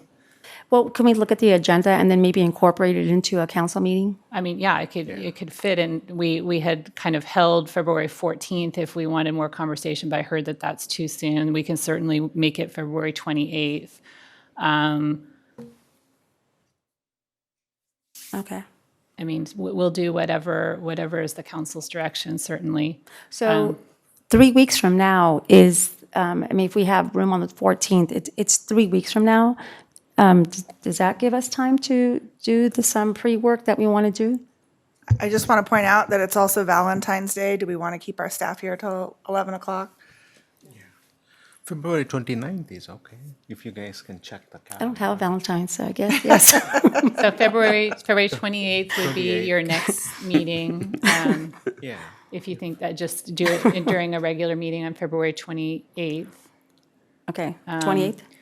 And I will say, I'm not sure, and Stacy, please, let me know if I'm not sure we have anything more to present. I don't think we would have a staff presentation, honestly, because we just did it. And so it would really just be at your, we would say, we have the presentation, we're here for you, and go. Yeah. And maybe that doesn't take us to 11 o'clock, because, All right. it's in your hands. Okay. Can I ask, I'm sure you will anyways, but all the slide decks that you had, can you email those? That'll be on. Aren't they posted We'll do that, publicly? and we always post them. Yeah. Okay, so we're good, we're clear on the 28th of February to come back, and by then, each of us will have delved into these requests and come back with recommendations of changes or requests or? Yep. Okay, all right, very good. All right, will the clerk please call the next item? That takes us to city manager reports.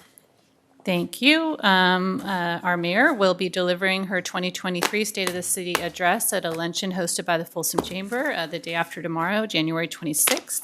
In her annual address, Mayor Rodriguez will review recent accomplishments and share upcoming milestones in the year ahead, and a video and transcript of the speech will be available on the city's website following the event. Registration is open for the 2023 Zoo Sanctuary Docent Training Class. Docents help host school tours, assist with story times and youth day camps, participate in community events, and help with other ongoing activities. Classes are held Mondays from 9 a.m. to 2:30 p.m. starting February 13th, and you can find out more information on our website.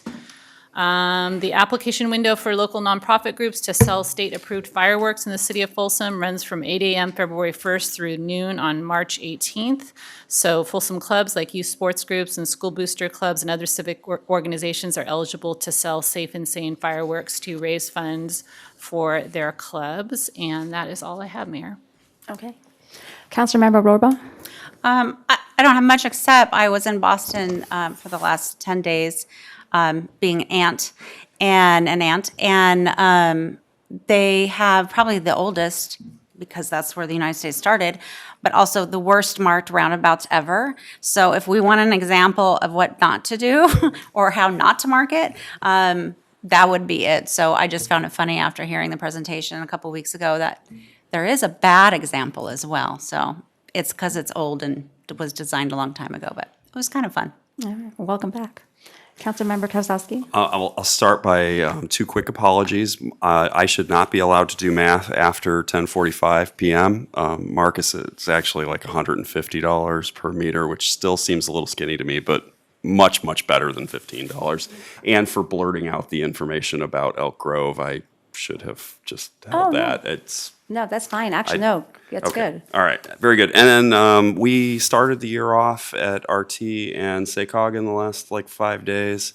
The SACOG meeting was largely consumed by greeting new members because there was a lot of turnover in elected officials throughout the region, and everybody saying really nice things about Rick Jennings because he was the chair last year and everybody loved having him as the chair. Coach Jennings. And then we did actually have a couple of presentations, and one of potentially interest was about the way that federal funds are distributed in our region. SACOG, as you may or may not know, is a collection of the cities in the region, and the 6-county region is Sutter, Yuba, Yolo, Sacramento, Placer, and El Dorado counties. That's our group. For most of the history of SACOG, El Dorado County and Placer County have gotten sort of a special dispensation to receive their federal funds by them just passing through SACOG and going to them for them to use however they saw fit. That arrangement is kind of sunsetting through some legislative changes. So that was the hot topic at SACOG, is that Placer and El Dorado are going to have to compete in similar fashion to the way the rest of us have competed for various project funding, like Mark presented to us a couple weeks ago. And then RT, that meeting was largely consumed by everybody choosing subcommittees of regional transit. And I have been assigned to the ad hoc committee on real estate acquisitions. So Oh, fun. anybody that wants to know all about RT real estate acquisitions, I'm your man. So other than that, no important business was conducted. Thank you. All right. Councilmember Aquino? In light of the late hour, I'm going to save my couple items for the next meeting. I just would ask that we adjourn in memory of the Honorable Donald Clark, who was a 93-year-old Folsom resident, passed away on January 12th after living a very rich, full life as a judge, I think mostly in San Diego County. And of course, the greatest gift that he gave the city of Folsom was his daughter, Martha Lofgren, who, of course, served this city as city attorney and city manager. So just request that we adjourn in memory of the Honorable Donald Clark. Okay. Mr. Donald Clark. Vice Mayor Chalancherla. Yes, ma'am. Thank you. This is for our team, each and every department heads. I know how much effort you all have put in to present those slides. I can put myself as a previous state manager when presenting at the assembly sessions and Senate. It's a lot of work. So many people have worked from each and every department. This is the first time I'm seeing here. And you go extra mile, if you're presenting to Elaine, that's a different story. It's apart the, your management and all those, but this is public. I want to sincerely extend the, thanks to each and every member from the EMT leadership to all the way who contributed to this budget. It's very important for us. With that, Folsom, nothing much for you, Folsom, but thank you again and be safe. Thank you. I'll talk fast. I just want to thank Rabbi Yossi Grossbaum from the Chabad Jewish Community Center for bringing to our community another Holocaust survivor story last week. We heard from a 94-year-old Esther Bosch who was 16 when she experienced the Holocaust. I also want to give a shout out to Matt Lofgren, who's the executive director of TEDx Folsom, who brought 12 fantastic speakers to the Harris Center this past weekend. It was actually incredible to hear some of these speakers. I received a very nice compliment from residents on Welty Court, and I just want to read it publicly. All of the residents on Welty Court here in Folsom would like to wholeheartedly thank and also recognize the outstanding service provided to us by Ryan Neves and Josh Johnsrud, hope I said that correctly, and the entire Public Works Department for their extreme quick response to our water issues during the last 3 weeks of storm. With this type of assistance provided by a city department, we are very proud to say that we live in Folsom. And I am very excited about State of the City on Thursday. I think this, there's a lot of good information. And with that, I will adjourn our council meeting in honor of the Honorable Donald Clark at